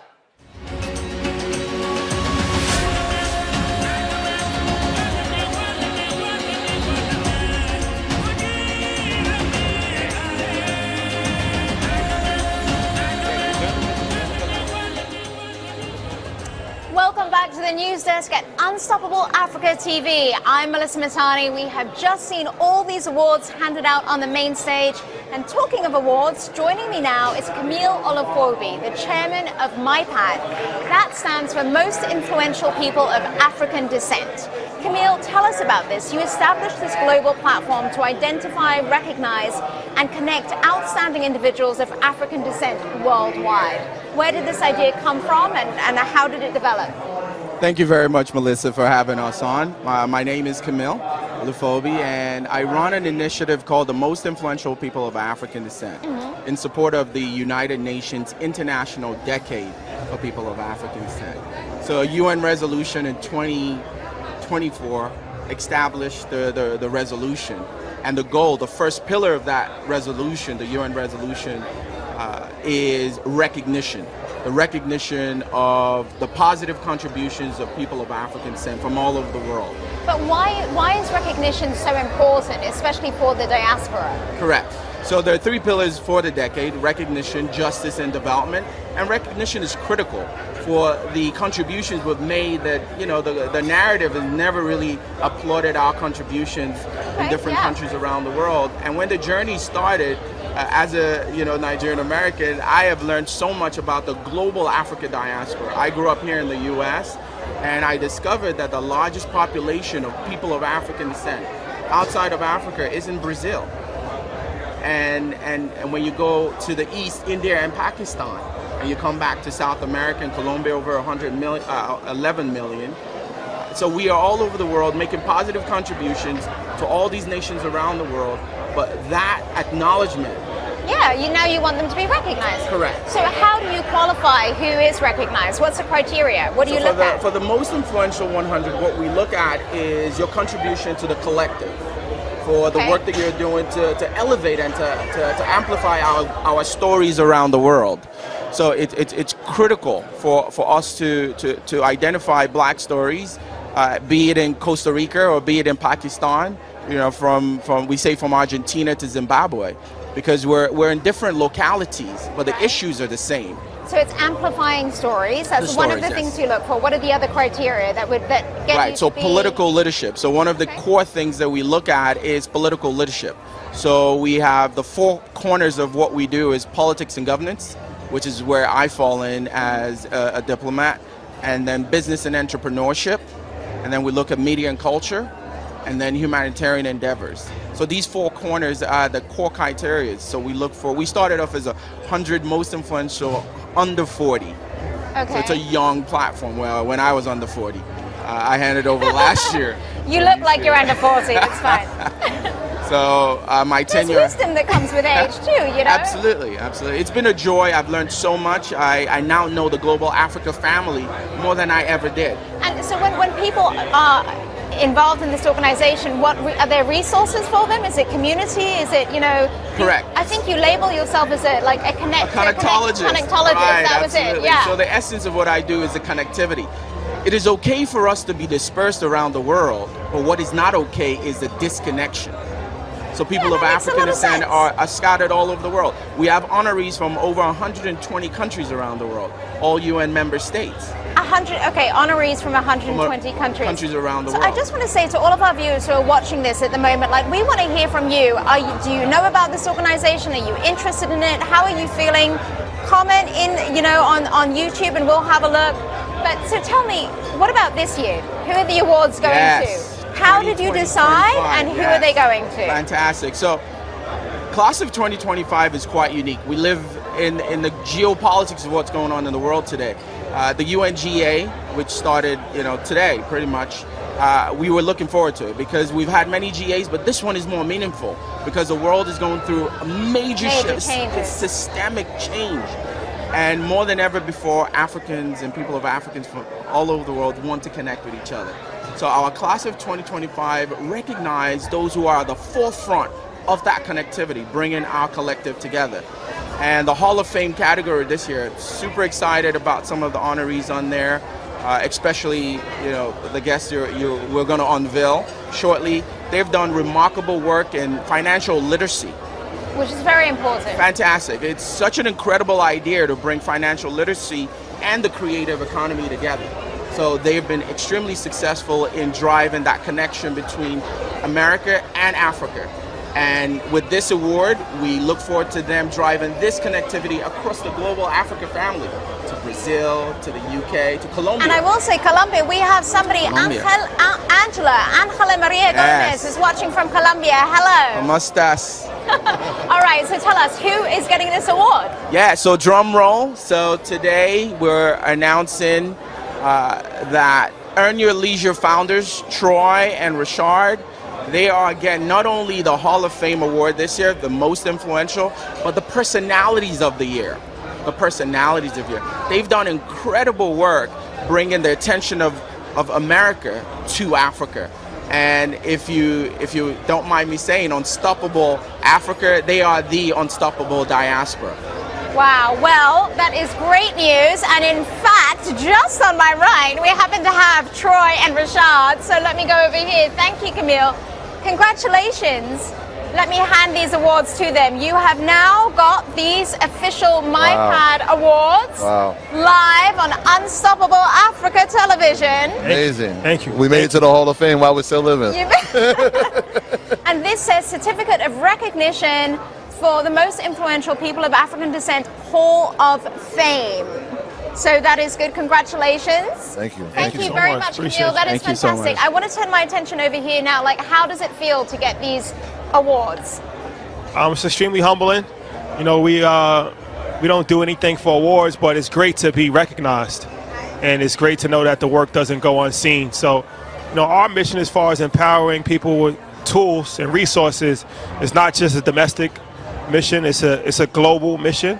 So that's why we spend a lot of time on the continent as well as other places, and I feel like it's our gift that we've been blessed with, be able to bridge the gap from America to the continent, and that's something that we've been able to do, and we have a lot more work to do, but organizations like this, we're happy. So obviously I know who you are, but there are a lot of people who are watching who might be unfamiliar with your work. So if you are, let me just give you a kind of a recap. This is Troy Millings, Rashad Bailal. They are the force behind the Earn Your Leisure podcast that we heard about. Now, it's essentially become a massive financial literacy hit. And they started the podcast, I think you started shooting it on your iPhones in 2019. It's grown into a national phenomenon with sold out national tours, celebrity guest lists that have included a long list of stars, including Alicia Keys, Steve Harvey, Nick Cannon, and Magic Johnson. Take a look. Of that, because in order to see something, right, in order to be something, we have to see it first.